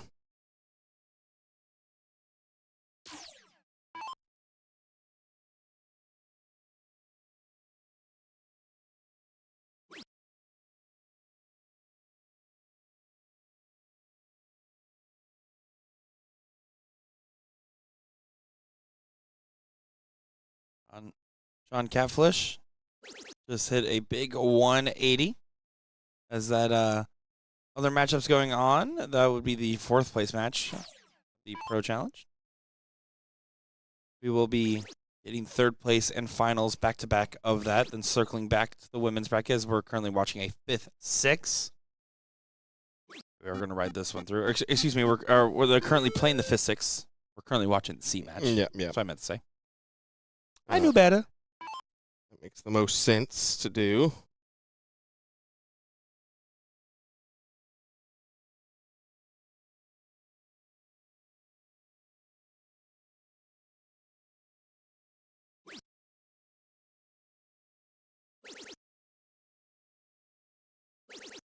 Abby chooses to stay for a 7 on the 15s. Good shot.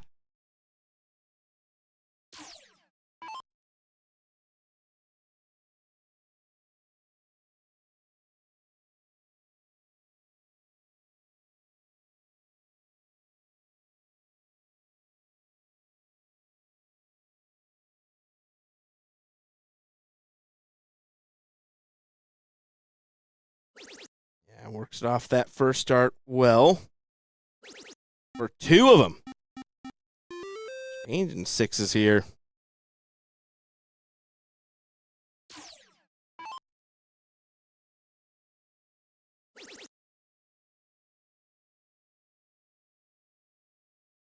Don't love that. Don't love that at all. If you're going to switch, you switch on Dart 2 and play for 2 singles. Agree. Doesn't make sense, but Leaving opportunities on the table, and DJ has to take it. yeah, who's going to take the advantage? And now she's got 2 to close on the 15s, and where's the 1-2? Pop. Yeah, good shot from DJ Smiles. Olivia Adams doing what she needs to do in that moment. A 31-point game.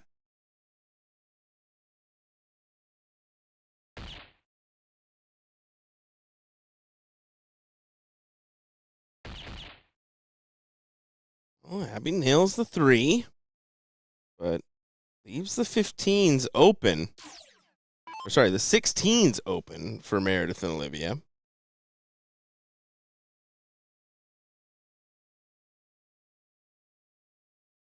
If Meredith does take a look with the first dart. Yep, and nails the double. There you go. 1-1. All night long, the battle continues on for these competitors. Mike Maloney sitting at 50 with no way to take it out. As Powell, who unretired from darts after earlier retiring and from the international challenge. Did he? Okay. Yeah. I was talking with Camille. He's like, yeah, sometimes he does stuff like that. And then he draws Mike Maloney.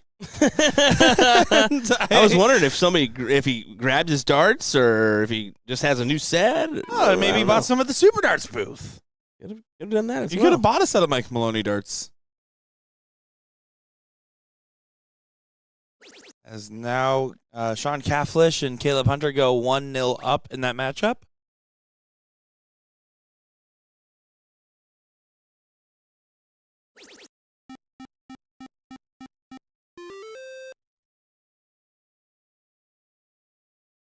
Start for Meredith.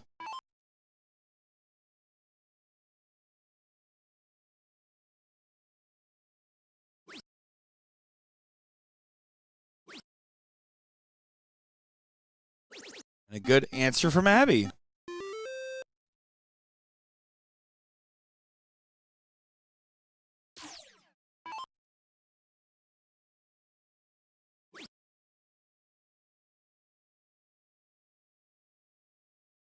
Look at that. Olivia making the risky play at tops there. Yeah, don't love it in that spot. I think you have to get a little bit more stability on your side. It's tough.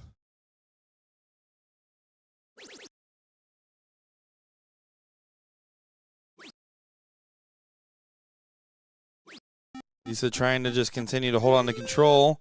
Doesn't decide to push off on the point lead.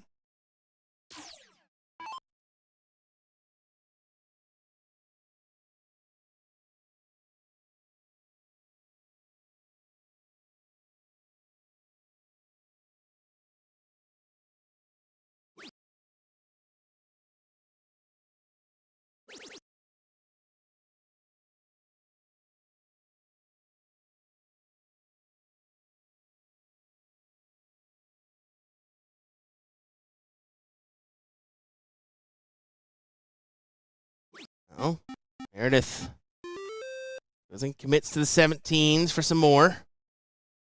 8 points the lead here. That will go the other direction after Abby. Bleh. Arby's. Honestly, best. underrated fast food. Like, it's an underrated fast food chain. Arby's is delicious. It's a good play. I mean, the fries are what makes it, to be fair. Curly fries are elite. I think Yeah. that they do really well on a fry tier list. Beef and cheddar as well. I mean, I think beef and cheddar cheddar's pretty good. slaps. I think they're like little sliders, underrated. Yeah. The sliders are Potato cakes, pretty good. the sliders are. The cherry Terrible. turnover, come on now. Mm. You want a good roast beef? You need to go to Boston, sir. The North Shore.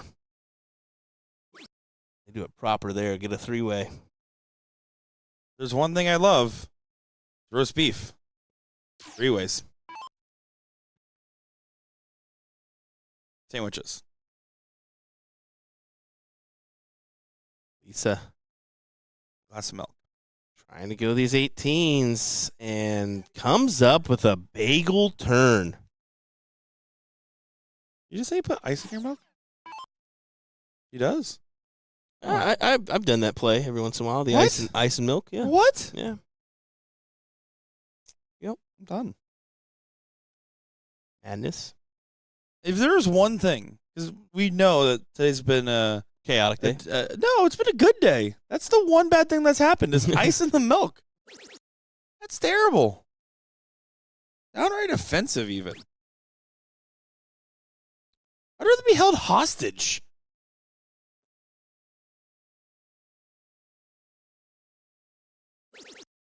Good shot there from Meredith McGee, Great capitalization there. holding Abby and Lisa hostage.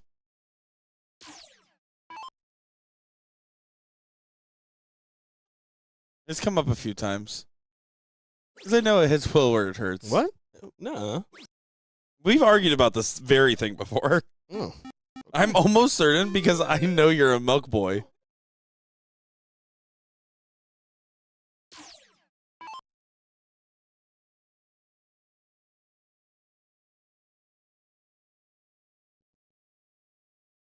Yeah, taking that step back. Kind of conversing with her partner here.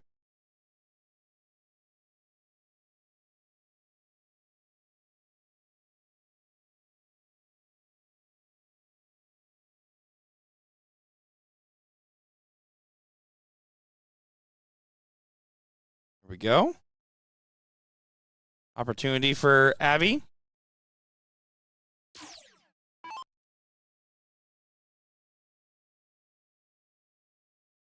Or excuse me, Lisa.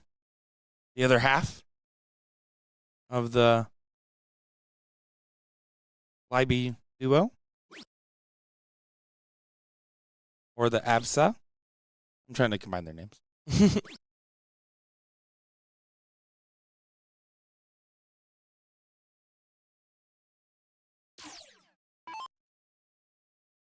Meredith. We're on a 6-3-3 in this leg. And we'll have to go to the 16s here.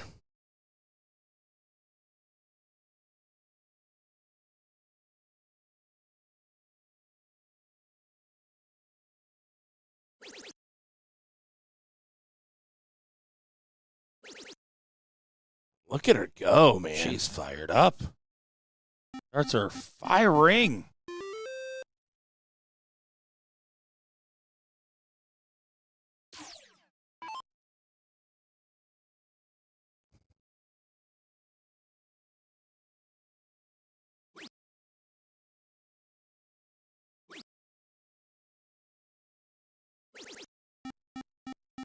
Abby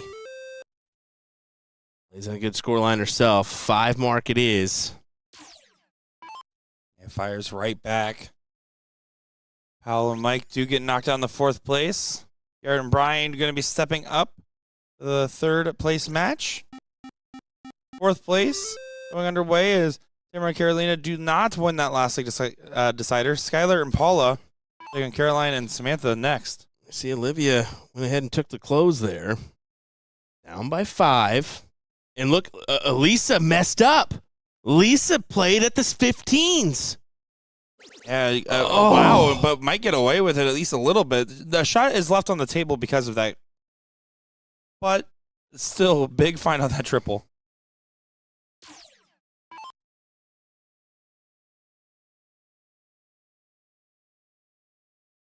A couple big-time errors from big-time players tonight. Liz Tynan doing one. Opening cricket, trying to double in.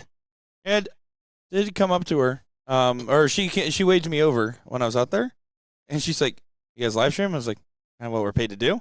She's like, "Yeah, about that." About that and 16. I said, "If it makes any difference, I was the one on the mic." Double needed. Oh. Does not find it, and it'll go back to Abby needing the 3.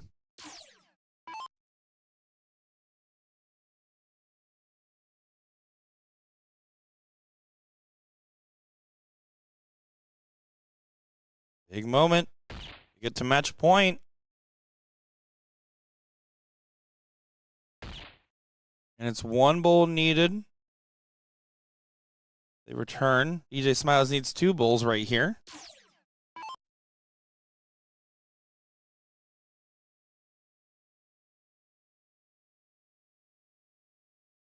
Ooh. Awkward spot. Yeah, the positioning isn't friendly. Doesn't get there. Lisa Yee has an opportunity.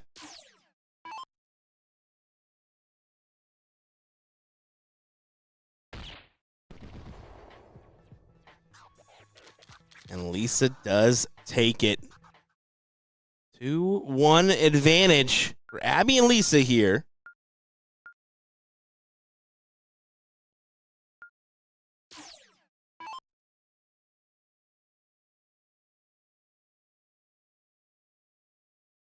Back to the 0-1 leg we go. Meredith to get things started. For your Hill matchup.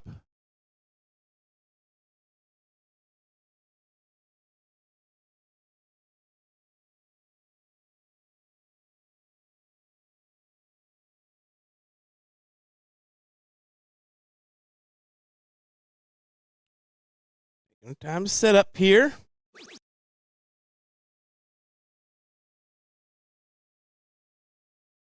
Does snag that double 6 in. A unique in, but it's been working for her.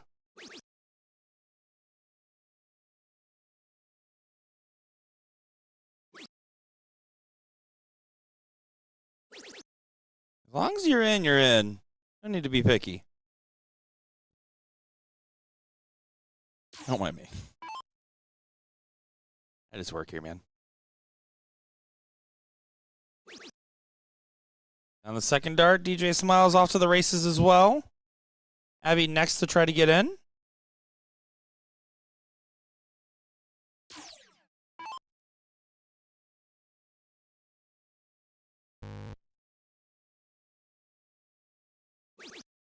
Let's go in on the double 15.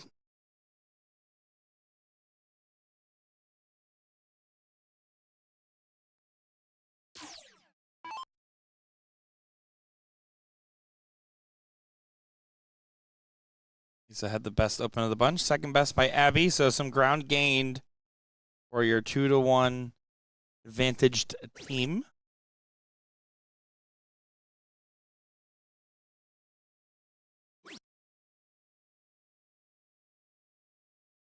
How long's been Abby playing now? Probably been I couldn't tell you. a decent while, right?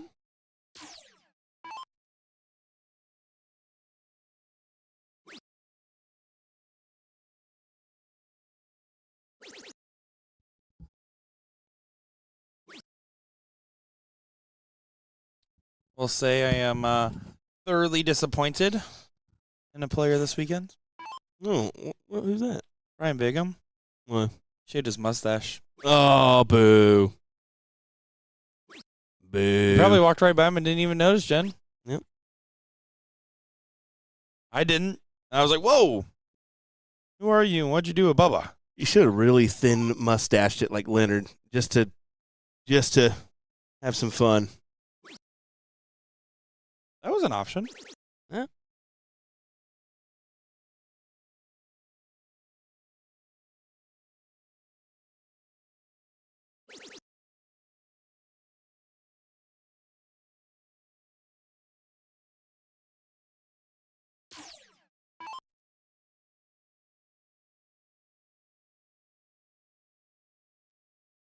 Go ahead and say it. Say it.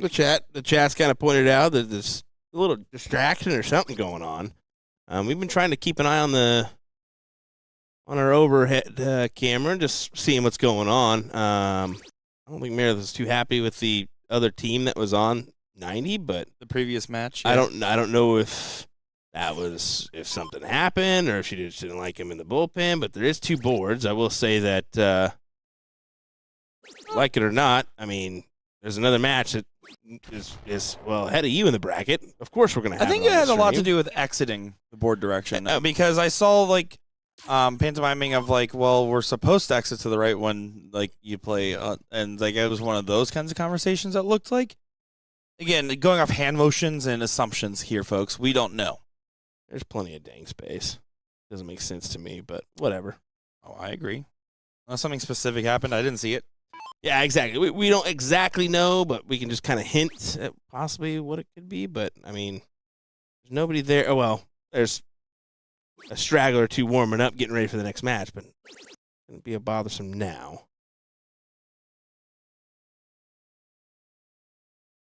Whatever it is, it has motivated Meredith starts. I'm well, just you saying. can tell. I mean, she's Not this very moment, but that The- was that like she last cricket really leg, was fired. she was really ripping it. Yeah. I will say, and I'm not a very angry boy, despite what my ex-girlfriend might tell you. But I can tell you for a fact, the best starts I play have been angry. I love being mad.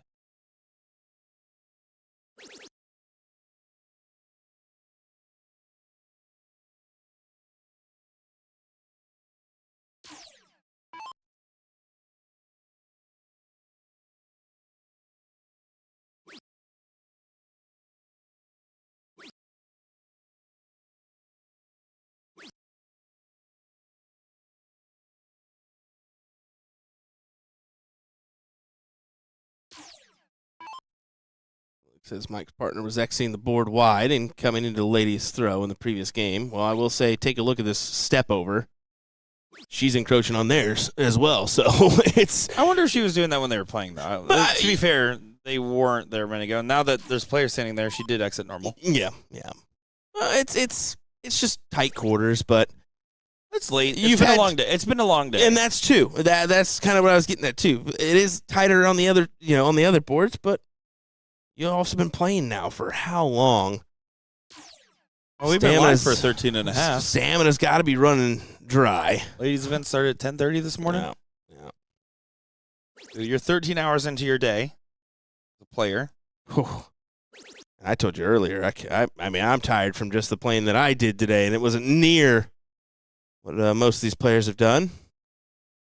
Our commentary also, well, mine in particular, I'll call it as I see it, showing our fatigue, conserving our remaining energy for finals at this point. 126 to look for Lisa. Let's go ahead and elect for the 20s route, being that she doesn't really have to take it out here. 10-6 wire. She elects for the 14. That's fine, too. Kind of her preferred double.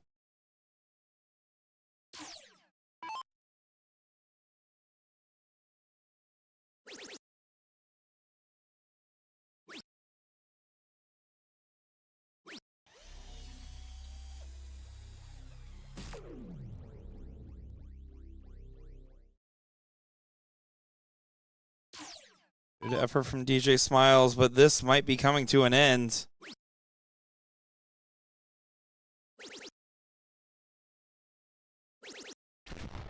Yeah, Abby's spot finds it. 134 hit. PCE and 32. And just nothing left but Fate Trust and Pixie Dust as it looks like officials getting pulled over in the background.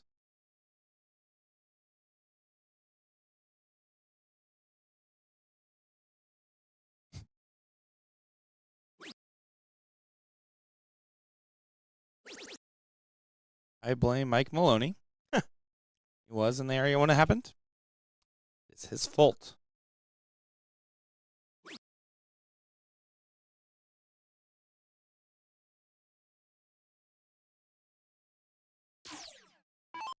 .32 is the shot. For Lisa Yee Yee. And it does go. There you go, a 3-1 win for Abby and Lisa, as they will advance into the hill position. Looks like, yeah, they're ready to go here for the third place match of the Pro Luck Challenge. Give us a quick second here as these players get logged in and ready to go.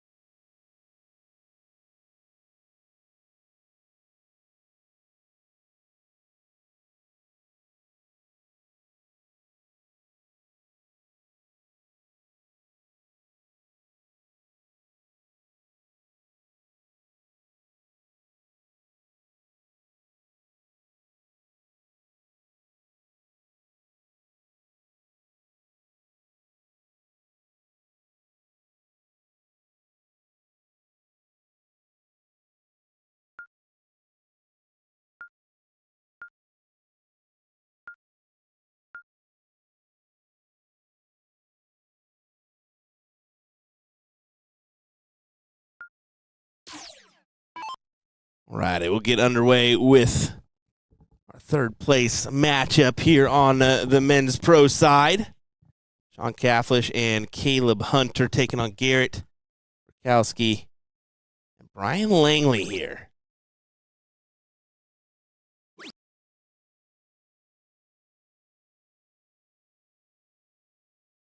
Sean in with the first go. Garrett looking to do the same. Stewart here, joining me for a little while, Miss Jen Mounts. Looks like a repeat of what we saw a little bit earlier. Was it not Garrett and Brian who put Sean and Caleb into the losers bracket? Now they're facing each other again. I believe so. Yeah. You're in this third place match. It will be a quick race to 2 format here. Go ahead and mention that.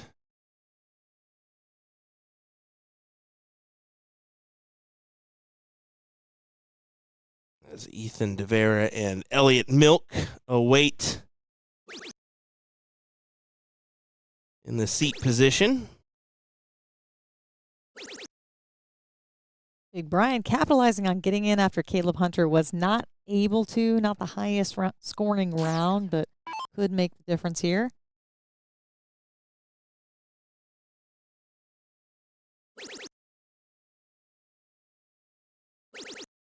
But Sean Cafflish, no stranger to perfect 180s as he piles one in again. Yeah, it's a solid turn for Cafflish. River Monster. Playing well. Rakowski right behind him. Yeah. Just no big deal. Hit one right back at you. Answers the call. Pressure added to Caleb's throw here.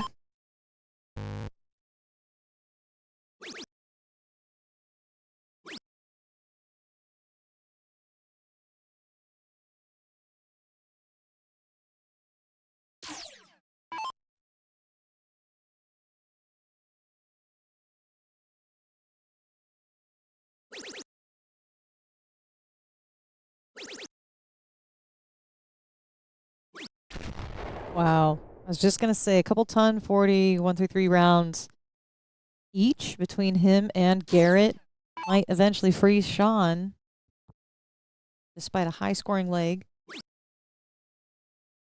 Trying to attack the 162 there.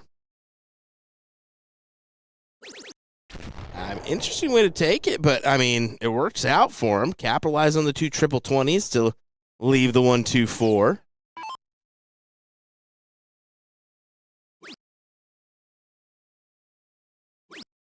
Should get a look. We'll find out. May not get a look. Yeah, Caleb really being the wild card here. A ton at the very, very minimum, but needs more than that even. So great 1-3-3 to support his partner. A very well timed, big scoring round. Shot, but not a lot needed here from Brian. Great start. Got to be feeling real confident on the freeze now. Beautifully done. Oh, lock it in. Sean cannot take out the 124. As Garrett will look to the 110.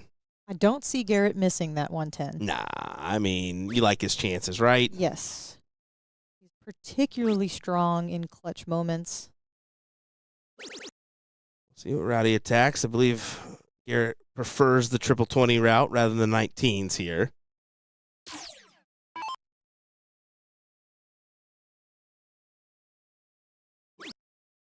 Well, now it will not go. 20 or 12, just dealer's choice here, or he's going to bring it down further. But yeah, 20 to set, double 16. Scary, because if you really don't want to bust and freeze, you really don't want to bust.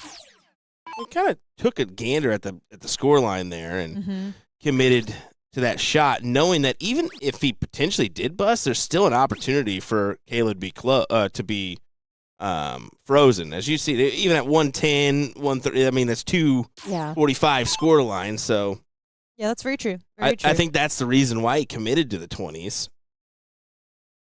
12 had to be a thought in his mind, at least. He wants to leave his best chance at an out.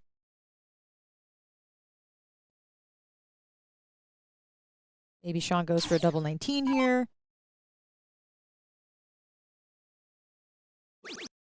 Nope, he's going to leave double 1. That is his preferred double in number, so tops isn't surprising from him. It's down as low as he can go. He thinks it doesn't matter anyways, which is probably right. Garrett, usually a first start merchant on the 32. As that'll be the first leg their way. One more needed for another shot at Ethan and Elliott.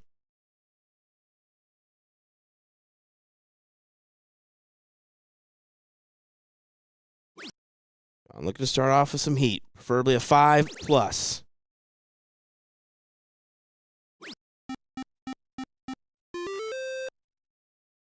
I'll have to settle for the 5. The kicker is that gives Garrett the option to be a little aggressive here. 6 mark to take a look. Will not get that opportunity. Has to stay downstairs.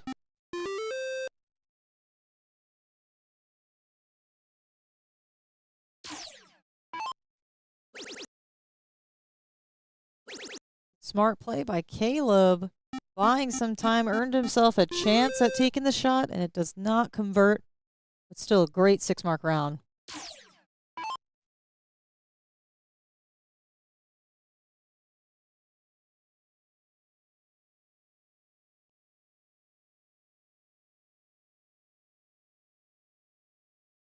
Unfortunate darts there for Brian, and he bagels the turn.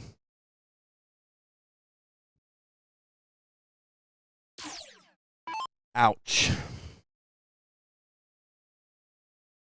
When you're that talented, I always chalk up those rounds to just a quick lapse of focus. It's really not an issue of skill whatsoever. No, everybody has moments, right? Yeah. Even your PDC players have those 26s thrown in the mix occasionally. Missing the big number to set up the out. You just get lazy from time to time. It's hard to stay laser focused. That's it. Unless your name's Garrett Rakowski. Yeah, difficult dart there, ricocheting upwards. Yeah, so he's moving over to the right because he has a little bit of room in that bed. Let's see if he can just drive that in. I don't know. It's a toughie. Close.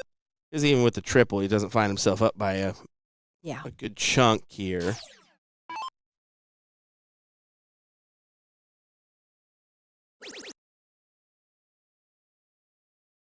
Take a look.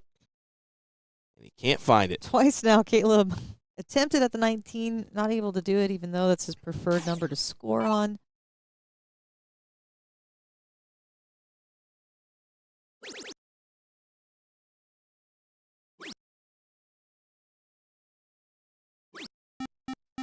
Brian, a nice upgrade to 5-mark, following a bagel to try to recover a little bit here, slow down the game. But Sean following you must be scary. Now he's going to look downstairs. Finally get the job done. He's not. He was staying up there. Okay, he just peeked down at the score then, the monitor. He wanted a little bit more distance in front of him, knowing that Garrett's behind him. I thought he felt pressure to want to close the 18 with Caleb trying two rounds in a row, but I mean, it's tough. Yeah, he's buying time instead. Ooh, Garrett would love that dart back. It's breaking Caleb's way. Let's see if he can continue to drill those 20s.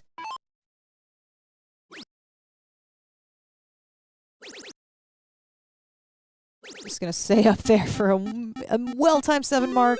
Not even worry about looking downstairs.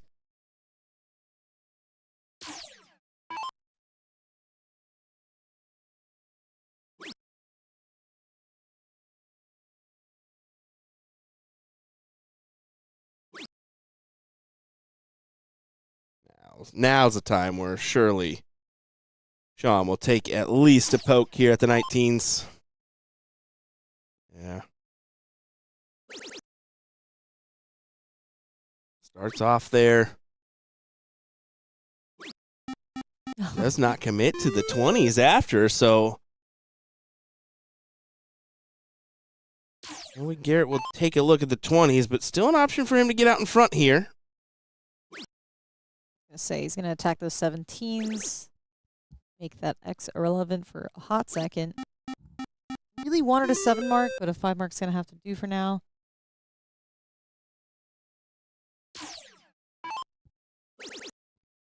Close for Caleb here on the 17s. Yeah, Wow. good turn there. Well executed.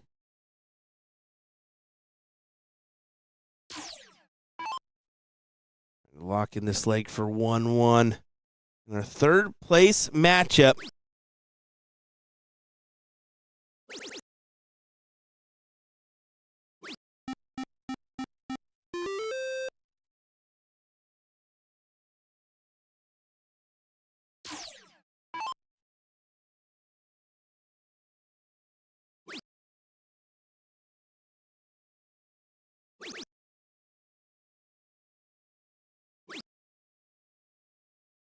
One step closer.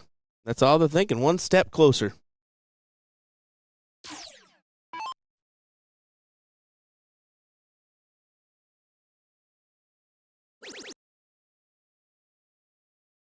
We've got to bet these 15s here.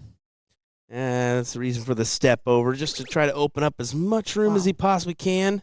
Beautifully done. Big conversion indeed.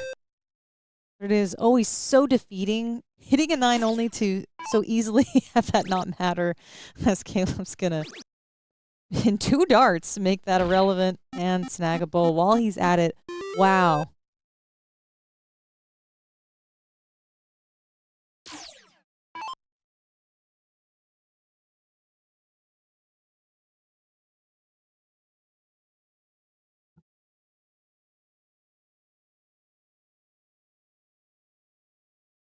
Well, might as well put it on the calendar.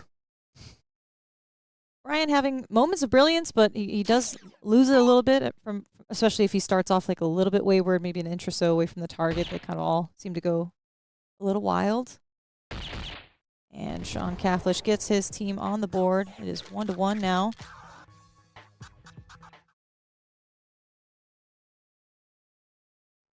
Diddle to the side.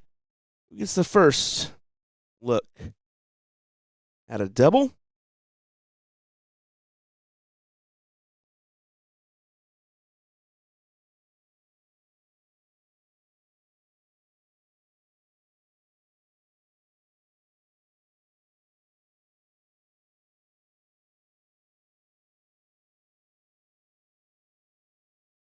Wow, Garrett gets it done. He will go first.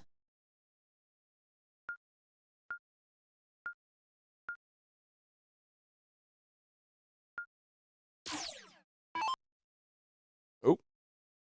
Oh, No, he doesn't. I think there was a mistake done here. Yeah, he made a mistake with the order of play. Good luck, Garrett. Yeah, you can't. I think he forfeits his first turn, right? I mean, there's no reversing that mistake. Oh. Yeah, they would. I think he asked for an official to come over. Unless they're just saying just push it.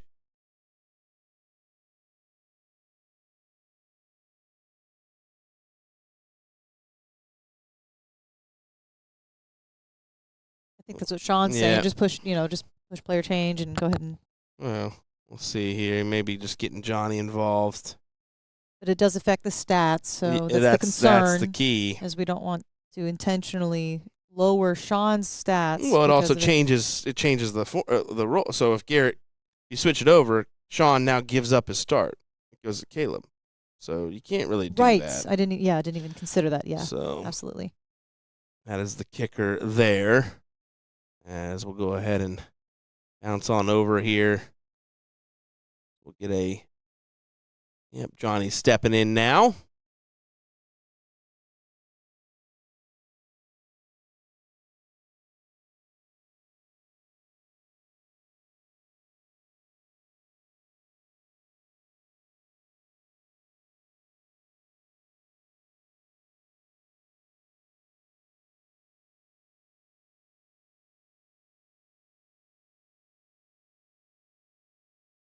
Gonna forfeit that match out and start us over.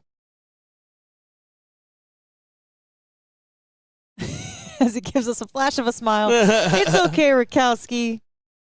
It's all right, buddy. You're just charming enough to get away with this. My partner did it twice in a row today. Yeah, I watched that in real time.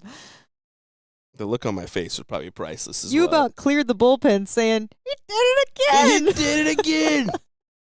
This dang guy. All righty, we'll cut on over and get back to this last leg decider.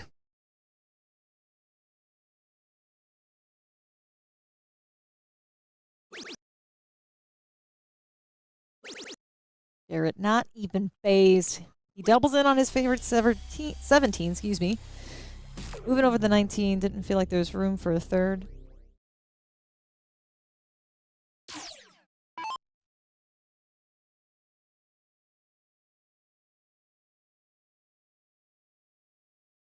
Ooh. A shocking start for Cathlish, as he's not able to snag that tops with 3 darts gone.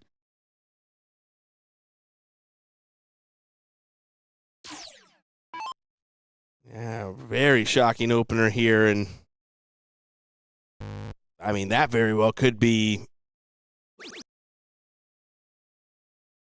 what cost him here.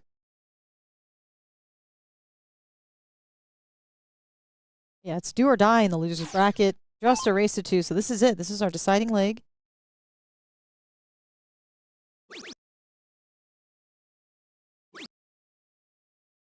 Caleb wastes no time to get in at the very least.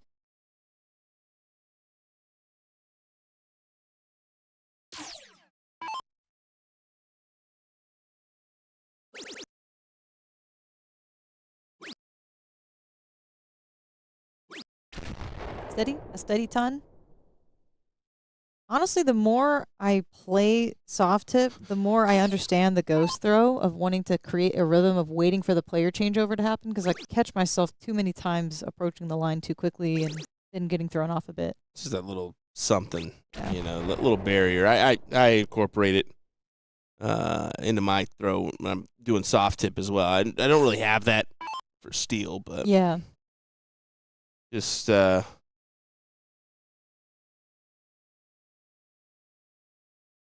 sure, kind of a tension off of it, I guess. Nothing makes me happier than getting up behind a super fast steel player. Right. Just staying right on their heels and just rolling.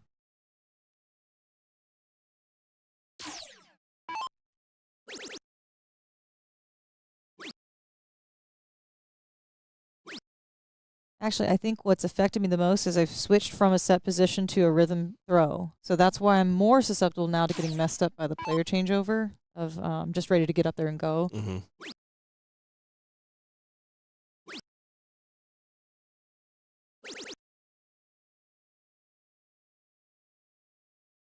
This is kind of a opening Yeah. for Sean to get back into this. What do you need to do on second round to recover from the opener? And yeah, look at him go to Called it. work here. You called it. Big 180.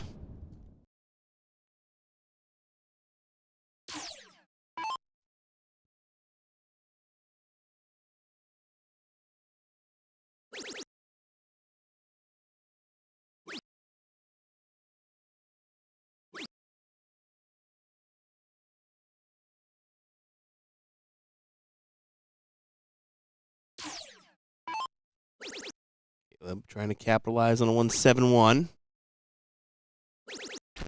And 3-3 certainly helps.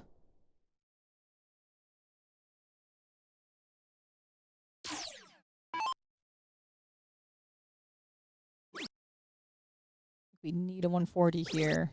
Yeah. Oh. Yeah, unfortunate for Garrett. I think that one just left his hand ever so slightly too early. That may be all the space that Sean needs. Absolutely.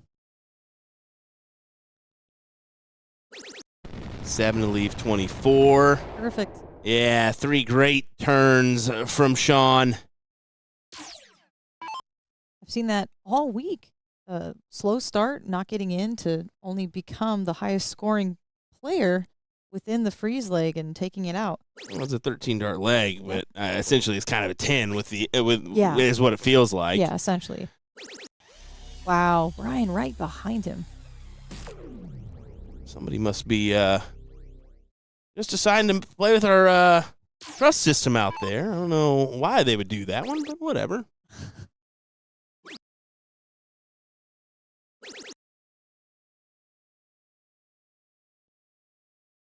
Oh, literally someone's leaning up against it. Poor Garrett, bogey out, no chance at leaving or freezing John. He's just bringing it down as much as he can.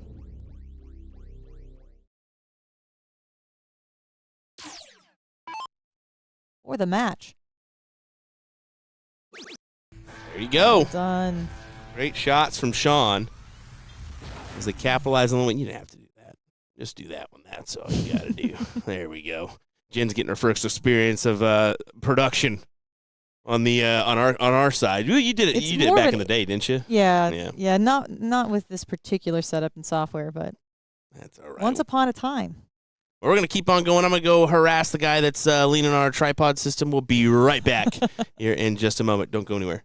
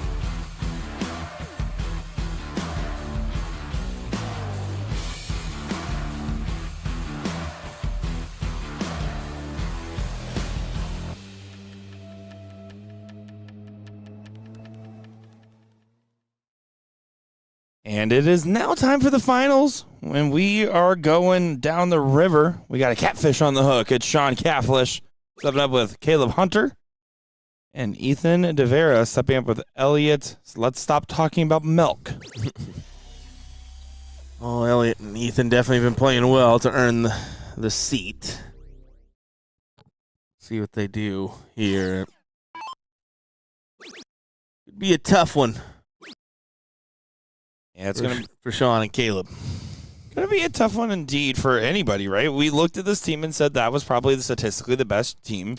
Second statistical best team would have probably been like Will Stewart and Brian McConnell. That was the only ones I could think of when looking at this list, and we saw some real brilliance from Ethan and Elliot together.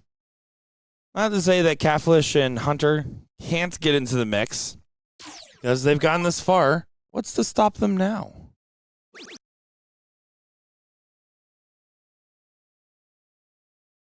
Elliot in first dart.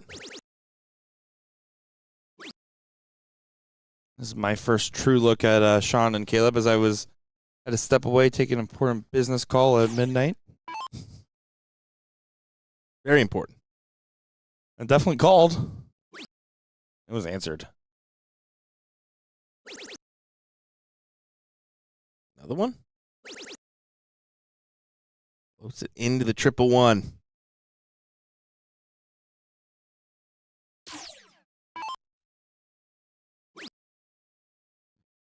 A few matches left here, ladies and gentlemen. So we have this final. Third place matchup of the Pro Women's and the final there. And we are done. And it's McRonald's and Bed. It's just bed for this guy. Every once in a while, you just got to hit that old large fry and double. Maybe a quarter pounder and a Big Mac thrown in there as well. Yeah, I said it.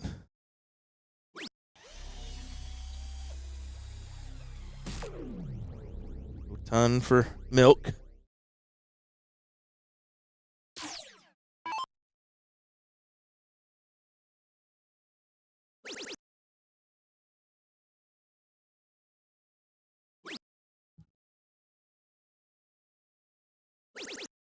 Catfish does find the trip 20 on the last, but Ethan has a good opportunity to be the first one out of finish. We've seen him play quite well today. Good stuff from the young gun. We'll get to a finish now. And just keeps it chalk with Sean.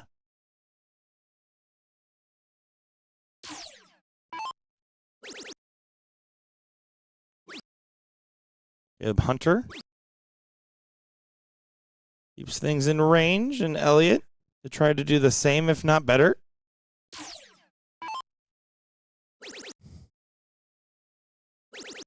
How about fill it up?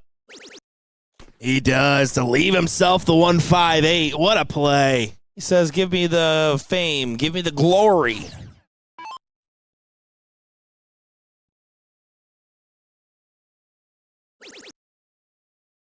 Catfish going to be in pursuit. And it's a good pursuit. Finds a 180. Catfish, one of those guys that has really found his form in the last 2 years. Back to back 180s. Ethan going to make it 3. No. He would have if I didn't say it. Yeah, probably. Now he's in a tight spot because he needs a triple and finds it. Puts pressure on Caleb. Making sure he stays in line. Yeah, I mean, convert on at least one triple here. Don't float outside. There's the big triple he needed. It's an important dart. Now this 158 has to go. 17 to freeze, so That's what I say. If not, you leave it tidy. 17 to freeze, so you can't get there now. And there was no way to freeze while going for the finish, because even if you go inside on the 19, it would have not froze by 2 points. So nothing you can do on a freeze on that shot. You're wrong. Please, go ahead.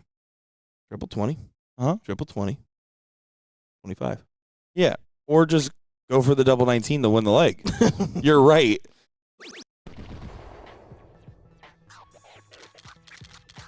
You're looking at me like I should say good job. Thank you. Is that what you want? Thank you. Appreciate it. I'm sorry. You've done a good job in so many things today, but I'm not giving you that, milkman. Anyway, Sean and Caleb do get leg number 1.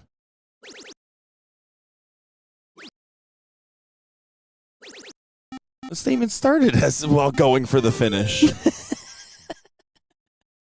What are we talking about? I just wanted to help you out there and say you could have, but it wouldn't have technically been the smartest of Actually, decisions. to your point, you could have started that shot trip 18 for double bull. Not to say that's smarter, But, I mean, but you could you have done could've. that, I guess. Yeah. You're so right, Will. Thank you very much. That's what I wanted at the end of the day. You are a silly, silly boy. You take after your father. The actual Gordon Stewart, just no? I'm going to respect it. Nah. Big turn, though, for Elliott. White horse for him. These cricket legs in particular from Ethan and Elliott have been something else, haven't they? Yeah, they've been fantastic. I mean, second team to pull off a 10-dart cricket leg today, following William Stewart and Brian. I don't know how Will manifested this, but his KDC Trips team of Elliott and Skyler are both in the bullpen at the same time. Man.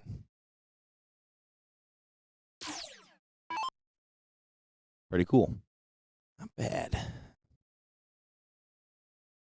We're still honestly all in the bullpen. Just one's on the mic. Hey, Got you there too, bud. there's no gotcha. Why do you keep saying this like there's like a you gotta give me? What are we talking about, man? Talking about Same team. Ethan and Elliott leg win here is what we're about to say. As Elliott will go ahead and close out the 15s. Onward to the bull. Great single there. But gives way to Ethan to go ahead and 1-2 punch. This cricket leg is particularly fast. Just realized that Skyler's starting instead of Paula, by the way, on their team. Really? Yeah. Interesting thing there on board 91. It's now 1-1 on board 90.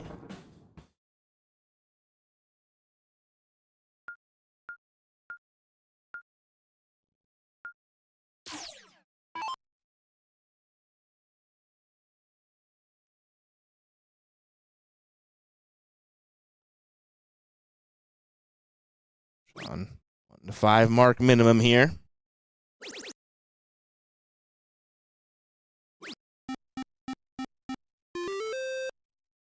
He did take the minimum.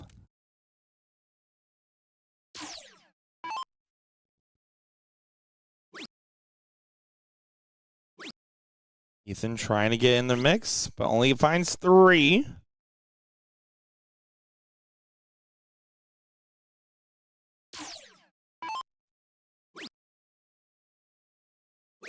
Guys doing a good job of following the pace of the matchup. No real time wasted. No real banter to be had. Not at all. Admittedly, Elliott's not one to banter during a match. Catholic is just not one to banter. Not much. I mean, it also depends. I didn't mean that sounded, by the way.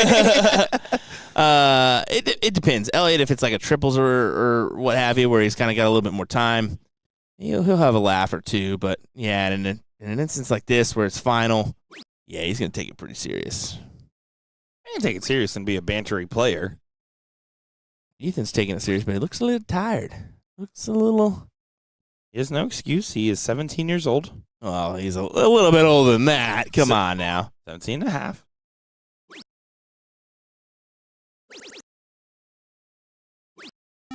Oh, I like the play. 10 points down. Takes the swing. Said Caleb gets an opportunity to play defense. I would be staying at this 20 for 2 trips. I would not be nice at all.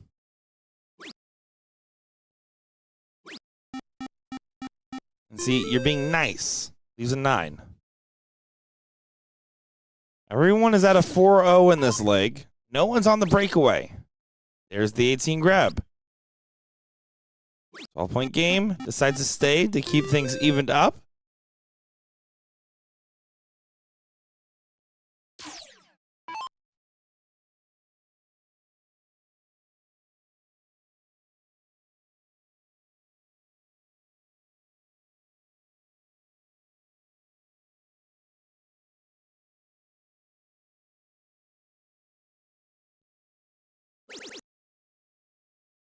Now can go to the 18s and close with 2. And does exactly that.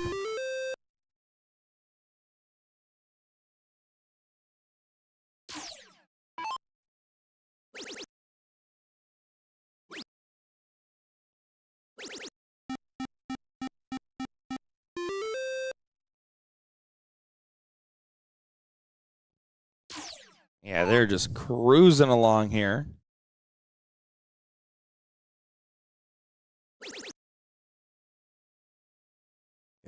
Salvages the turn with the last start there. Give way to Elliott. Again, another opportunity where he's within 9-mark range, right? That's it. Well, and let me rephrase, 6-mark range. I was gonna say, he's actually more, 7 to pop. Yeah, there you go. Good stuff. Yeah, you are right. They did have the 1 on there, so technically It changed it's the math. 6, but It changed works. the math. It works. It might have done something. Halflish. Interesting. Very much so. I don't mind it. I get it. It's tough when it's tied Mm-hmm. because it doesn't add a bull. So I'll allow it. Unless Ethan does this. Still takes a dramatic look. effect. He still takes a look. Difference is he was 3 points up, right? Mhm. It was a bull difference. Oh, Hunter takes a look on dart too. And goes back for more. Good collect on the 7.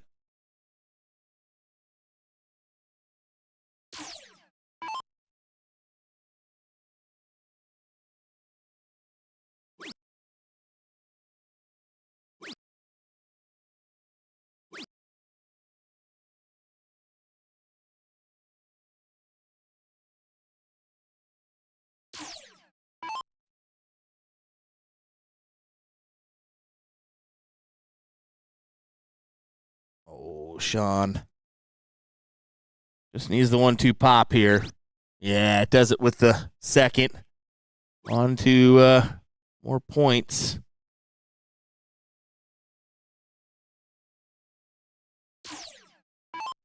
So Ethan and Elliott are looking at a potential 2-1 down here. Something that's not a position we're used to seeing them in. Well, I mean, not tonight, no doubt about it. Double E. Indubitably in trouble. Pop another one. Don't even hesitate. Pop another one. Yeah, I was trying to do the math. Sometimes it's better to do the throw, and that's exactly what happened at the end. Yeah, just give it a chuck at those 16s. Add the points. Make this 2-1. Force the double dip set.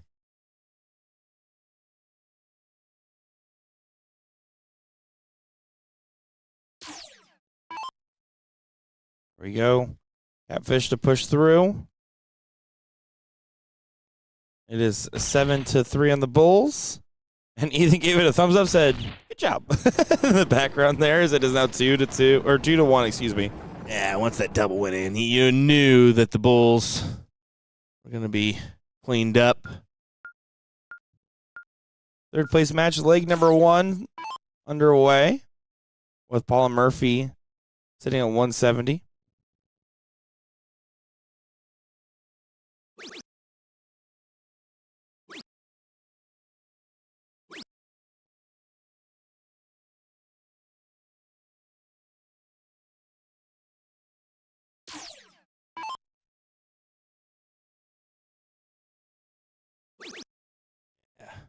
Shot over there from Paula to leave 30.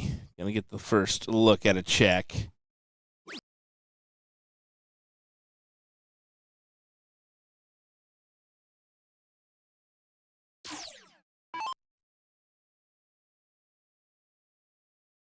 Elliott needs to get in. And he doesn't. Big moment now for Caleb Hunter to capitalize on.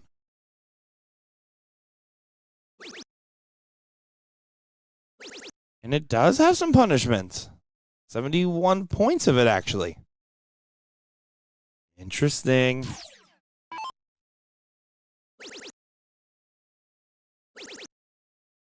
Oh, boy. Oh, boy.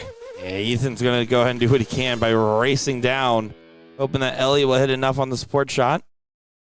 It is possible if Elliot picks it up and plays near perfect and Kaflish and Caleb don't.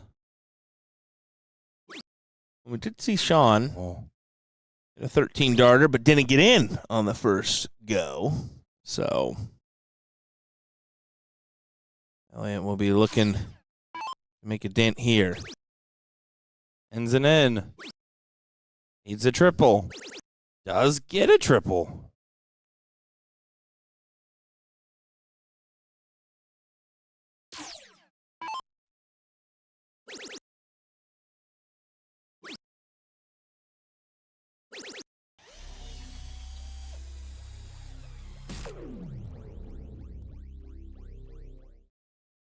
Okay, right now I actually like this position. I mean, Ethan gets there. Elliot hits one really big turn. And this is key for Ethan. Look at him Wow. go. Ethan is doing everything right at this moment. But here's the thing. It has to be a big turn from Elliot Milk. Look at the other team. Kaflish and Caleb, 2 decent turns. They both hit a 140. You're in a lot of trouble.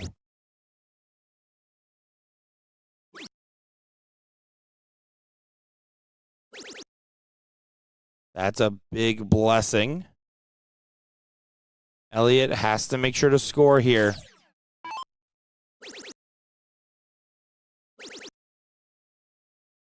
And Elliot's back into the mix. You can see the celebration, knowing how important it is. All is forgiven. He's caught up to Sean Kaflish. Well, they know that they want to get this done in this first set. Down 2-1. You need to grab this one and preferably grab the start in the last leg decider.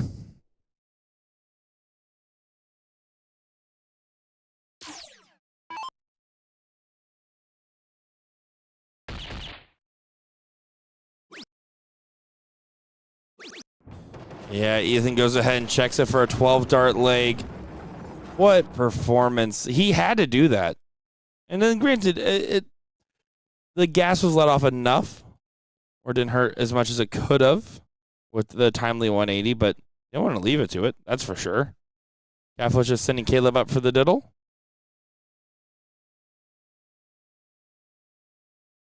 Oh, that's a good dart. Caleb gave him a little bit, too. Did you see that as he walked back? That he did. Ethan tries to get it.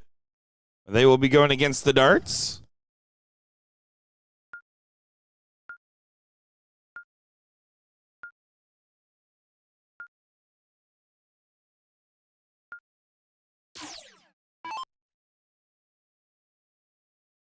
Here we go. Kaflish.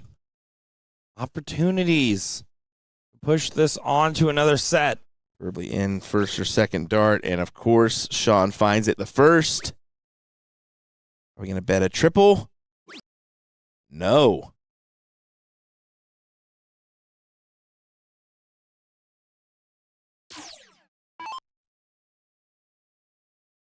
$80 points on the visit. Not a bad visit, but it's not a particularly good one. But this is not the Ethan we've been seeing all day and for one moment. It's like he misses once and it's like, wow, where's Ethan gone? Yeah, right. It'd be big.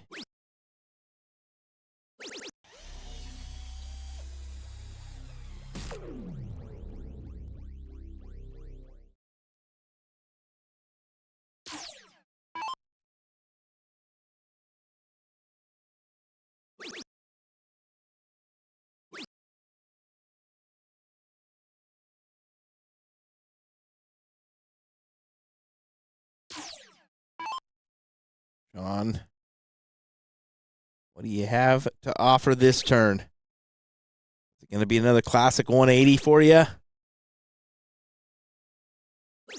Mm-hmm. Yeah, this is looking likely for another set of action. Mm-hmm. All night long. I don't even know where that's from, by the way. I just Someone used to sing it all the You're time joking, when I was in right? the restaurant industry. You're joking, right? Like one of my other servers used to say that. Lionel Richie, the song. I don't know that one. I know who Lionel Richie is. That for the is record, not that song. embarrassing. This chat should blow you up for that. The fact you don't know All Night Long. I know all night long. Clearly, that's the only. Yeah, terrible. Elliot would love to fill it up himself. May not even matter, but collects. I can't. One leg has been completed in that third place match. Yeah, Meredith and Olivia. Meredith and Olivia get the first leg.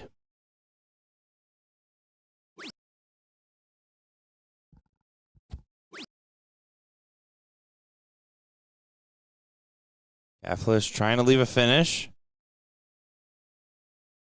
Doesn't need to stay on the 20 to do this, though. So, yeah, he does adjust back to the 19. I like that adjustment.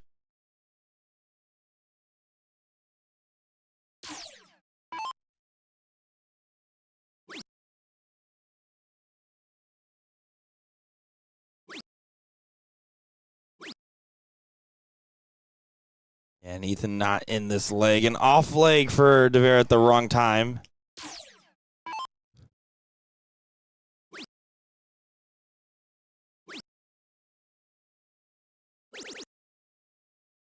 Interesting stay. Pretty much just saying, Sean, you've been the front runner. You help us out. And put us in a second set.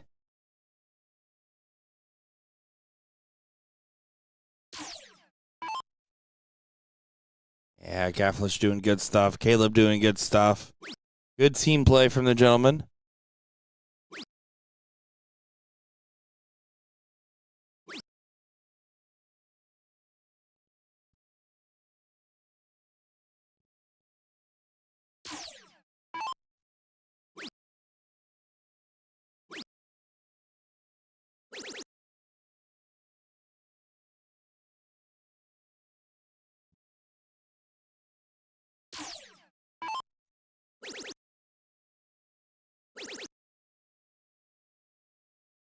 Well, 11. Just hit the trip 17. 11. Doesn't want to just go ahead and master out it. Understood.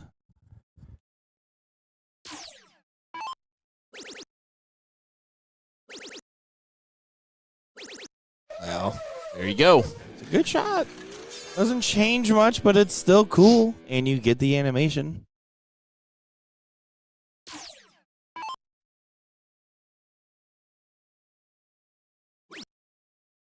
Stops. Oh, he stays on the 20s, going over to double 10, and just outside, but time's on their side.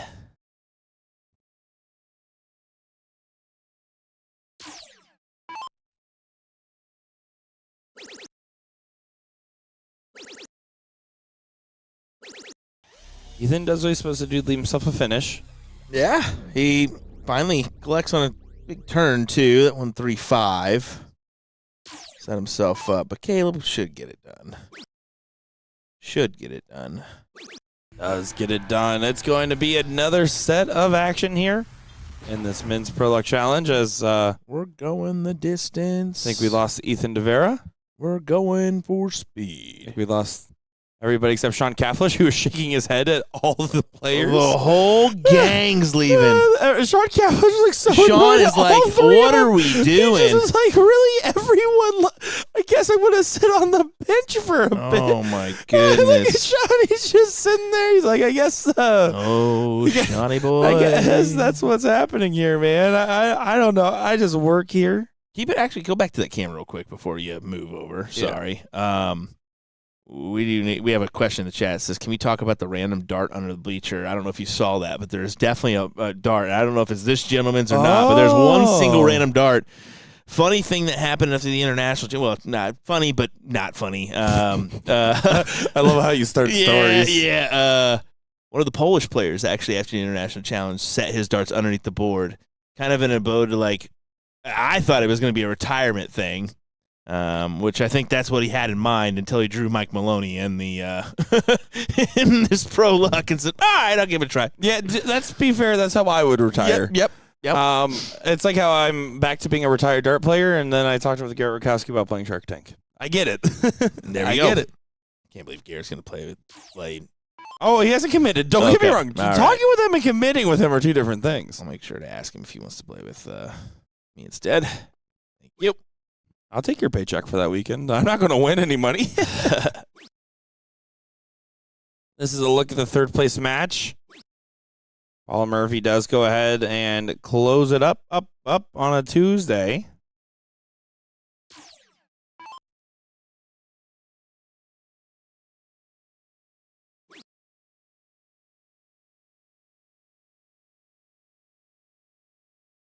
Poor Sean Catflesh. He's just sitting there.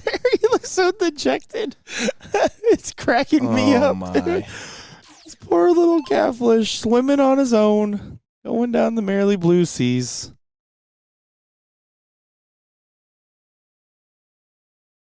Paula there coaching Skylar a little bit. And look at her go. For the 9! How about that from Belle Richard? Yeah! Bring it on, Belle. Richard? Oh, my. I thought we were going to see more of a dance from her there for a second. I was like, oh, Skylar, no. No, Skylar, no. I showed Gordon the No Scotty No clip today for the first time. Oh, did when he? Scotty Miller was on stream. Did he just absolutely die? He liked it. He said, now I understand Yep. why you call him a German suplexer. Well, Bulls is the only option really for Meredith.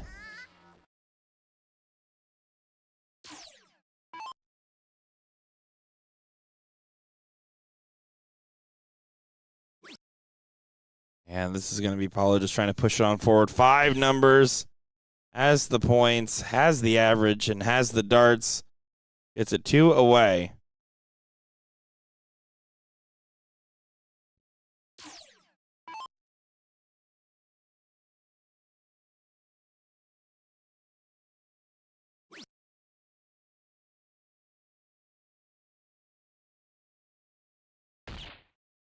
Smiles, tries that a dart, not able to do so as you can see Skylar is having fun in the audience.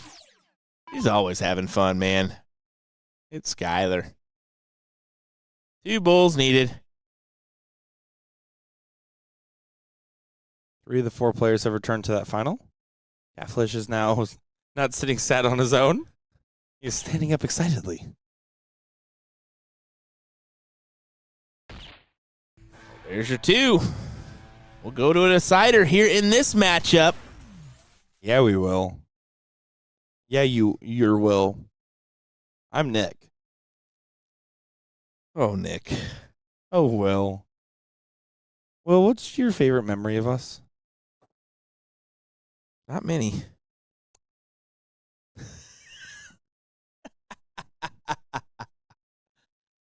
You're welcome. Don't look at it for Jen for validation on your roast of me. You're welcome. You literally looked at Jen like she was going to tell you good job for making Nick cry. Still hasn't heard a word we said. She doesn't even know if we're live right now. She's bobbing and grooving. There she is. Hello. Oh, hello there.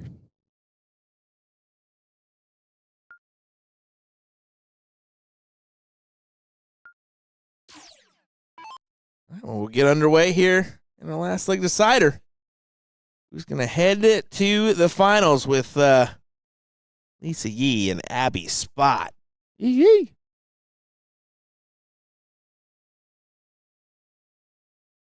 We'll see how it plays out.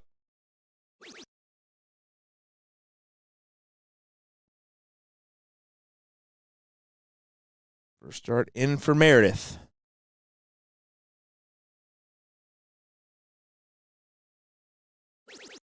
Second dart finds the 20.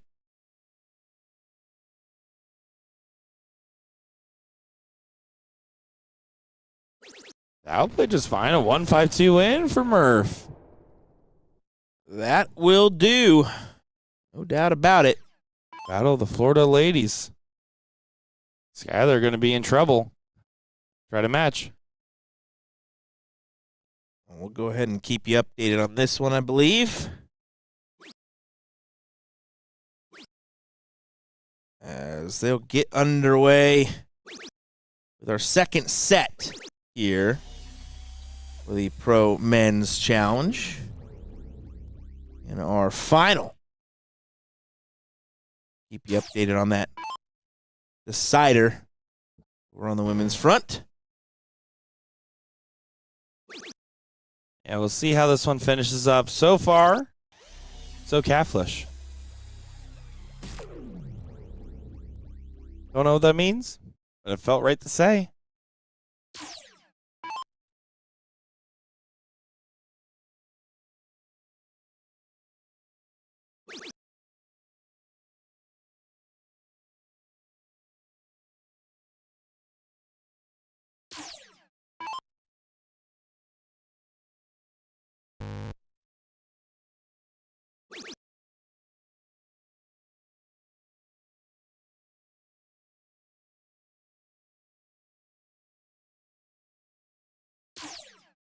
So parity across the board.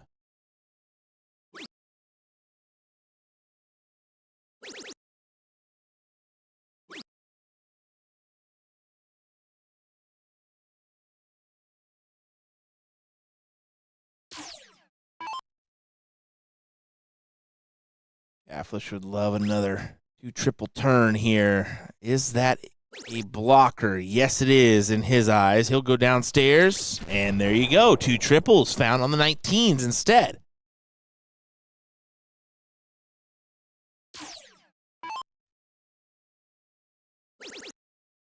Ethan gonna jump around the board. Keeps up in line, but Catfish doing the best of the bunch. Caleb Hunter in a supporting position now.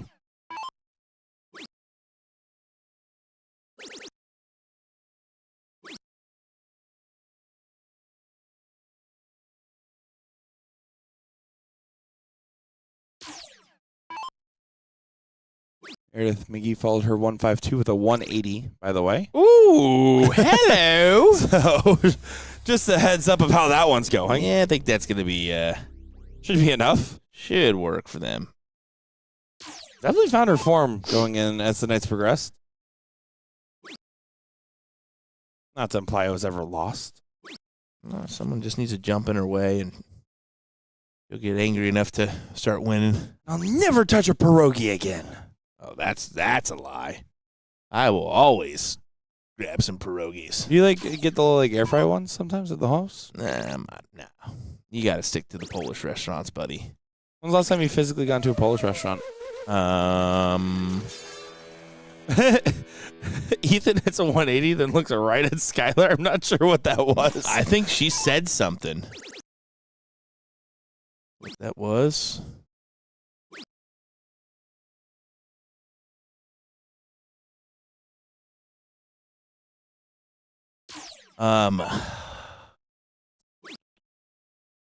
Which restaurant I went to? I'm trying to think. CC stuff. Oh, in PA? No. Polish people over there. Oh yeah. Polish people in Ohio. I learned the word dupa.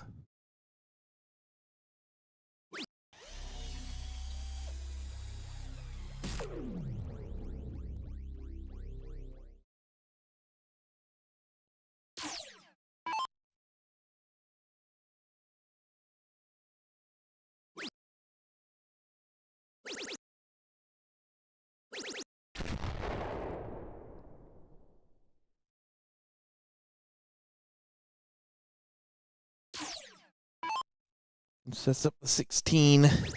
Leave. Elliott at 120. Gonna get a look.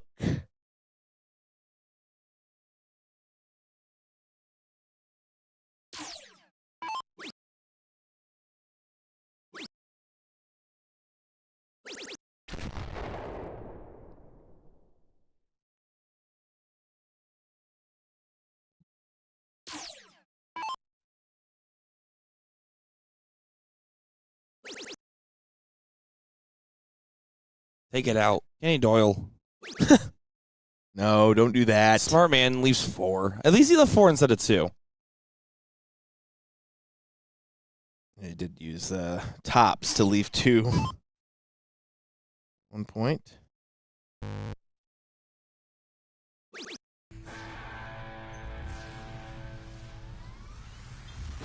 As that leg goes to Ethan and Elliot. Take one leg back. Get right back into the mix. And some trouble in Meredice as she did not follow her earlier turns and was in danger of getting frozen, but then DJ Smiles hits a 140 right in time to make me feel silly for saying it out loud. Trouble in Meredice, by the way, not bad. That's bad. Yeah, great timing shot there for Smiles. Give Meredith a proper look at 85.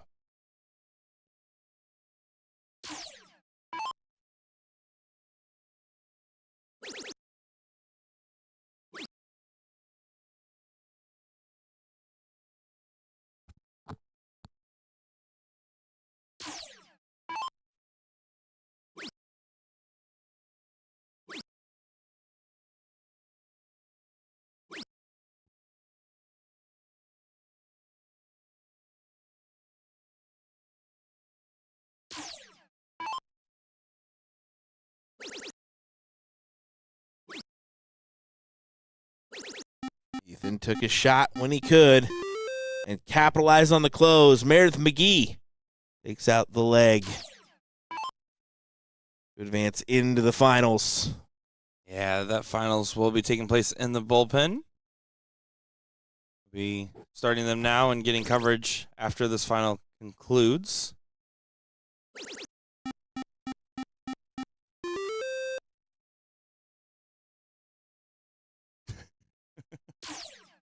Her body's not used to being up this late, okay? It starts making weird noises at this hour. I mean, it's only 10:30 Pacific. Yeah, that's way past her bedtime. You and I both know that as someone that has we've had to call her at night.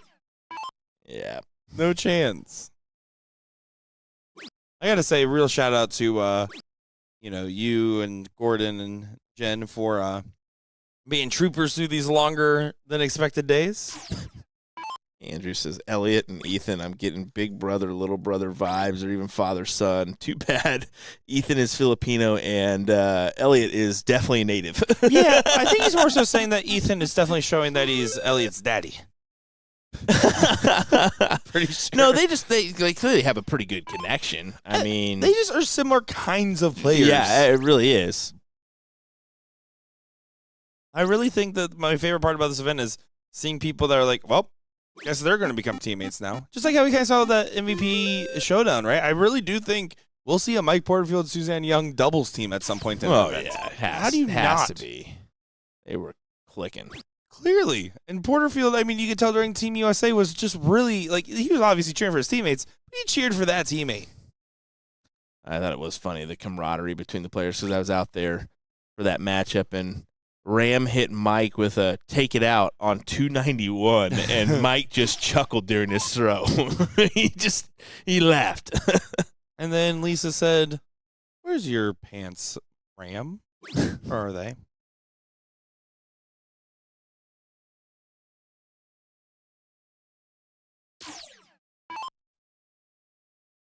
Ethan.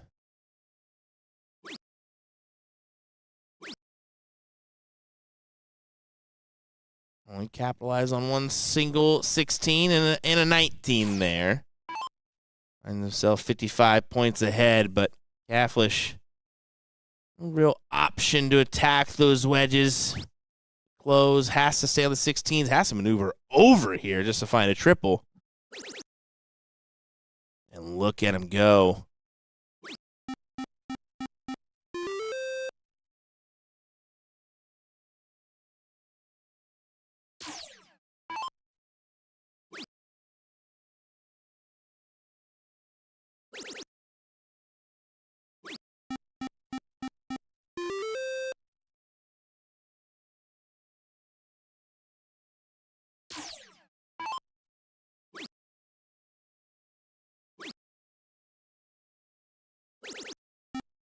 good last start. Adds 18 points to the lead.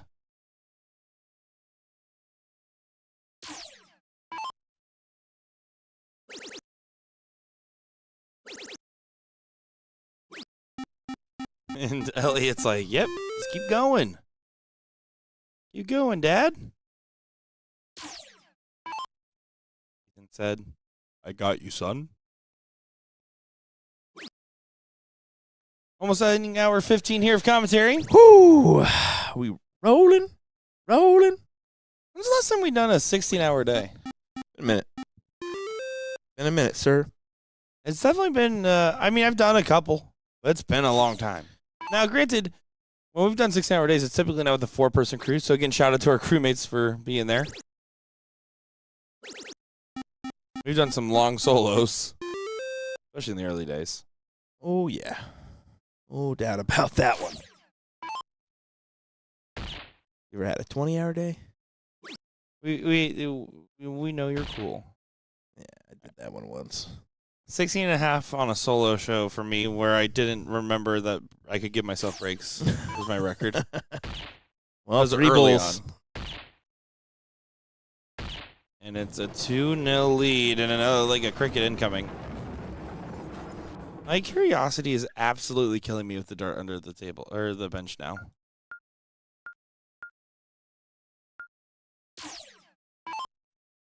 But match point.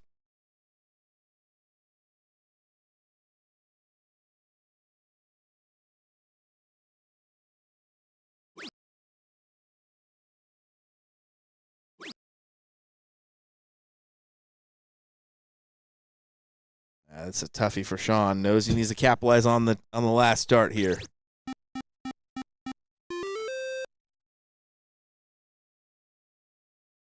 What? Nothing.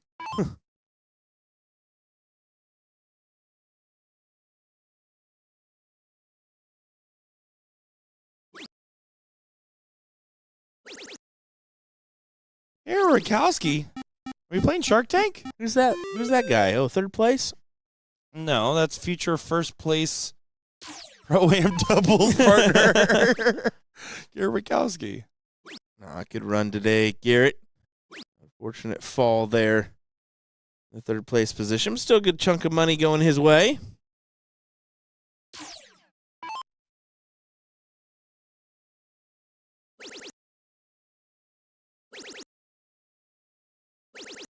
Good 9 from Ethan. Ethan and Elliot trying to say double E, ready to get some Z's.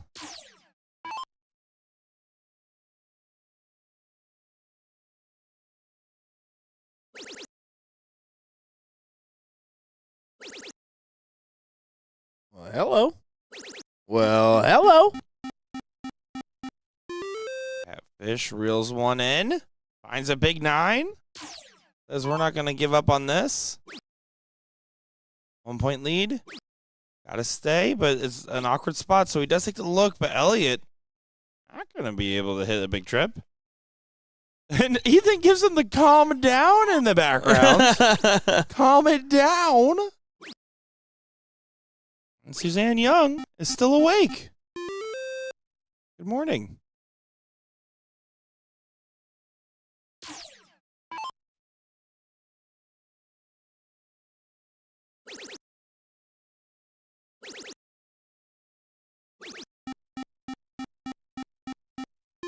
And a big 8 from Ethan continuing on his tear.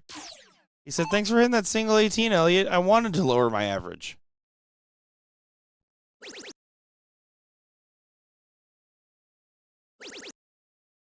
To think, this was Gordon Dixon's best chance to have a continued conversation with Suzanne Young, his favorite third player. Listen, he is a fan. We will let him know that you were here and that you said hi. Not that Will and I aren't fans, but like he's like a super fan.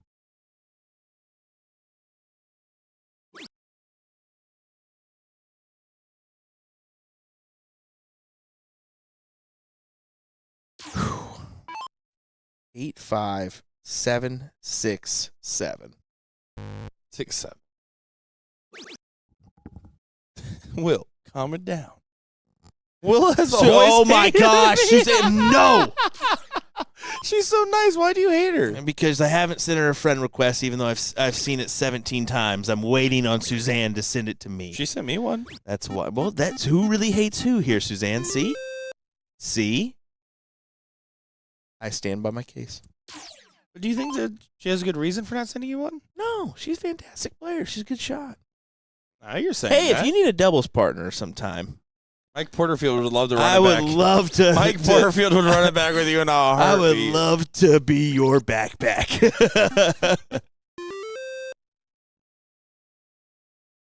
Well, the battle is not over yet. Sean Cafflish is on a mission right now to keep the run alive. Can he do it? Oh, potentially here. The battle of the B players and it's the battle of the A players. It really is separated down the middle.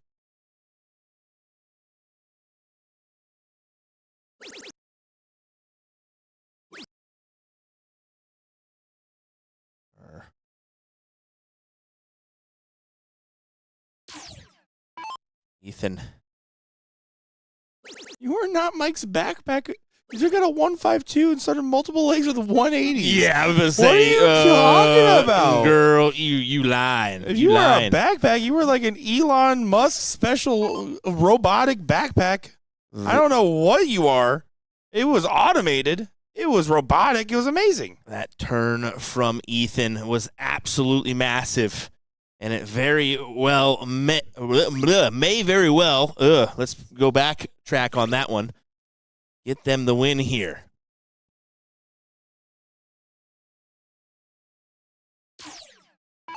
Tongue-tied there. Whew. Okay.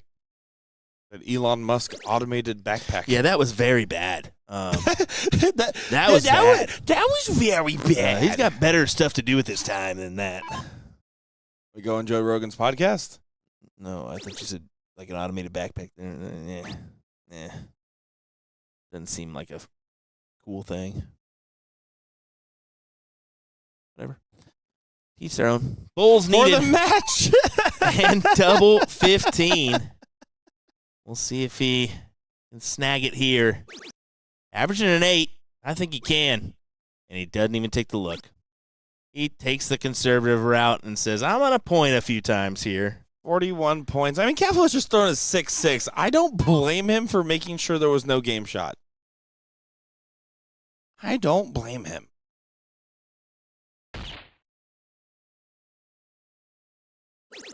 Yeah, good. Now you have to find the bull. Leave it 3-3.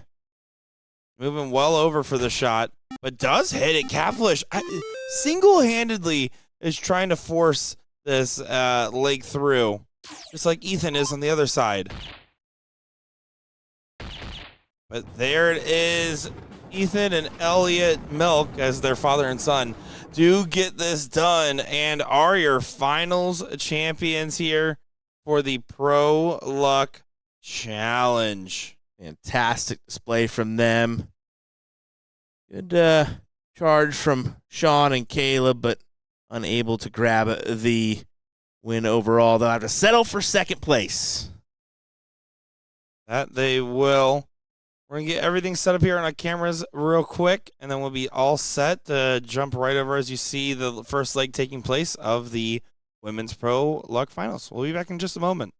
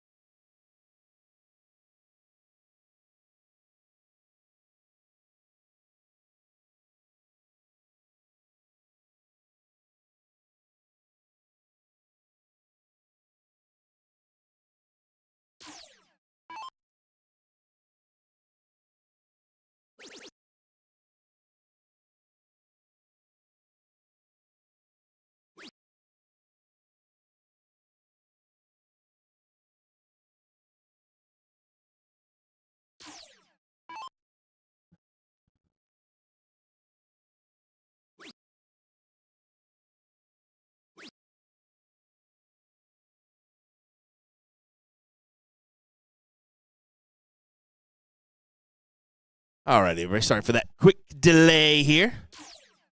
Wanted to.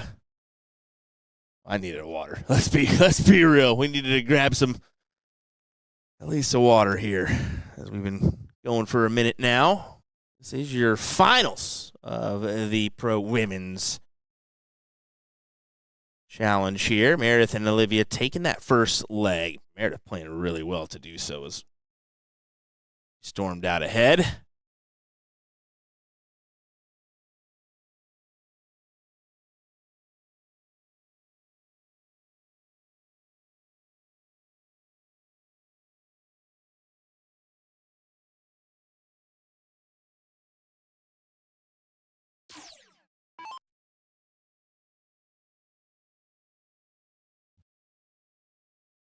Abby with a good opportunity to go for the 18s and had this lead their way. Now you have to go over to the 20s, don't you?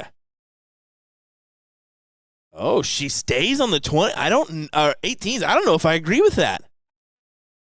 Sorry, Nick. I certainly do not.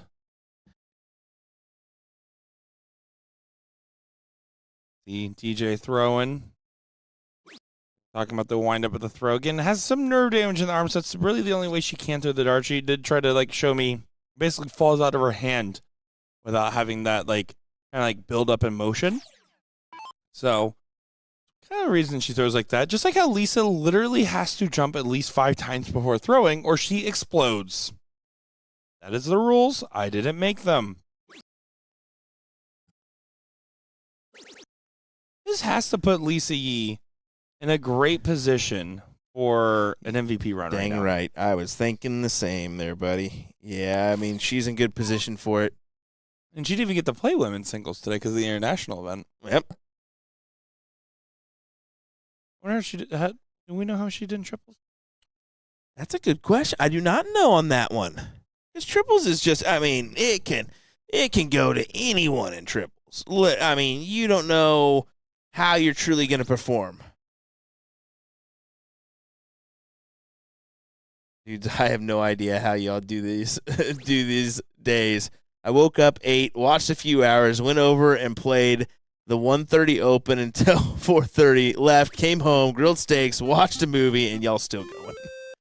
Welcome to the World Finals, baby. This is the only reason why we're up is because this is a big money event.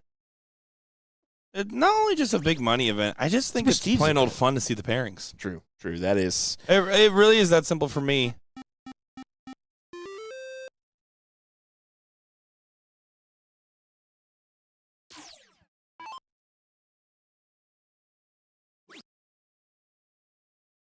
And she did get a 9th through 12th cash in trips, but I don't think that's enough to get points. It would be probably just shy.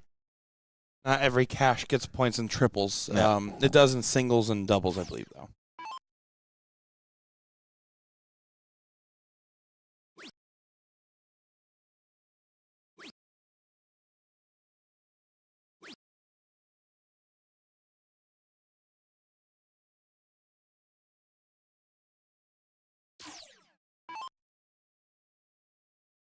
Abby and Lisa holding on to control, trying to keep things going.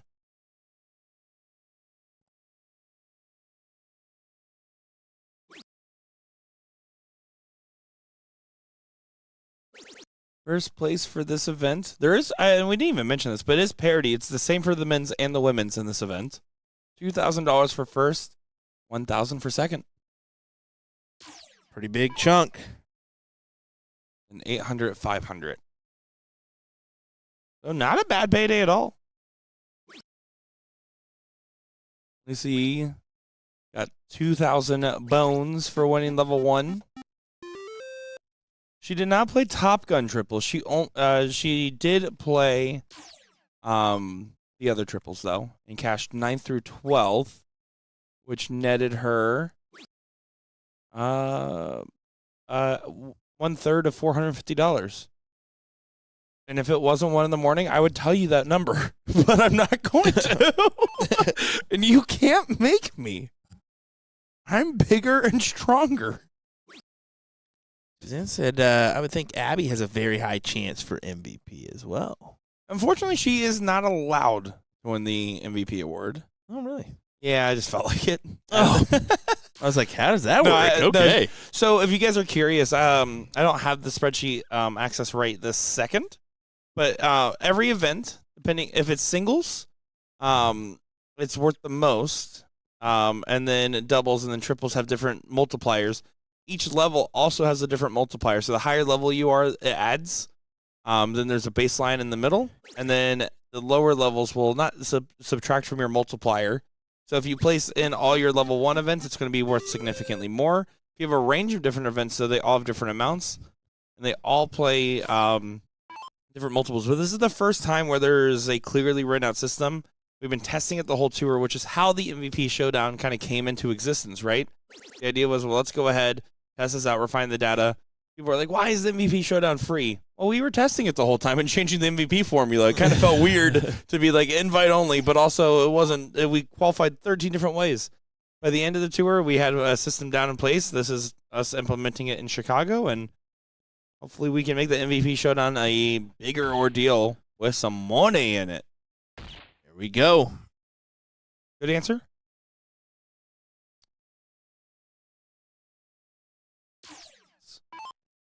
Yes, very Thank you so much. Appreciate it. I was reading a comment here.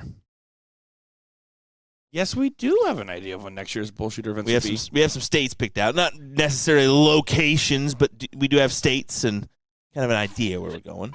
That's a where. I count that as a Yeah, where. it is. It is. Not a very specific where. We will be in Orlando at the Hilton for the Florida BullShooter. That will be the 30th will be the Invitational, and then the 31st through the 2nd of August will be where the regional will take place. Tennessee will be August 28th through August 30th. California, With Will Stewart. October 23rd through October 25th. South Carolina, November 6th through November 8th. New York, 11/20 through 11/22. Texas, January 8th through January 10th. Pennsylvania, January 29th through January 31st. Nebraska, that's going to be March 19th through March 21st. And then the BullShooter Finals Memorial Day weekend, 2027. Plus, we're probably going to have about 1 to 2 additional stops that have not been announced yet in that lineup. There we go.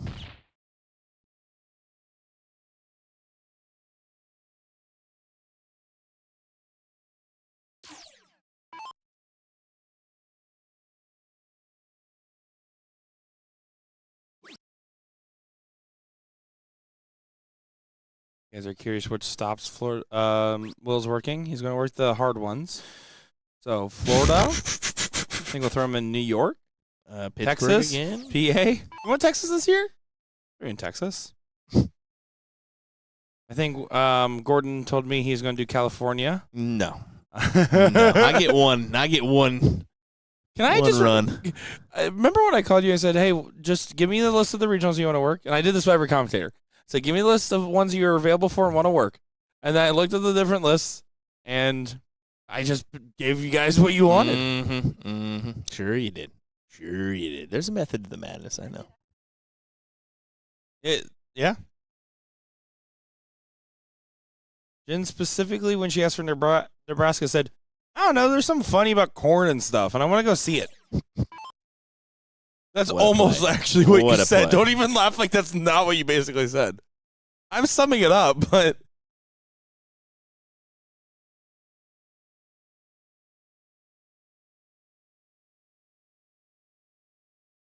BullShooter needs to come back to La Crosse, Wisconsin, or go to La Crosse, Wisconsin. Needs to come back to Wisconsin. I recommend sending a message to our BullShooter account. Let us know where you want us to go. I agree. I loved Wisconsin. Second biggest regional of the tour.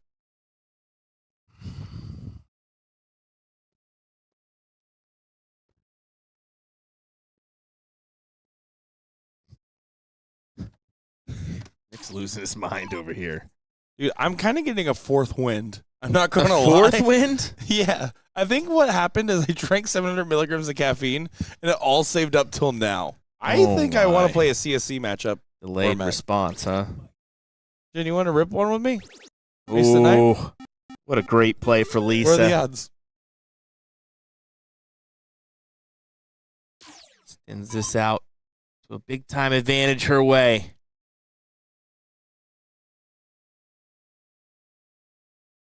Oh, no. We're still rolling. I'd say we haven't had to double down before. Oh. That'll be close, actually. Yeah, I was about to say, we might be... Did we hit it twice? Are we that good? Dude, we might have hit it twice. Oh, my gosh. We hit 8 hours twice. No way. We hit it. Yeah, because I cut at 6:30. I didn't think to ever set a second timer. Oh, no. Well, hopefully you Hi, folks YouTube. on It's on YouTube YouTube. have Hi, enjoyed guys. this. Hi, YouTube. Well, go ahead and Let's see if it'll... retoggle. We'll see if it lets us retoggle. Sometimes it doesn't like it when we do this. That's... I don't think we've ever done a doubler. No, we've never done a doubler. Well, we'll see if it works or not. If not, hi, Whoopsies. YouTube. Whoopsies. Hi, YouTube. I mean, I wouldn't have even thought to set an alarm for that. No. That's okay. That's amazing. That's all right. The recording still works. Anyway, Lisa, eating the 3 bowls. Oh, and we're back. All right, there we go. Awesome. Yeah, welcome back, everybody. Sorry for the delay here.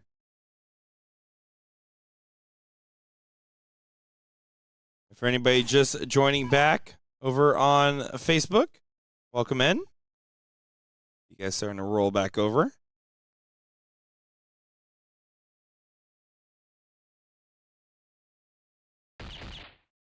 Double bowl found. Unlucky on that dart.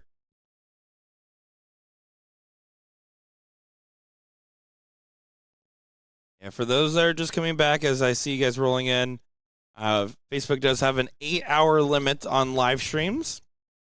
At 6.5 hours into the stream, we turned off Facebook and turned it back on because we're like, okay, well, we're going to be hitting the over today, so let's preemptively take care of it. We didn't expect to hit 8 hours effectively twice in our live stream timing, because we've been a live total of 15 hours and 10 minutes today.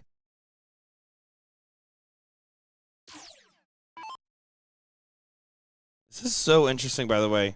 Big moment for Meredith and Olivia to get a 2-0 lead.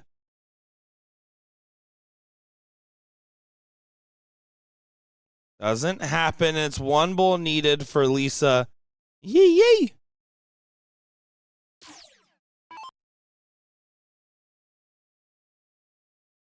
That's insane. Lisa does go ahead and grab it. Yeah, that's a big win for them. 1-1. Michael, you did not hear right. There is no Missouri on the list. Unfortunately. Missouri does have the best burnt ends.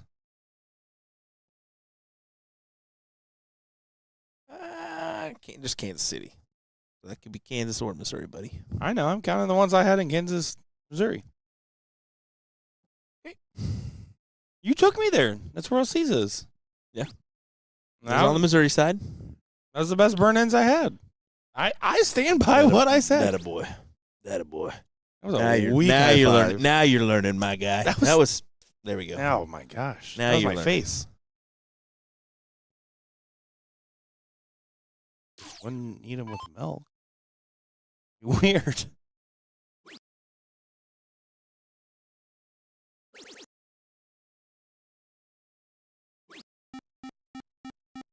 Where was your guys' favorite location to travel to for a dart event this past year? I assume the last 12 months. I don't even know where I've been the last 12 months because it's just been not home. This is probably my answer of trying to remember where I've even been. Where's my favorite place the last 12 months? I will say I had a great time seeing the Red Rock Canyon. That was really cool at the beginning of the year with the bull hitters and Will and I. And our time spent in Sacramento just was very fun with what we were doing for work, even though it was very tiring. Always love Niagara Falls as well.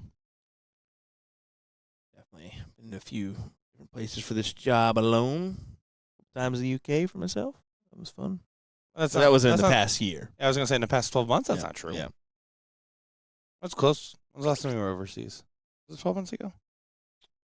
World Championships 0405. 0405. So not last year, the year before. Oh yeah, no. It just you made it sound like you were like there like pre 2010.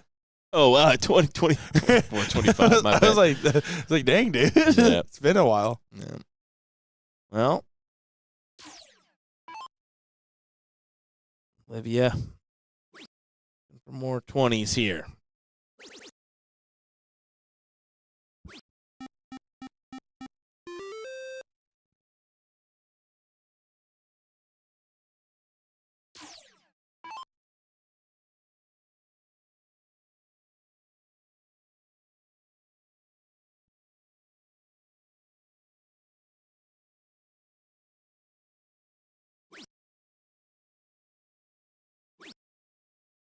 Abby tries to find the triple and outside into the trip 7.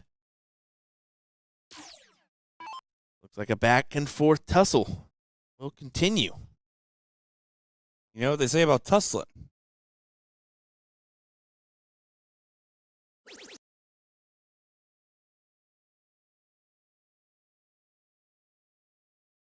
He doesn't.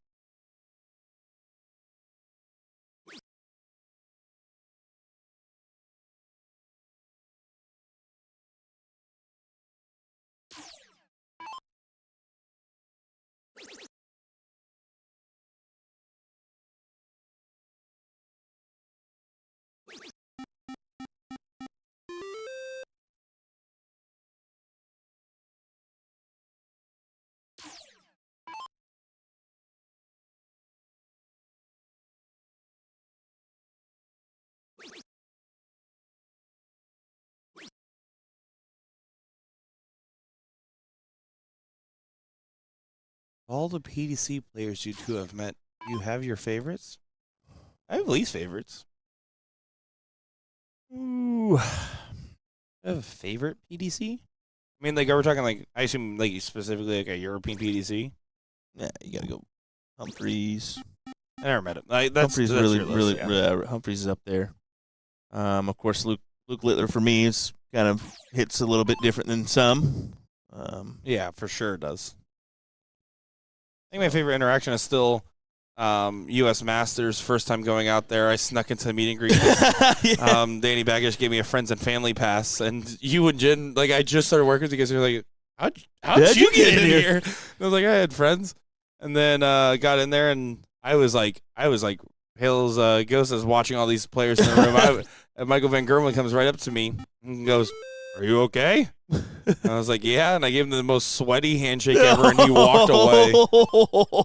So I do love that interaction. I saw Gary Anderson take a picture of the CDC punch, and I was like, that takes the cake for me. You ask a PDC pro to take your picture instead of the other way around. Hey, look at that. Look at that. We're friends with Suzanne now. No way, she caved? She yeah. caved? Oh, he's dancing. He's actually dancing.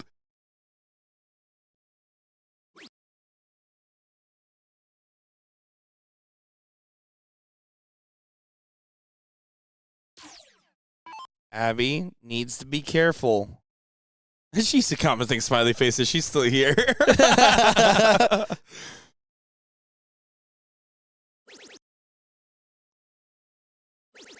Oh, look at this. Abby finding the right spot. Yeah, and you can see some celebrations from the crowd back there. Especially, I'm gonna take my horse to the hotel road. I'm gonna ride till I can't no more.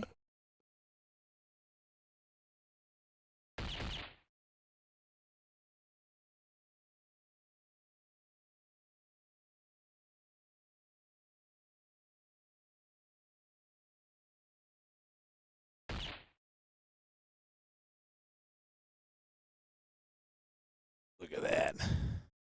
Look at that. Who's the drink? Oh gosh, I can't even sing the song now. Shabuzi. There we go. Right? Is that right? You're not gonna help me?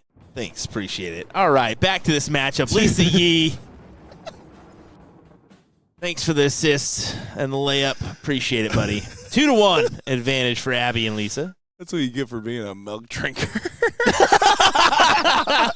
A milk connoisseur is what I am. Let's put it that way. Well, guys, we have another question about the BullShooter calendar. We have the posters up for people that are out here to know first, but you guys will all be seeing it. I think we'll go ahead and announce that tomorrow. You guys can know. In case you missed it, but if you were first in the room, you get to find out all the cool stuff first. Important moment here, but Meredith's 01 has been good. I'm not telling you to chill out, Will.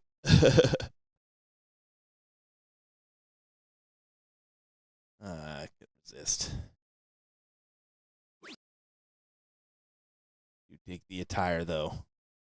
No doubt. What are we doing? Oh, my goodness.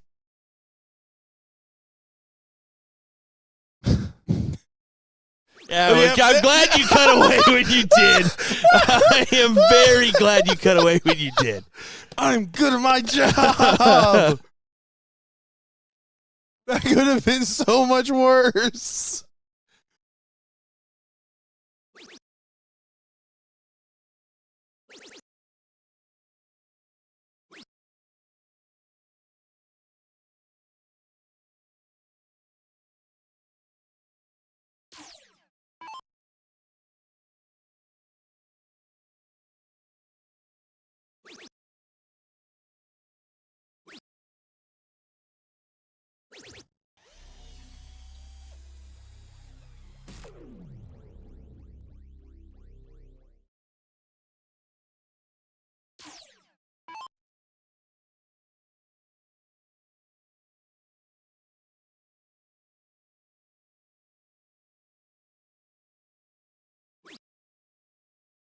Meredith would love capitalize here on 2 triples. We'll still have to sell for a solid 100. 138 points out of Lisa, looking to find a 2 treble turn to get things leveled out up top.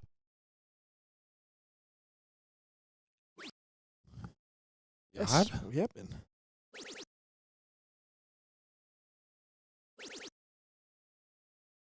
So it makes up a little bit of ground, but not all of it. About half of it, statistically speaking.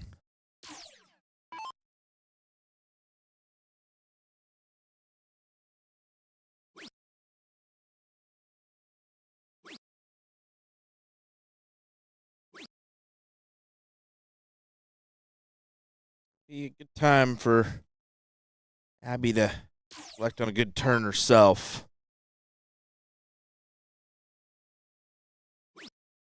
Capitalize on some distance here.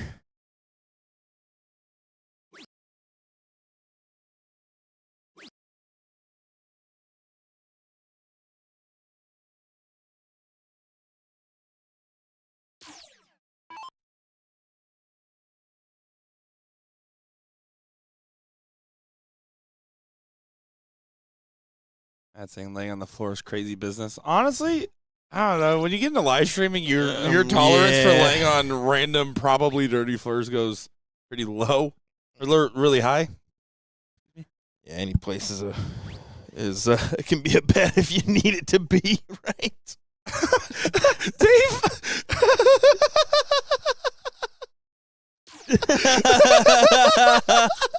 Oh, Dave is like, wait, what? I'm alive? I wanted to see if they were paying attention to the TV. Eating my buttery toffee cashews? Because they didn't tell Skylar to go off the floor. So. Oh, my. They are buttery cashews.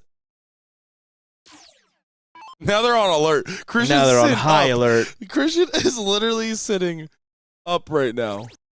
Christian, the man who had notifications go crazy. Hi, Christian. Today during the Spanish national anthem. That is true. cringe-worthy walk-on.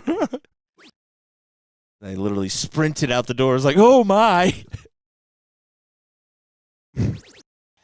Great 140. That is excellent for Abby's spot. She really needed the timing there.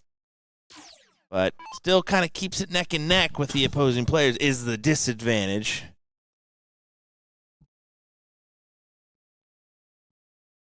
So we talked a little bit about the female MVP race. Do you have any predictions for the male MVP race right now? Where's that?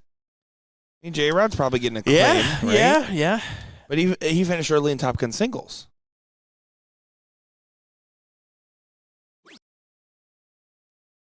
It's tough.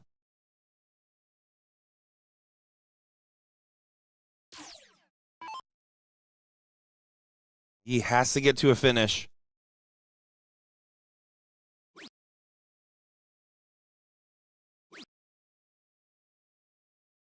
It's the triple. You got to go upstairs. Triple 20. You could stay, I guess, for the, it would be, 167, but,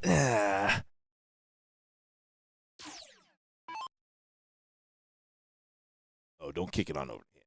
Oh, gosh, no. Oh, no. Johnny! Yeah. It was a test. Yeah. Look at that. That man was working. All right? He was watching the heck out of this last match. A lot of people calling for Abby to be the women's MVP. She got the singles win. She's trying to work on this pro luck win. Lisa Yee would also be getting points from this pro luck win and got the Top Gun singles win. That'll be interesting. Got to leave it up to tomorrow for the full. Who will top the tables? Yeah, we'll be doing not live updates, but we'll be telling you exactly where the standings are at tomorrow. Well, Nick and Gordon will be. Yeah. Yeah. Yeah. It's like we are getting set for last leg decider if this 45 to 40 goes. Not yet.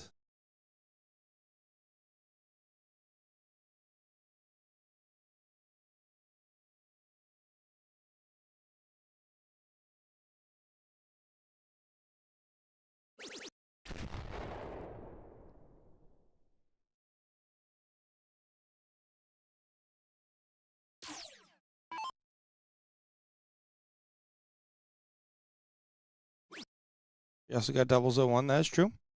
Live stream is tomorrow. We stream all events tomorrow. Be another good day of coverage.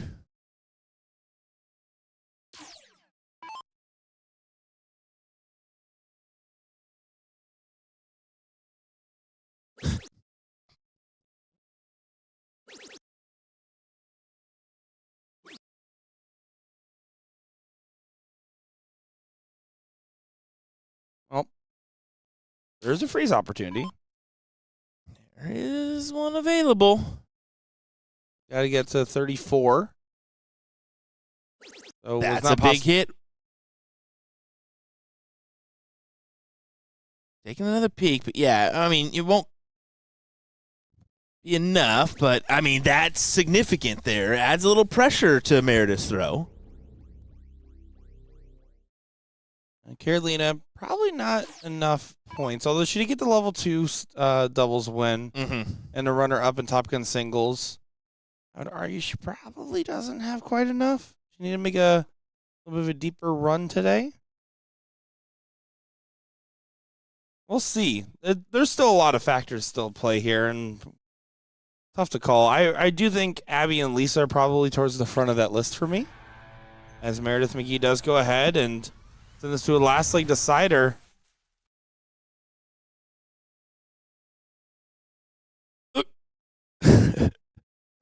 Did you catch that? No, I didn't.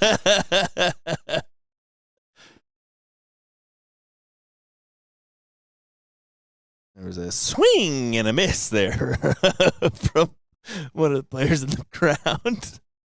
It happens to the worst of us.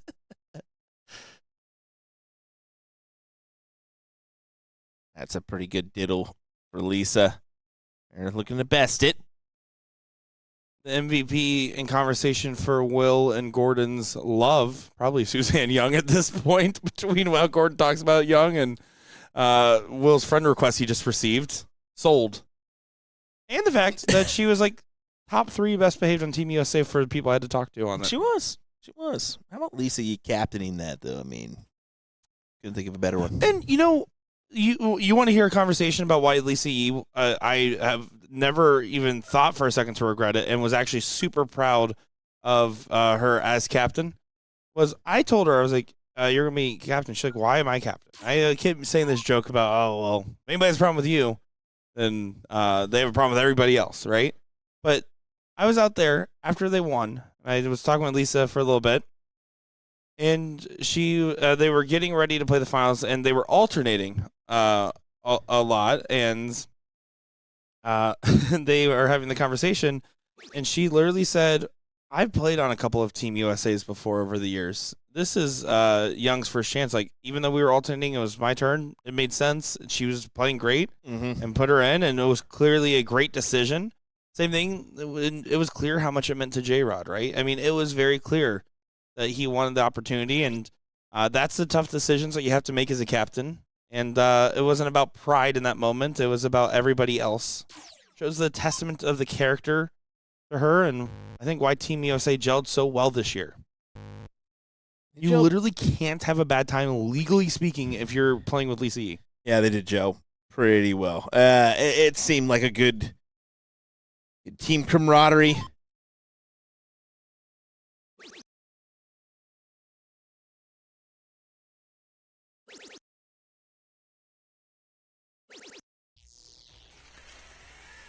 Wow. 1-5-2, and we're looking likely for a second set here. Heyo.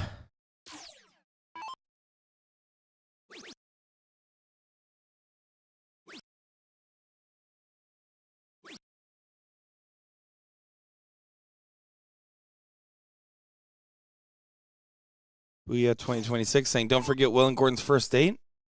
Dash, this comment was left from outside the security office of the casino. I'm just kidding. Elliot watching from your room. He's missing you. Classic.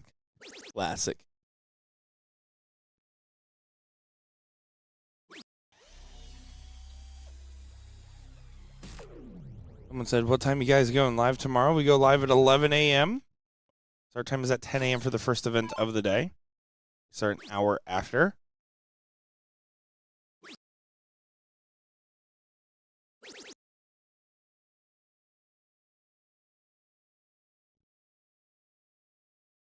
And we got to shut down this entire event and pack it all up tomorrow as well. And I go to the office and do work.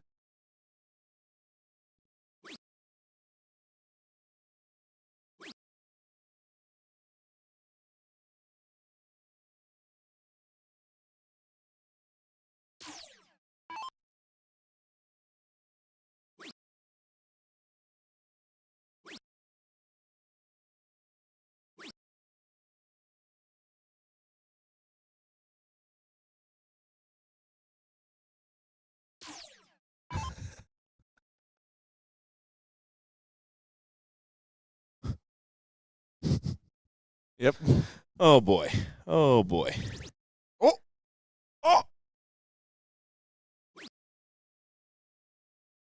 Oh, I missed it. Oh, I wasn't fast my enough. goodness. Oh, I wasn't fast enough. I tried so hard. I'm sorry.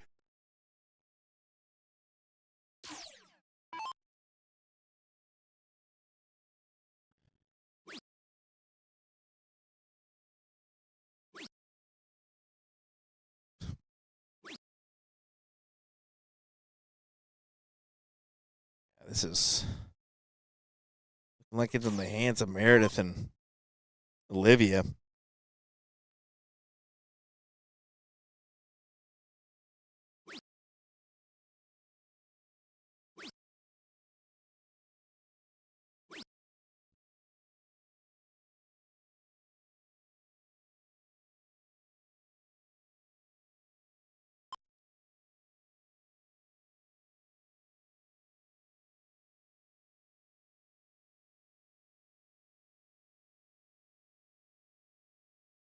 Giving herself a few come-ons here.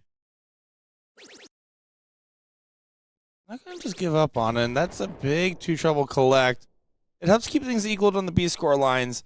But if Meredith leaves a finish, it's still hard to break this position. Impossible. Just hard.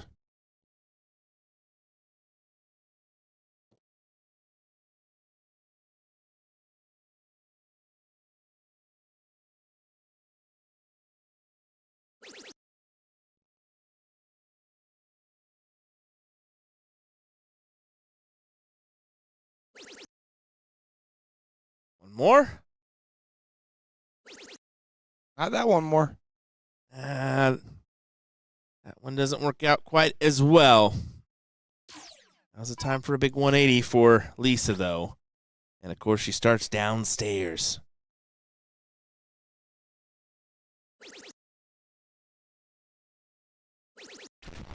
Still does a good job. That's a good capitalization here, because now things get interesting, right?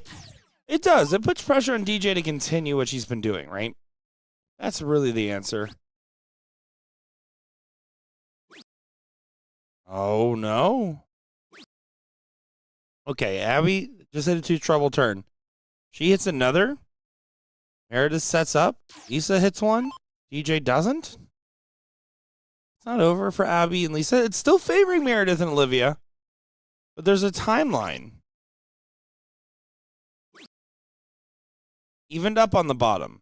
Meredith needs to make sure to stay calculated and get a good setup in.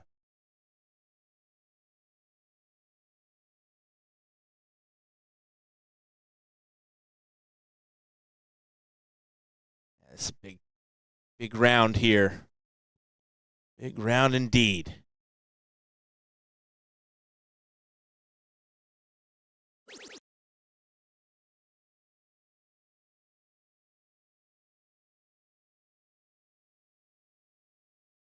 Good start. Oh, my. Great shot. 14 for 32.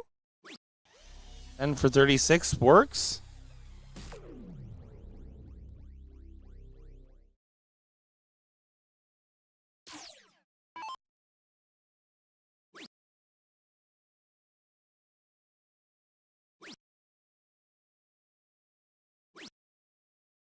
He said does get to a finish on the insurance policy.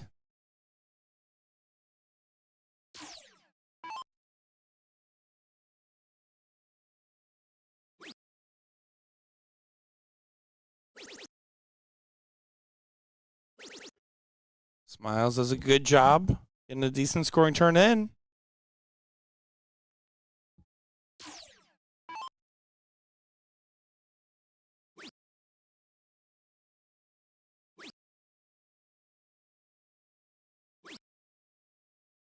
Abby does not. And the 150 is frozen. This basically locks in the leg, and we are going to be pretty much guaranteed to get another set of darts here.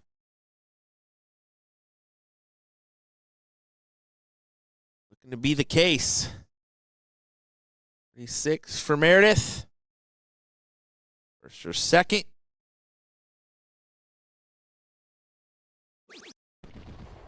It'll be first, as we'll go to a second set. All right, well, they get set for the second set. Yeah, they're all going to be running off. We'll be back in just a moment.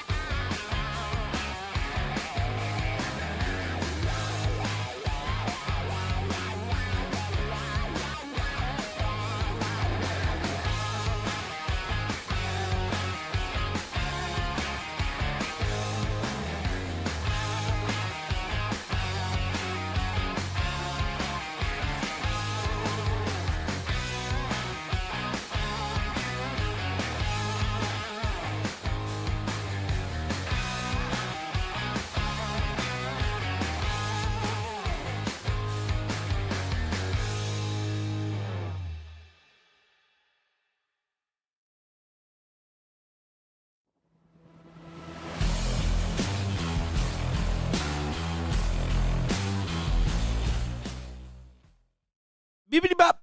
Here we go. The last set of the finals. What an opener. You What an see opener. Happy Spot, Meredith McGee, DJ Smiles. Well, certainly an interesting start as Meredith and Olivia come up with the opening set and the last league decider.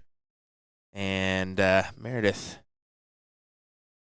the only one in so far, but that follows by Olivia. And hey, how about that? Looking strong. How about that 152 Start off in from her? Yeah, that was fantastic. Like we said, it's all about timing. And the timing's been there for Meredith and Olivia to kind of make their way back to this matchup between Abby and Lisa. They did lose out 3-1 in the seat. Do you know how I know we had a good day in the office, Will? What? Is 8 hours ago, the Bullhitters posted late night darts viewing. 8 hours ago? And that means that we are now early morning darts viewing for the Bullhitters. That is true. That is true. What is it, local time? What is it, 1? It's like 8 a.m. 9 a.m.? 9 a.m. there? It's 2 o'clock, so it'd be 6, yeah, 8 a.m. About 8 a.m., 7:45. We are early morning view. They posted 8 hours ago that we were late night viewing.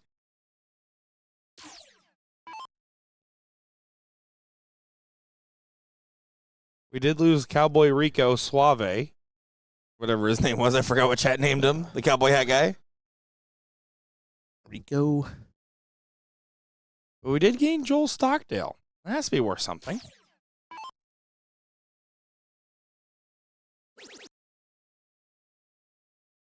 See Sarah Sass sitting over there in the background.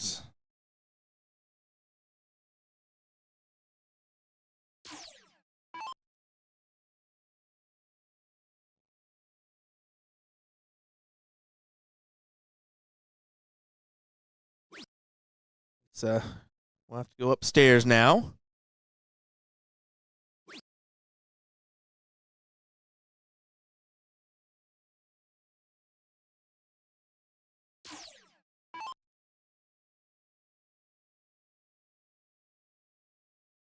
It's Sarah's 40th birthday, by the way, at midnight. Oh, hey-o! Happy birthday, Sarah. I went out there and she said, it's not my birthday until I fall asleep and wake up again. And I said, kind of a rule. I kind of a play. You know what? I can see that being a thing.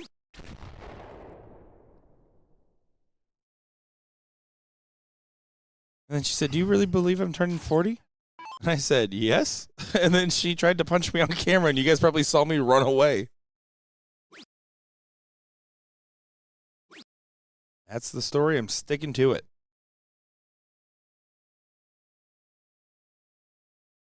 Well, how are you keeping yourself energized if you're one of these girls? Oh, that's a toughie, right? I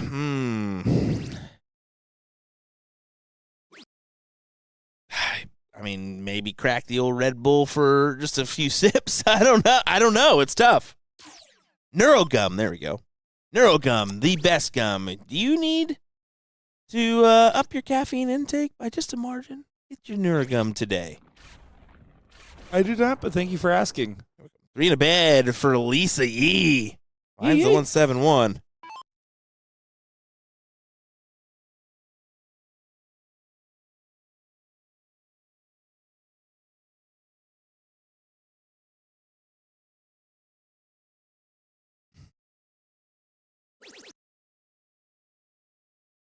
Meredith trying to get to a finish. Trip 20 will do.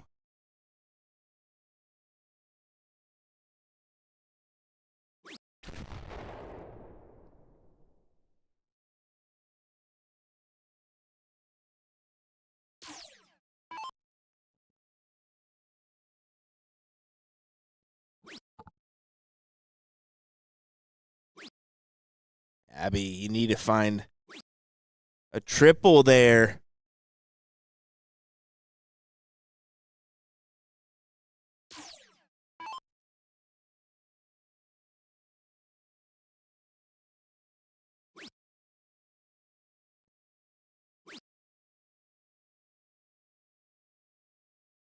This is some good darts we're seeing here.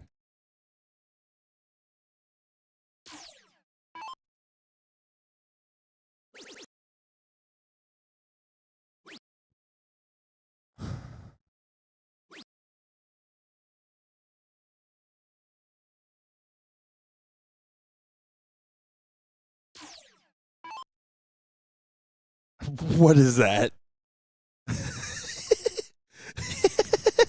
There's no way that's real.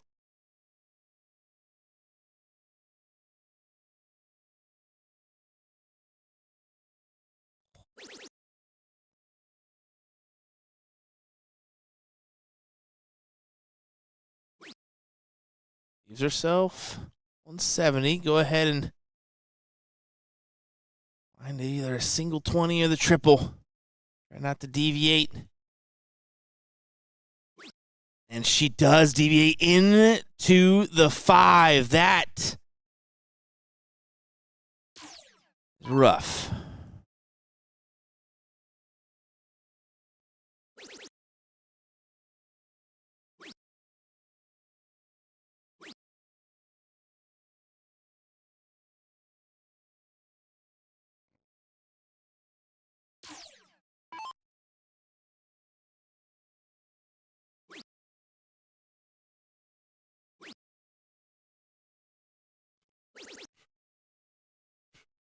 Oh.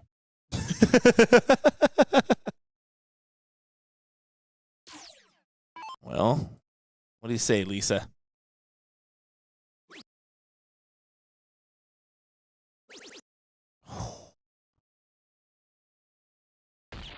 Yeah, that one back, but look at the smart move to the bull to leave tops.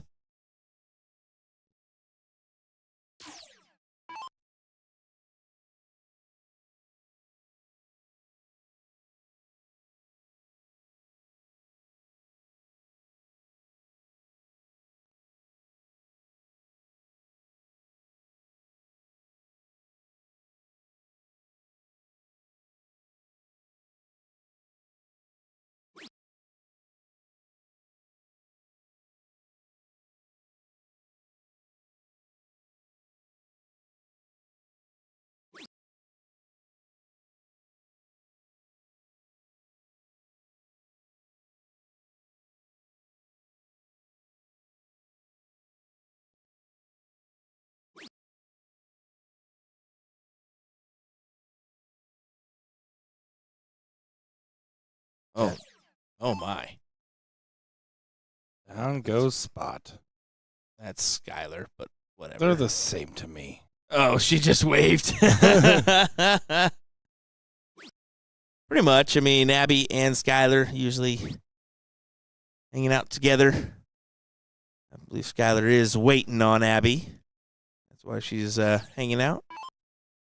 Still. Well, I mean, that ride or die friend. No, I mean that's. Well, I said it earlier. It doesn't matter, how late it is. Usually, there's a good support system for the ladies matchups. Usually, a lot of the ladies hang around and kind of watch the conclusion of these battles. Now, I will say it's a little bit later than typical nights, so that's probably why we're not seeing as many. As Lisa does grab the leg for 1-0. Back to their winning ways. It's nice to know that it's the time of the evening, not our commentary, putting people to sleep well. It's probably both. A little bit. Yeah, You want to try they're- ASMR for the rest of this? They probably Leg? turned it off. You want to do ASMR for this leg? You ready? Trying to grab 20s. Are we doing 20s golf is- commentary for this? Is that what we're doing? Oh, I can do golf commentary. It's in the hole.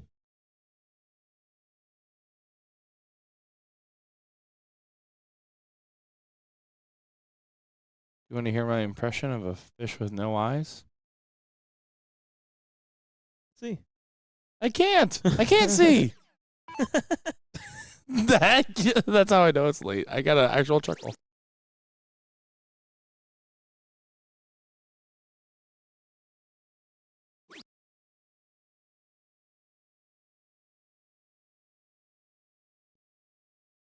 Good news. Cowboy Rico Suave's back.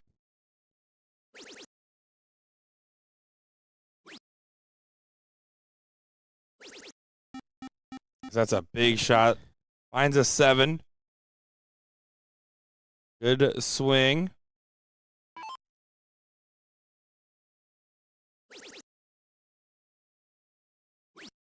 Abby trying to answer back. And does get a 7 of her own.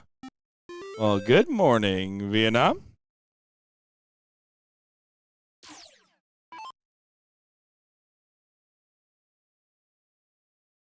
You know what I can go for right now, Will? It's McDonald's because I could. Smoking a Matter- pancake. Matter of fact, I'm going to go ahead and Well, the McDonald's here close at 2. don't say that. Do not say that. You would crash out. I would grab every one of those snacks in there and It's one of my favorite terms that has been invented for streamers, I feel like, is when we're at tournaments and there's a snack room. And we always go at the end of the night with our backpacks. Not at this tournament. We would never do that. And say we're going shopping and then fill up the backpack. I've done that move a couple times. What are you doing? Well, I'm going shopping. good last start there for Lisa.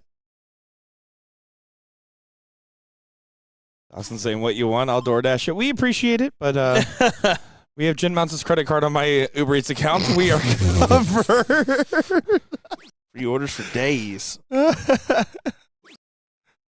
good. We appreciate all you guys in the chat. We just hope you're enjoying the final. The guy next to the cowboy is wearing headphones and a hat.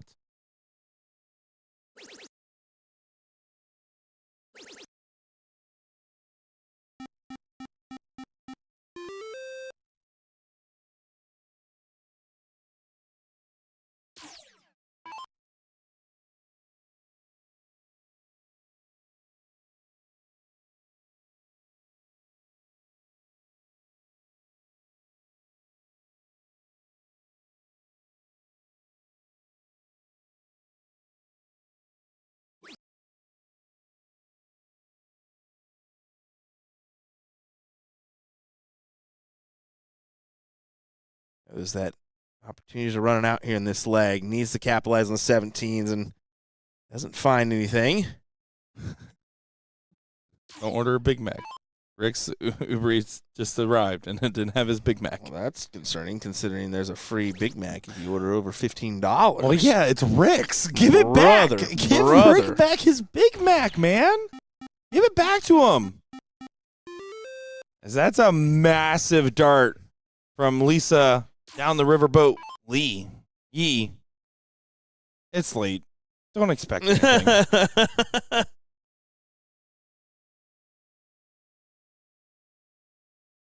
Can I send my address if Jen's buying, says Trent Wagner. The mediocre dart player mafia, by the way, from Nebraska tuning in.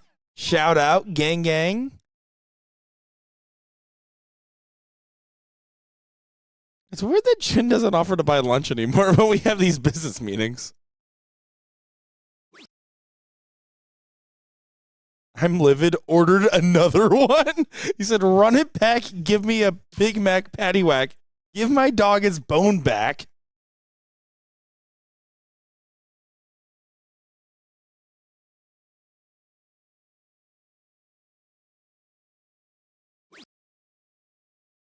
Dawson Scott asking, how did you two expect the mixed MVP to go, and what were your results and expectations?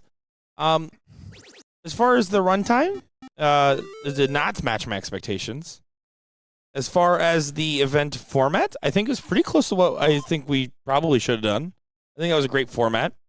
I'd argue maybe the only thing is going and committing to an alternate start as well, but I think it's an elite level format, so love that.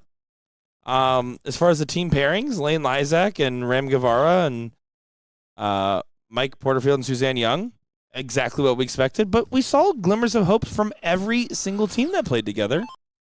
I think the event has the potential to be a big mainstay. I think it needs tweaking on when it is fitted into the schedule. And I think it needs a little bit of work on how we actually run events like that from a tournament director point of view, like as far as like direction of the tournament. But other than that, I think overall, great event, and I'm excited to see it continue to develop.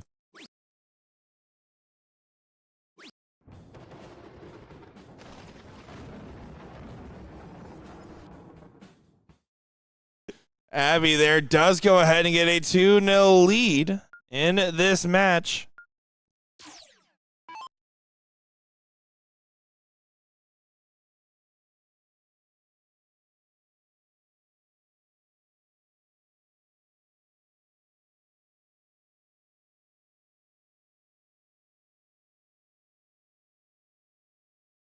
Yeah, I just had some great expectations with MVP Showdown. I love that event. Meredith looking to find the triple here. Gonna be tough to float it on top. And that proves to be the case. That's a tough start, especially when Lisa and Abby just had a fantastic cricket leg. Yeah, good 5 from Yee Yee.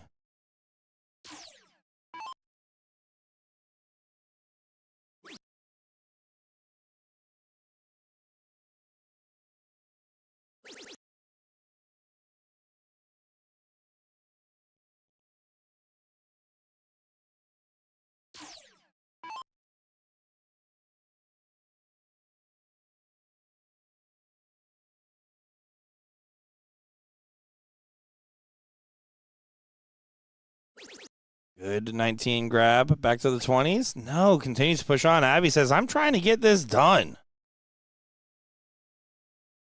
No doubt. I mean, they are kind of messed up in the first set.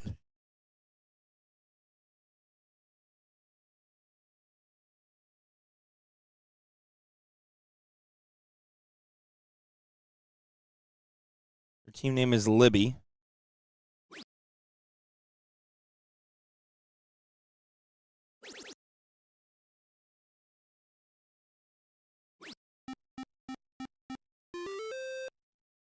And Oldeth.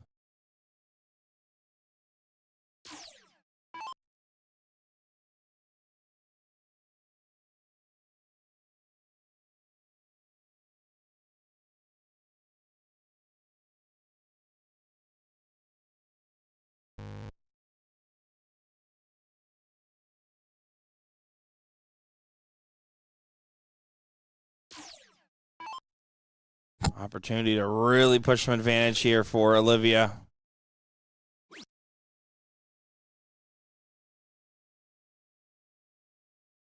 Slap the hands. But they've done a good number here.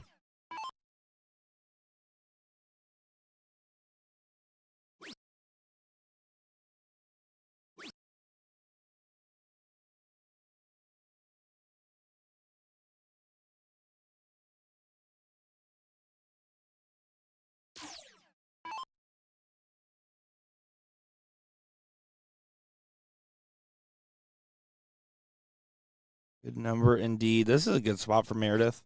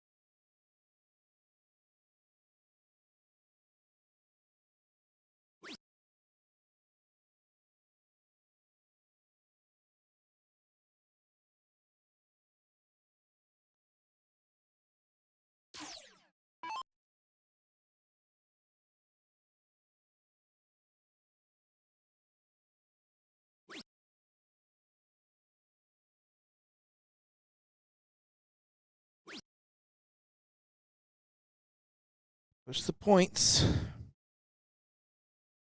Take a shot at the 18s to close, but door is still open for Abby for a big turn. What do you say? I say, do it. Do it Another? again, Abby. Mine's a 5.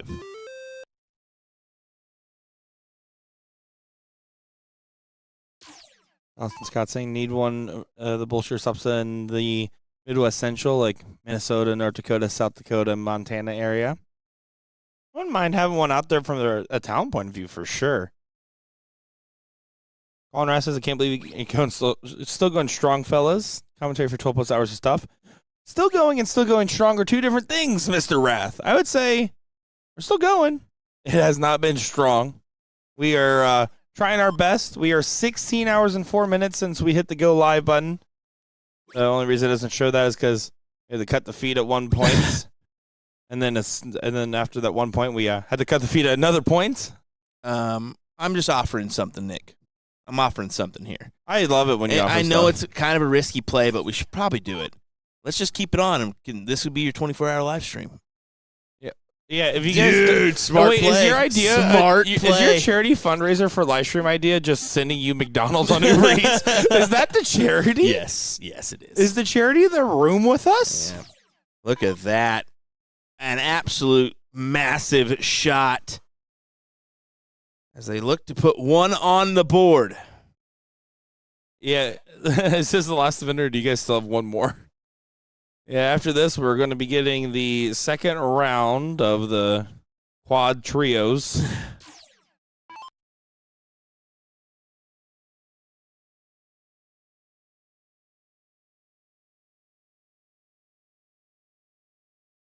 Actually, me and Nick have a best of 31 matchup lined up. I'll run you a best of 5 right now. No, absolutely. Sounds like you're scared, unlike Meredith on the Bulls. Ronald's in bed. Ronald's in bed?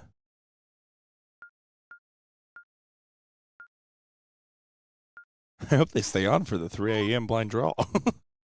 Guys, we don't cover blind draws. We've told you this over and over again. Just don't pay attention that this is a luck of the draw event. It's a special one. You see an Abby spot have the throw in 0-1, but nothing has been free in these 0-1 legs.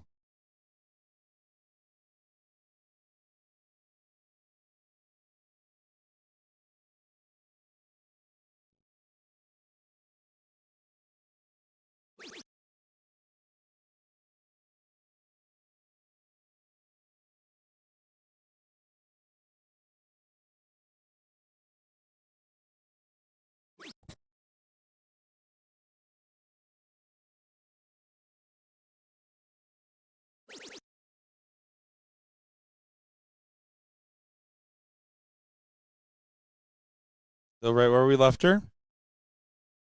Still right where we left them. Don't worry. Cashies for the win. Had to show everybody that's still around.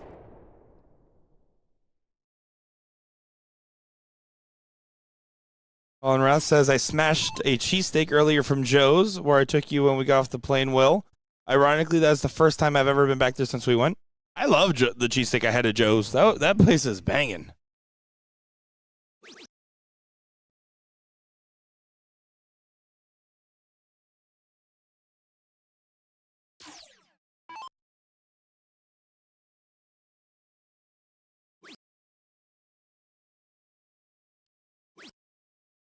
Yeah, Brady Keller bring up a great point.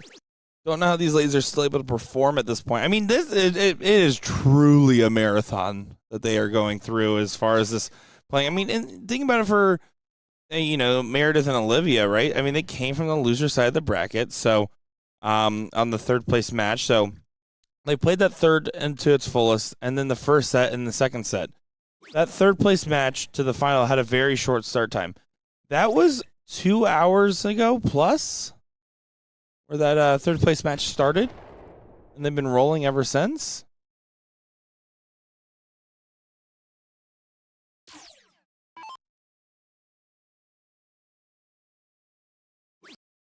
Tough beans, man. It's tough beans. Certainly so.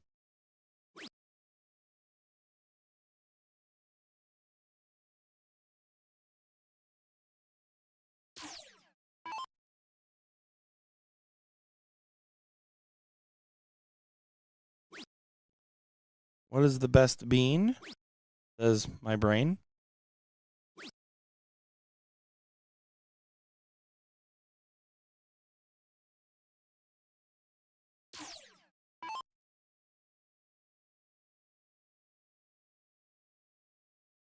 Will does not want to answer what the best bean is.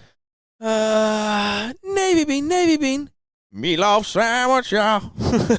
There you go. Chicago. What was the you were singing earlier? Sweet home, Chicago. That one. Blues Brothers, man. Come on. You don't know where Navy Bean is? No. Meatloaf sandwich. You never seen that? Heard that? No, what's that? An Adam Sandler song. Oh, well, yeah, makes welcome. sense. You're welcome. I'm more of a jelly bean guy myself. Good play. Good play. Like that? Play. Best pie?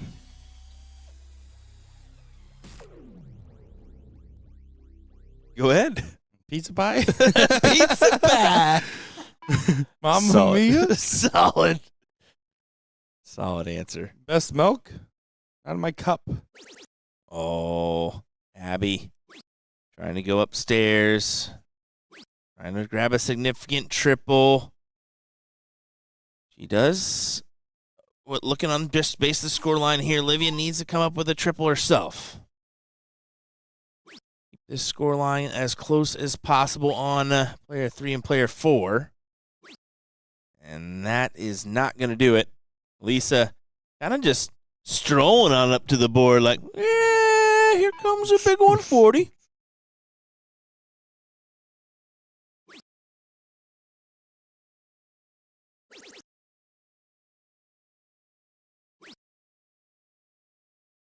Congrats on the sleep deprivation.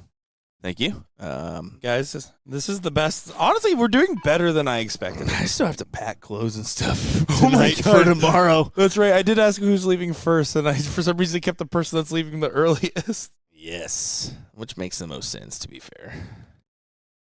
Not if you have to pack. Yeah, well, I'll just be a little late to the morning. I'm just kidding. No, you should be. Not a joke. Opening up the show tomorrow, it's going to be Gordon Dixon. Jen Mounds. No, I stopped the sentence there. She's still here. Guys, she has not stopped doing her whatever she does when she's here. And she's been doing the whatever it is the whole time. She's doing a fantastic job. Why does Jen do the same face palm thing that I've been doing every hour on the hour? Oh, my word. 171. I had to break you up there. That was a superb shot from Abby, and it puts him in prime position. How dare you interrupt my commentary at this hour? To take the win. Obviously, it was important to talk about Jen was stressing out. You didn't know that yet?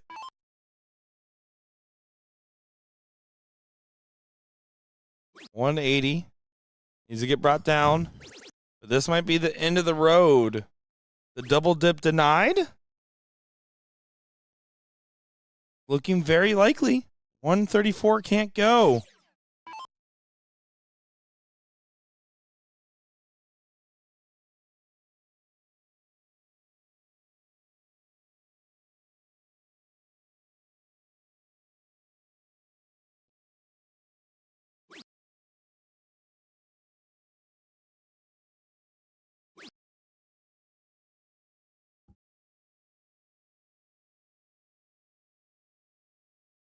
Meredith continues to try to bring it down. Does bring it down to 34. Big last start. 122. 18s are bull on this. Should be the swing. I like the bull swing a lot in a freeze format.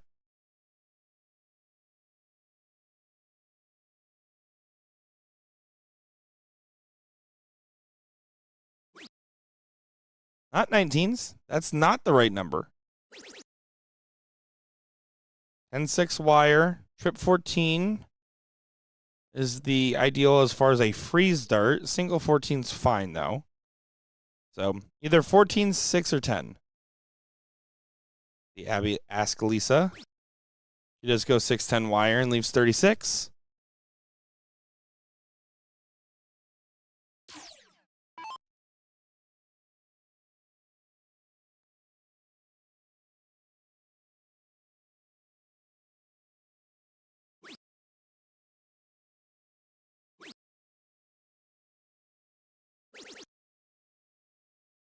And it's unfortunately running out of gas. The engine's been on E. Just about everybody.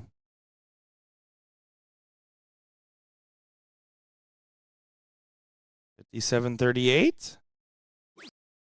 Went for 45 bull. And leaves 36. Meredith to hit 30.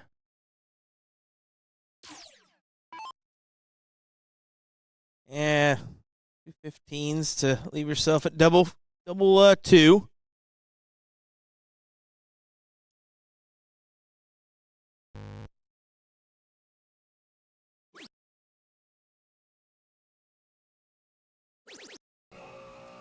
Bust it, but inconsequential. Match Yeah, starts incoming. This is going here. First or second for Abby.